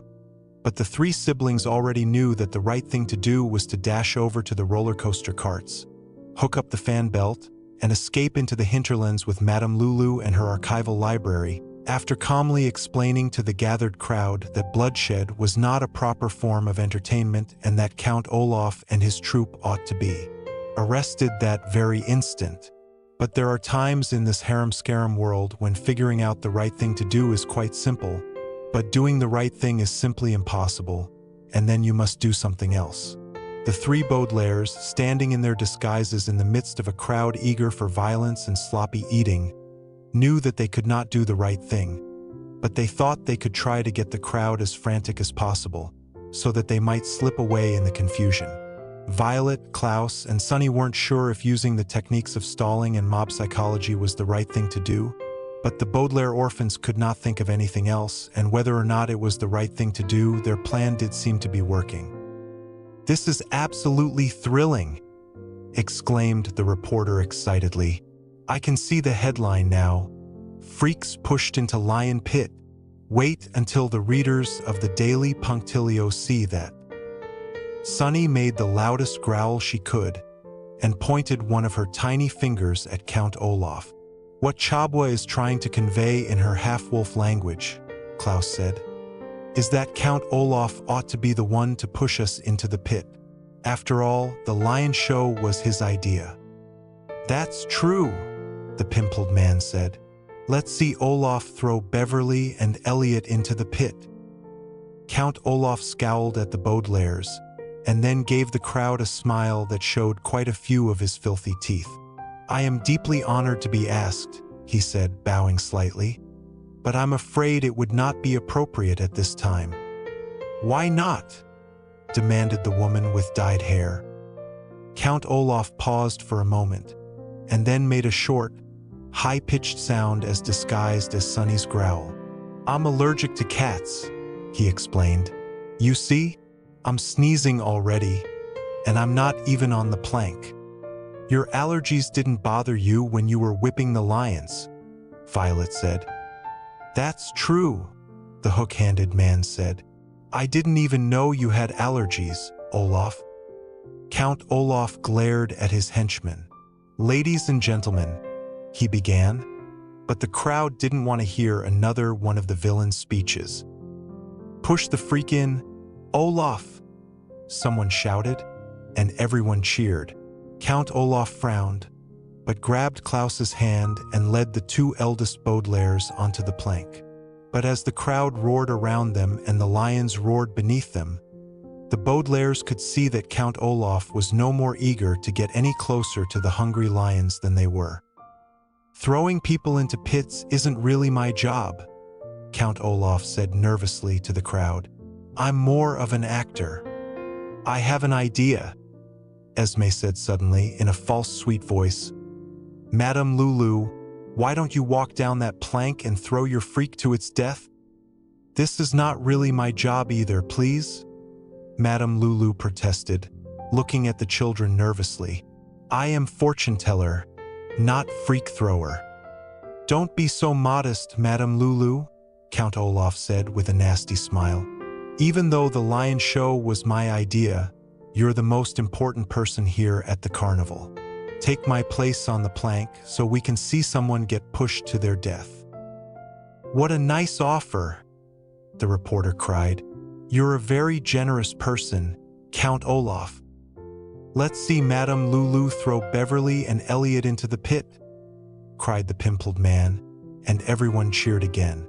As mob psychology began to take hold, the crowd seemed to be as flexible as it was excited, and they gave the fortune teller an enormous round of applause as she nervously took Count Olaf's place on the plank. The piece of wood teetered for a moment from the weight of so many people standing on it, and the older Baudelaires had to struggle to keep their balance. The crowd gasped in excitement, and then groaned as the two disguised children managed not to fall. "This is so exciting," squealed the reporter. "Maybe Lulu will fall in too?" "Yes," Esme snarled. "Maybe she will." "I don't care who falls in," announced the pimpled man. Frustrated by the delay in violence and sloppy eating, he tossed his cold beverage into the pit and splashed several lions, who roared in annoyance. "To me, a woman in a turban is just as freaky as a two-headed person. I'm not prejudiced." "Me neither," agreed someone who was wearing a hat with the words Caligari Carnival printed on it. "I'm just eager for this show to finally get started. I hope Madame Lulu is brave enough to push that freak in." "It doesn't matter if she's brave enough," the bald man replied with a chuckle. "Everyone will do what they're expected to do. What other choice do they have?" Violet and Klaus had reached the end of the plank, and they tried as hard as they could to think of an answer to the bald man's question. Below them was a roaring mass of hungry lions, who had gathered so closely together below the wooden board that they just seemed to be a mass of waving claws and open mouths. And around them was a roaring crowd of people who were watching them with eager smiles on their faces. The Baudelaires had succeeded in getting the crowd more and more frantic, but they still hadn't found an opportunity to slip away in the confusion, and now it seemed like that opportunity would never knock. With difficulty, Violet turned her head to face her brother, and Klaus squinted back at her, and Sunny could see that her siblings' eyes were filled with tears. "Our luck may have run out," she said. "Stop whispering to your heads," Count Olaf ordered in a terrible voice. "Madame Lulu, push them in this instant." "We're increasing the suspense," Klaus cried back desperately. "The suspense has been increased enough," replied the man with the pimpled chin impatiently. "I'm getting tired of all this stalling."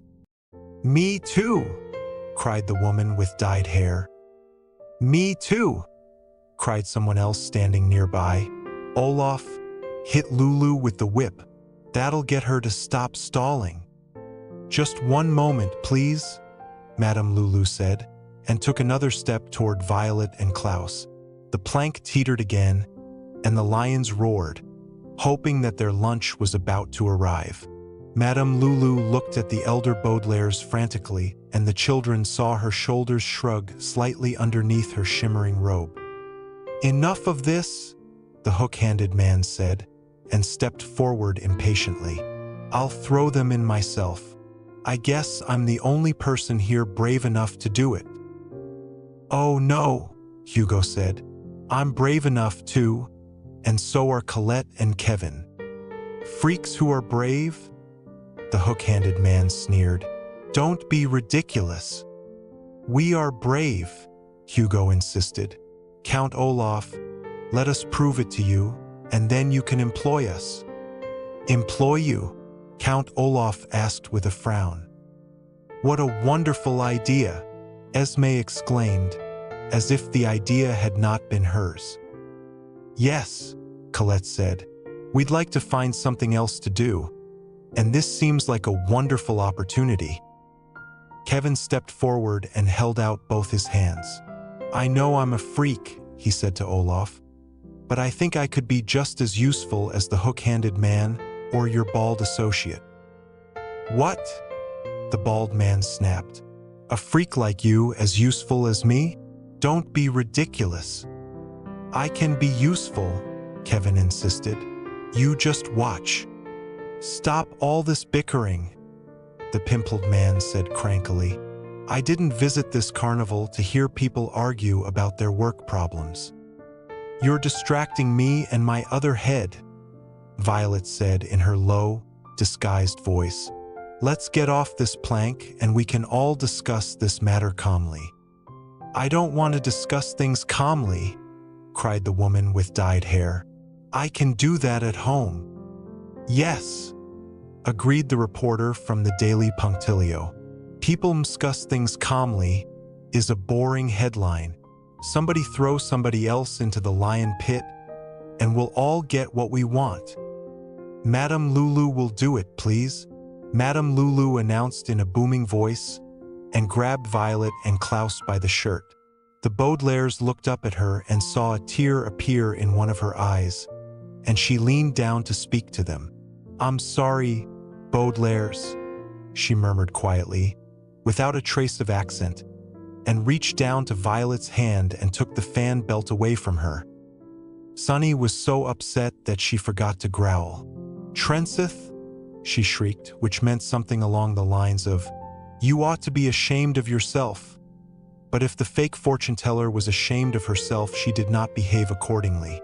"Madame Lulu always says you must always give people what they want," she said grandly in her disguised voice. "She will do the throwing, please, and she will do it now." "Don't be ridiculous," Hugo said, stepping forward eagerly. "I'll do it." "You're the one being ridiculous," Colette said, contorting her body toward Lulu. "I'll do it." "No, I'll do it," Kevin cried, with both hands. "I'll do it," the bald man cried, blocking Kevin's way. "I don't want a freak like you for a co-worker." "I'll do it," cried the hook-handed man. "I'll do it," cried one of the white-faced women. "I'll do it," cried the other one. "I'll get someone else to do it," cried Esme Squalor. Count Olaf unwound his whip and flicked it over the heads of the crowd with a mighty snap that made everyone cower, a word which here means cringe and duck and hope not to get whipped. "Silence," he commanded in a terrible roar. "All of you ought to be ashamed of yourselves. You're arguing like a bunch of children. I want to see those lions devouring someone this very instant. And whoever has the courage to carry out my orders will get a special reward." This speech, of course, was just the latest example of Count Olaf's tedious philosophy concerning a stubborn mule moving in the proper direction if there is a carrot dangling in front of it. But the offer of a special reward finally got the crowd as frantic as possible. In a moment, the crowd of carnival visitors had become a mob of volunteers, all of whom swarmed eagerly forward to finally throw someone to the lions. Hugo lunged forward to push Madame Lulu, but bumped into the box that the white-faced women were holding, and the three of them fell in a heap at the edge of the pit. The hook-handed man lunged forward to grab Violet and Klaus, but his hook caught in the cord of the reporter's microphone and became hopelessly entangled. Colette contorted her arms so as to grab Lulu's ankles, but grabbed Esme Squalor's ankle by accident and got her hands all twisted around one of Esme's fashionable shoes. The woman with dyed hair decided she might give it a try and leaned forward to push the elder Baudelaires, but they stepped to the side and the woman fell into her husband, who accidentally slapped the man with pimples on his chin, and the three carnival visitors began arguing loudly.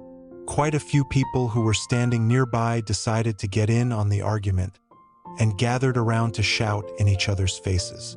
Within moments of Count Olaf's announcement, the Baudelaires were in the middle of a furious mass of humanity who were standing over the children, yelling and pushing and preying on themselves like monsters of the deep, while the lions roared furiously in the pit below. But then the siblings heard another sound in the pit, a horrible crunching and ripping sound that was far worse than the roaring of beasts. The crowd stopped arguing to see what was making the noise, but the Baudelaires were not interested in seeing anything more and stepped back from the terrible sound and huddled against one another with their eyes shut as tightly as possible. Even in this position, however, the children could hear the terrible, terrible sounds from the pit, even over the laughter and cheers of the carnival visitors as they crowded together at the edge of the pit to see what was happening. And so the three youngsters turned away from the commotion and, with their eyes still closed, slipped away in the confusion, stumbling through all of the cheering people until at last they were in the clear, a phrase which here means far enough away from the roller coaster that they could no longer see or hear what was going on.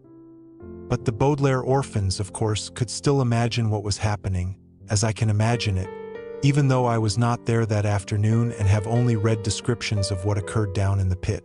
The article in the Daily Punctilio says that it was Madame Lulu who fell first, but newspaper articles are often inaccurate, so it is impossible to say if this is actually true. Perhaps she did fall first, and the bald man fell after her, or perhaps Lulu managed to push the bald man in as she tried to escape his grasp, only to slip and join him in the pit just moments later. Or perhaps these two people were still struggling when the plank teetered one more time, and the lions reached both of them at the same time. It is likely that I will never know, just as I will probably never know the location of the fan belt, no matter how many times I return to Caligari Carnival to search for it. At first I thought that Madame Lulu dropped the strip of rubber on the ground near the pit, but I have searched the entire area with a shovel and a flashlight and found no sign of it, and none of the carnival visitors whose houses I have searched seem to have taken it home for a souvenir. Then I thought that perhaps the fan belt was thrown into the air during all the commotion, and perhaps landed up in the tracks of the roller coaster, but I have climbed over every inch without success. And there is, of course, the possibility that it has burned away, but lightning devices are generally made of a certain type of rubber that is difficult to burn, so that possibility seems remote. And so I must admit that I do not know for certain where the fan belt is, and, like knowing whether it was the bald man or Madame Lulu who fell first, that this may be information that will never come to me. But I can imagine that the small strip of rubber ended up in the same place as the woman who removed it from the lightning device and gave it to the Baudelaire orphans, only to snatch it back at the last minute, and in the same place as the associate of Olaf's who was so eager to get a special reward. If I close my eyes, as the Baudelaire orphans closed their eyes as they stumbled away from this unfortunate event, I can imagine that the fan belt, like the bald man and my former associate Olivia, fell into the pit that Olaf and his henchmen had dug and ended up in the belly of the beast. Chapter 12.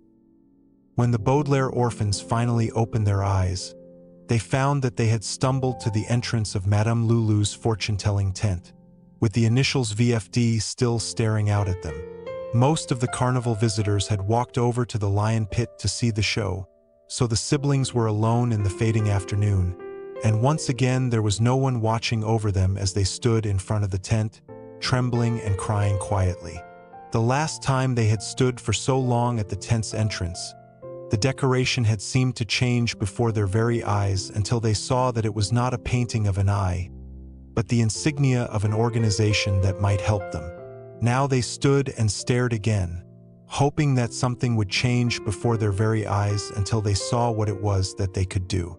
But nothing seemed to change no matter how hard they looked. The carnival remained silent, and the afternoon continued to creep toward evening, and the insignia on the tent simply stared back at the weeping Baudelaires. "I wonder where the fan belt is," Violet said finally. Her voice was faint and almost hoarse, but her tears had stopped at last. "I wonder if it fell to the ground, or was thrown onto the tracks of the roller coaster, or if it ended up." "How can you think about a fan belt at a time like this?" Klaus asked, although his voice was not angry. Like his sister, he was still trembling inside the shirt they shared, and felt very tired, as is often the case after a long cry. "I don't want to think about anything else," Violet said. "I don't want to think about Madame Lulu and the lions, and I don't want to think about Count Olaf and the crowd, and I don't want to think about whether or not we did the right thing." "Right," Sunny said gently. "I agree," Klaus said. "We did the best we could." "I'm not so sure," Violet replied. "I had the fan belt in my hand. It was all we needed to finish the invention and escape from this awful place." "You couldn't finish the invention," Klaus said. "We were surrounded by a crowd of people who wanted to see someone thrown to the lions. It's not our fault that she fell in instead." "And bald," Sunny added. "But we made the crowd even more frantic," Violet said. "First we stalled the show, and then we used mob psychology to get them excited about throwing somebody into the pit. Count Olaf is the one who thought up this whole ghastly scheme," Klaus said. "What happened to Madame Lulu is his fault, not ours. We promised to take her with us," Violet insisted. "Madame Lulu kept her promise and didn't tell Count Olaf who we were, but we didn't keep ours." "We tried," Klaus said. "We tried to keep ours." "Trying's not good enough," Violet said. "Are we going to try to find one of our parents? Are we going to try to defeat Count Olaf?" "Yes," Sunny said firmly, and wrapped her arms around Violet's leg. The eldest Baudelaire looked down at her sister and her eyes filled with tears. "Why are we here?" she asked. "We thought we could put on disguises and get ourselves out of trouble, but we're worse off than when we began. We don't know what V.F.D stands for. We don't know where the Snicket file is. And we don't know if one of our parents is really alive. There are some things we might not know," Klaus said. "But that doesn't mean we should give up.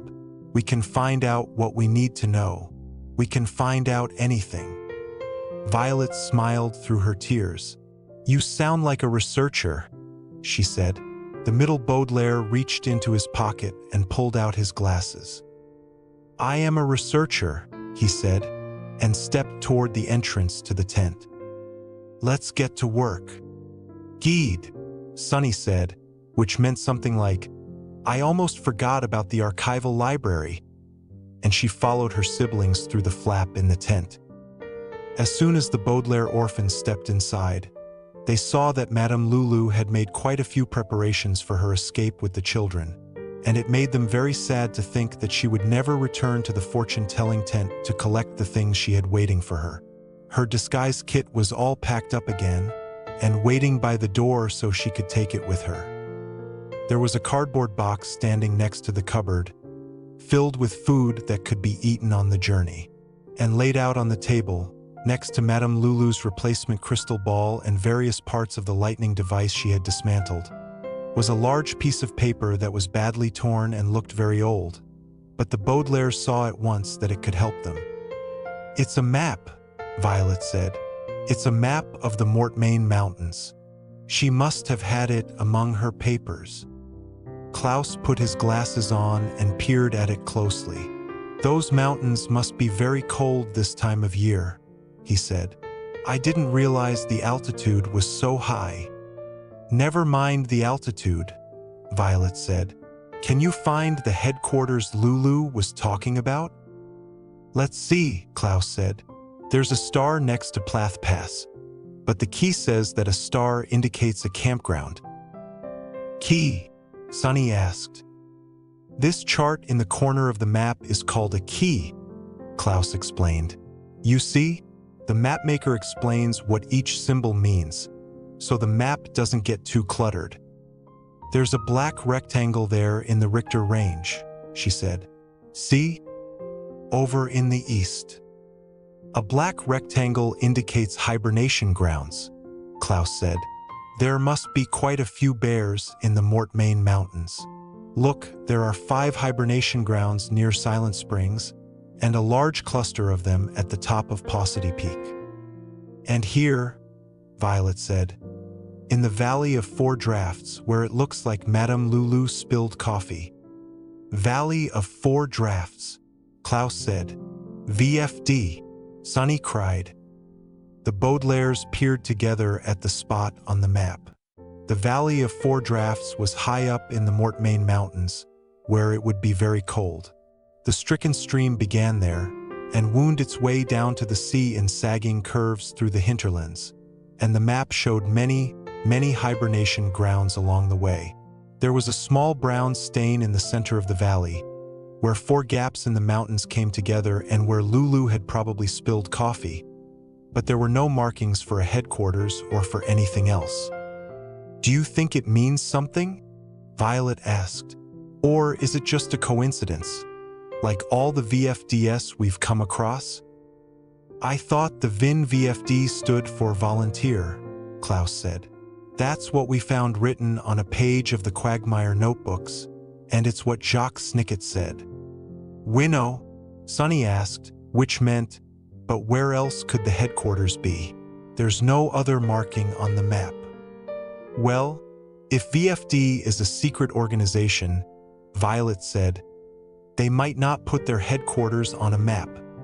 Or it could be marked secretly, Klaus said, and leaned in to take a good look at the stain. Maybe this isn't just a stain, he said. Maybe it's a secret marking. Maybe Madame Lulu put some coffee here on purpose, so she could find the headquarters, but nobody else could. I guess we'll have to travel there, Violet said with a sigh, and find out. How are we going to travel there? Klaus said. We don't know where the fan belt is. We might be missing some parts, Violet replied, but that doesn't mean we should give up. I can build something else. You sound like an inventor, he said. Violet smiled and took her hair ribbon out of her pocket. I am an inventor, she said. I'll look around here and see if there's anything else we can use. Klaus, you look under the table at the archival library. We'd better get out of the clothes we're sharing, Klaus said, or we can't do 2 things at once. Greedy, Sonny said, which meant meanwhile, I'll look through all this food and make sure we have everything we need to prepare meals. Good idea, Violet said. We'd better hurry before someone finds us. There you are, called a voice from the entrance to the tent, and the Baudelaires jumped. Violet hurriedly stuffed her ribbon back into her pocket, and Klaus removed his glasses, so they could turn around without revealing their disguise. Count Olaf and Esme Squalor were standing together in the doorway of the tent, with their arms around one another, looking tired but happy, as if they were 2 parents coming home after a long day at work, instead of a vicious villain and his scheming girlfriend coming into a fortune-teller's tent after an afternoon of violence. Esme Squalor was clutching a small bouquet of ivy her boyfriend had apparently given her, and Count Olaf was holding a flaming torch, which was shining as brightly as his wicked eyes. I've been looking everywhere for you too, he said. What are you doing in here? We decided to let all of you freaks join us, Esme said, even though you weren't very courageous at the lion's pit. That's very kind of you to offer, Violet said quickly. But you don't want cowards like us in your troop. Sure we do, Count Olaf said with a nasty smile. We keep losing assistants, and it's always good to have a few to spare. I even asked the woman who runs the gift caravan to join us, but she was too worried about her precious figurines to know that opportunity was knocking. Besides, Esme said, stroking Olaf's hair, you don't really have any choice. We're going to burn this carnival down to eliminate all the evidence that we've been here. Most of the tents are already on fire, and the carnival visitors and carnival workers are running for their lives. If you don't join us, where can you possibly go? The Baudelaires looked at one another in dismay. I guess you're right, Klaus said. Of course we're right, Esme said. Now get out of here and help us pack up the trunk. Wait a minute, Count Olaf said and strode over to the table. What's this? He demanded. It looks like a map. It is a map, Klaus admitted with a sigh, wishing he had hidden it in his pockets. A map of the Mortmain Mountains. The Mortmain Mountains? Count Olaf said, examining the map eagerly. Why, that's where we're heading. Lulu said that if there was a parent alive, they'd be hiding up there. Does the map show any headquarters on it? I think these black rectangles indicate headquarters, Esme said, peering over Olaf's shoulder. I'm pretty good at reading maps. No, they represent campgrounds, Olaf said, looking at the key, but then his face broke out into a smile. Wait a minute, he said, and pointed to the stain the Baudelaires had been examining. I haven't seen one of these in a long time, he said, stroking his scraggly chin. A small brown stain? Esme asked. You saw that this morning. This is a coded stain, Count Olaf explained. I was taught to use this on maps when I was a little boy. It's to mark a secret location without anyone else noticing. Except a smashing genius, Esme said. I guess we're heading for the Valley of Four Drafts. V.F.D, Count Olaf said, and giggled. That's appropriate. Well, let's go. Is there anything else useful in here? The Baudelaires looked quickly at the table, where the archival library was hidden. Underneath the black tablecloth decorated with silver stars was all the crucial information Madame Lulu had gathered to give her visitors what they wanted.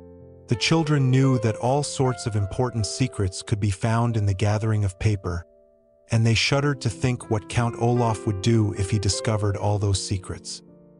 No, Klaus said finally, nothing else useful. Count Olaf frowned and kneeled down so that his face was right next to Klaus's. Even without his glasses, the middle Baudelaire could see that Olaf had not washed his one eyebrow for quite some time and could smell his breath as he spoke. I think you're lying to me, the villain said, and waved the lit torch in Klaus's face. My other head is telling the truth, Violet said. Then what is that food doing there? Count Olaf demanded, pointing at the cardboard box. Don't you think food would be useful for a long journey? The Baudelaires sighed in relief. Gore, Sonny growled. Chabo compliments you on your cleverness, Klaus said. And so do we. We hadn't noticed that box. That's why I'm the boss, Count Olaf said. Because I'm smart and I have good eyesight. He laughed nastily and put the torch in Klaus's hand. Now then, he said, I want you to light this tent on fire and then bring the box of food over to the car. Chabo, come with me. I'm sure I'll find something for you to sink your teeth into. Gore, Sonny said doubtfully. Chabo would prefer to stay with us, Violet said. I couldn't care less what Chabo would prefer, Olaf snarled, and picked up the youngest Baudelaire as if she were a watermelon. Now get busy. Count Olaf and Esme Squalor walked out of the tent with Chabo, leaving the elder Baudelaires alone with the flaming torch. "We'd better pick up the box first," Klaus said, "and light the tent from the outside. Otherwise, we'll be surrounded by flames in no time." "Are we really going to follow Olaf's orders?" Violet asked, looking at the table again. "The archival library might have the answers to all our questions." "I don't think we have a choice," Klaus said. "Olaf is burning down the whole carnival, and riding with him is our only chance to get to the Mortmain Mountains. You don't have time to invent something, and I don't have time to look through the library." "We could find one of the other carnival employees," Violet said, "and ask them if they would help us." "Everyone either thinks that we're freaks or murderers," Klaus said. "Sometimes even I think so." "If we join Count Olaf," Violet said, "we might become even more freakish and murderous." "But if we don't join him," Klaus asked, "where can we possibly go?" "I don't know," Violet said sadly. "But this can't be the right thing to do, can it?" "Maybe it's harem scarum," Klaus said. "Like Olivia said."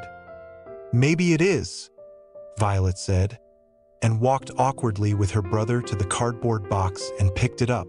Klaus held the torch, and the two Baudelaires walked out of the fortune-telling tent for the last time. When they first stepped out, still wearing the same pair of pants, it seemed as if night had already fallen, although the air was black and not the blue of the famous hinterland sunsets. But then Violet and Klaus realized that the air was filling with smoke. Looking around, they saw that many of the tents and caravans were already on fire, as Count Olaf had said, and the flames were billowing black smoke up into the sky. Around them, the last of the carnival visitors were rushing to escape from Olaf's treachery. And in the distance, the siblings could hear the panicked roars of the lions, who were still trapped in the pit. "This isn't the kind of violence I like," shouted the man with pimples on his face, coughing in the smoke as he ran by. "I prefer it when other people are in danger." "Me too," said the reporter from the Daily Punctilio, running alongside him. "Olaf told me that the Baudelaires are responsible. I can see the headline now. Baudelaires continue their lives of crime." "What kind of children would do such a terrible thing?" asked the man with the pimpled chin, but Violet and Klaus could not hear the answer over the voice of Count Olaf. "Hurry up, you two-headed freak," he called from around the corner. "If you don't come here right this minute, we're leaving without you." "Gore," Sonny growled frantically, and at the sound of their baby sister's disguised voice, the older Baudelaires threw the lit torch into the fortune-telling tent and ran toward Olaf's voice without looking back, although it wouldn't have mattered if they had looked. There was so much fire and smoke around them, one more burning tent wouldn't have made the carnival look any different. The only difference was that they would have known that part of the fire was of their own devising, a phrase which here means because of their part in Count Olaf's treachery. And although neither Violet nor Klaus saw this with their own eyes, they knew it in their hearts, and I doubt that they would ever forget it.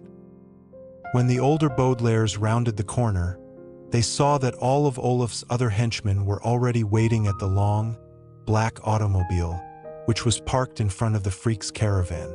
Hugo, Colette, and Kevin were crowded in the back seat with the two white-faced women, while Esme Squalor sat in the front, with Sonny on her lap.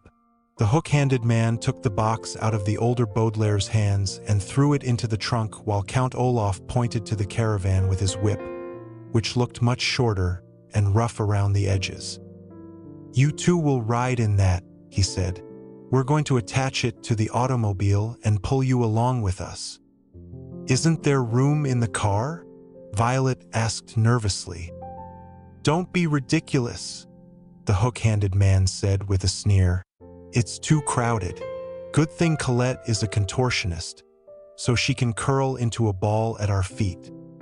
Chabo already gnawed my whip down so it could be used as a connecting rope," Count Olaf said. "I'll just tie the caravan to the car with a double slip knot. and then we'll ride off into the sunset."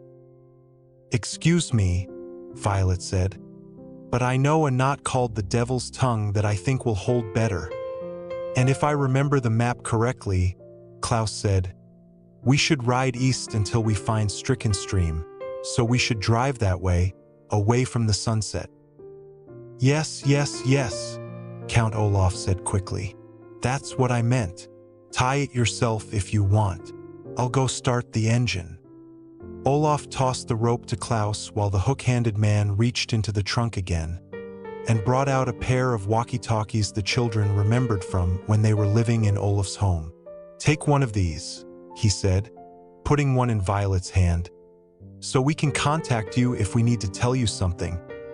"Hurry up," Count Olaf snapped, taking the other walkie-talkie. "The air is filling with smoke."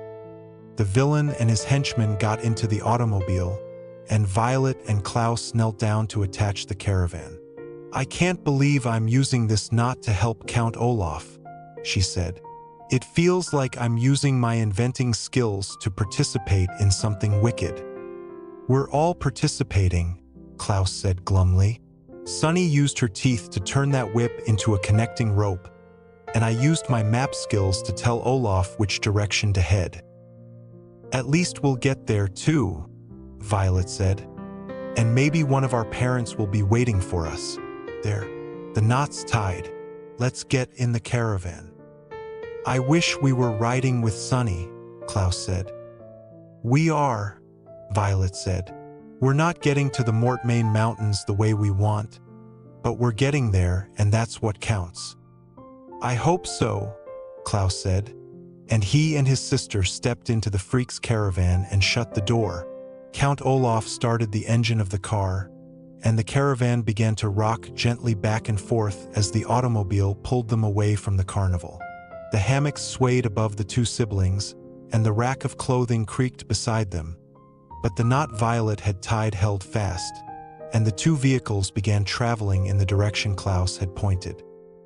"We might as well get comfortable," Violet said. "We'll be traveling a long time." "All night at least," Klaus said, "and probably most of the next day. I hope they'll stop and share the food." "Maybe we can make some hot chocolate later," Violet said.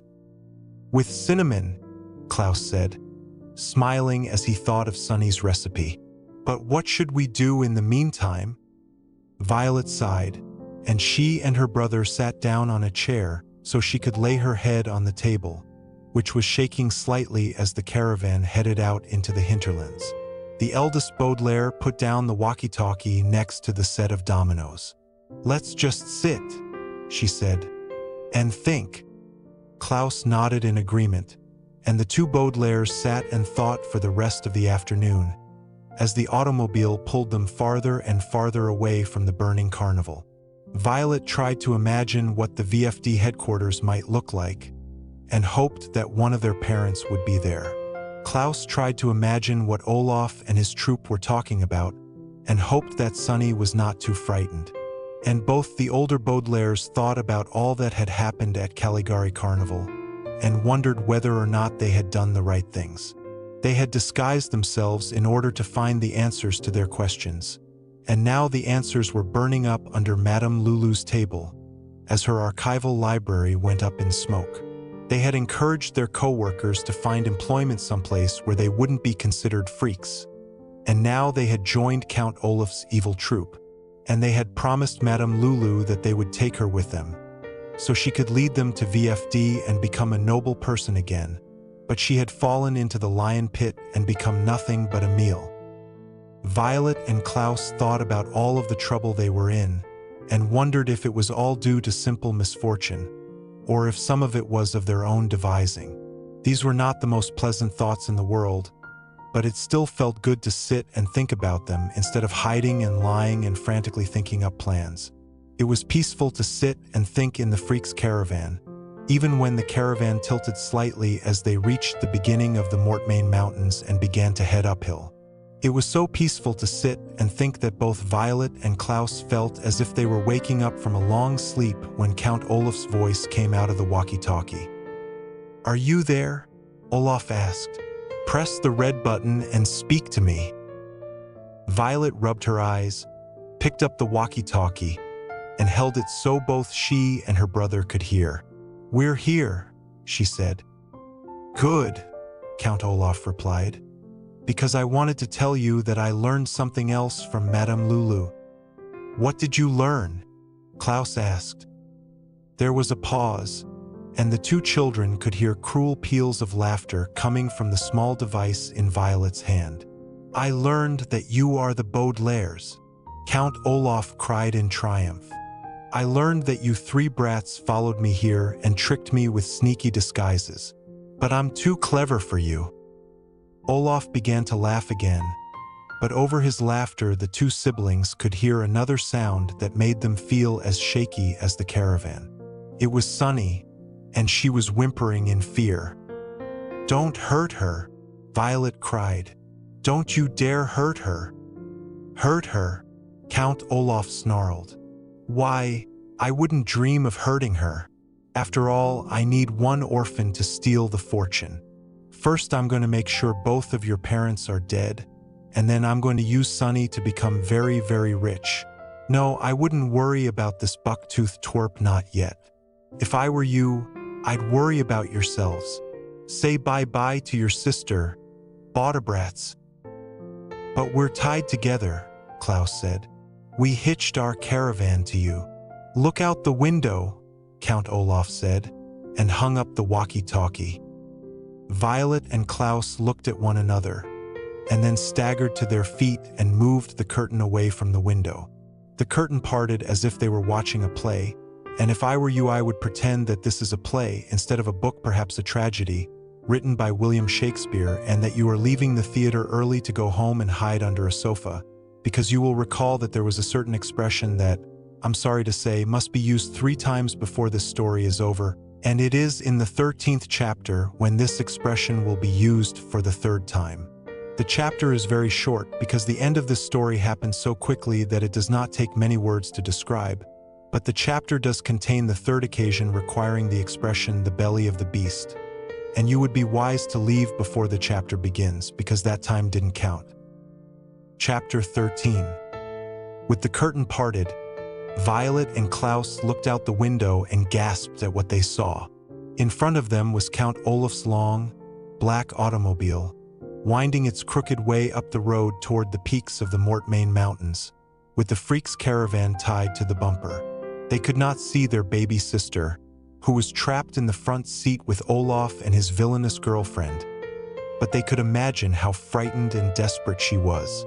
But the older Baudelaires also saw something that made them frightened and desperate, and it was something they had never thought to imagine.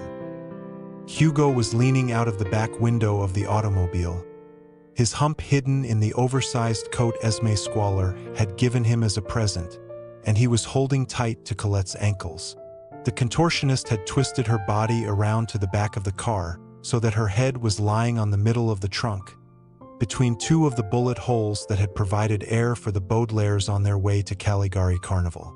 Like her co-worker, Colette was also holding tight to someone's ankles, the ambidextrous ankles of Kevin, so that all 3 of Madame Lulu's former employees were in a sort of human chain. At the end of the chain were Kevin's hands, which were gripping a long, rusty knife. Kevin looked up at Violet and Klaus, gave them a triumphant grin, and brought the knife down as hard as he could on the knot Violet had tied. The devil's tongue is a very strong knot, and normally it would take a while for a knife to saw through it, even if it was very sharp, but the equal strength in Kevin's 2 arms meant that the knife moved with a freakish power instead of normally, and in an instant the knot was split in 2. "No!" Violet yelled. "Sunny!" Klaus screamed. With the caravan unhitched, the 2 vehicles began going in opposite directions. Count Olaf's car continued to wind its way up the mountain, but without anything pulling it, the caravan began to roll back down, the way a grapefruit will roll down a flight of stairs if you let it go, and there was no way for Violet or Klaus to steer or stop the caravan from the inside. The Baudelaires screamed again, all 3 of them, Violet and Klaus alone in the rattling caravan, and Sunny in the car full of villains, as the two vehicles slipped further and further away from each other.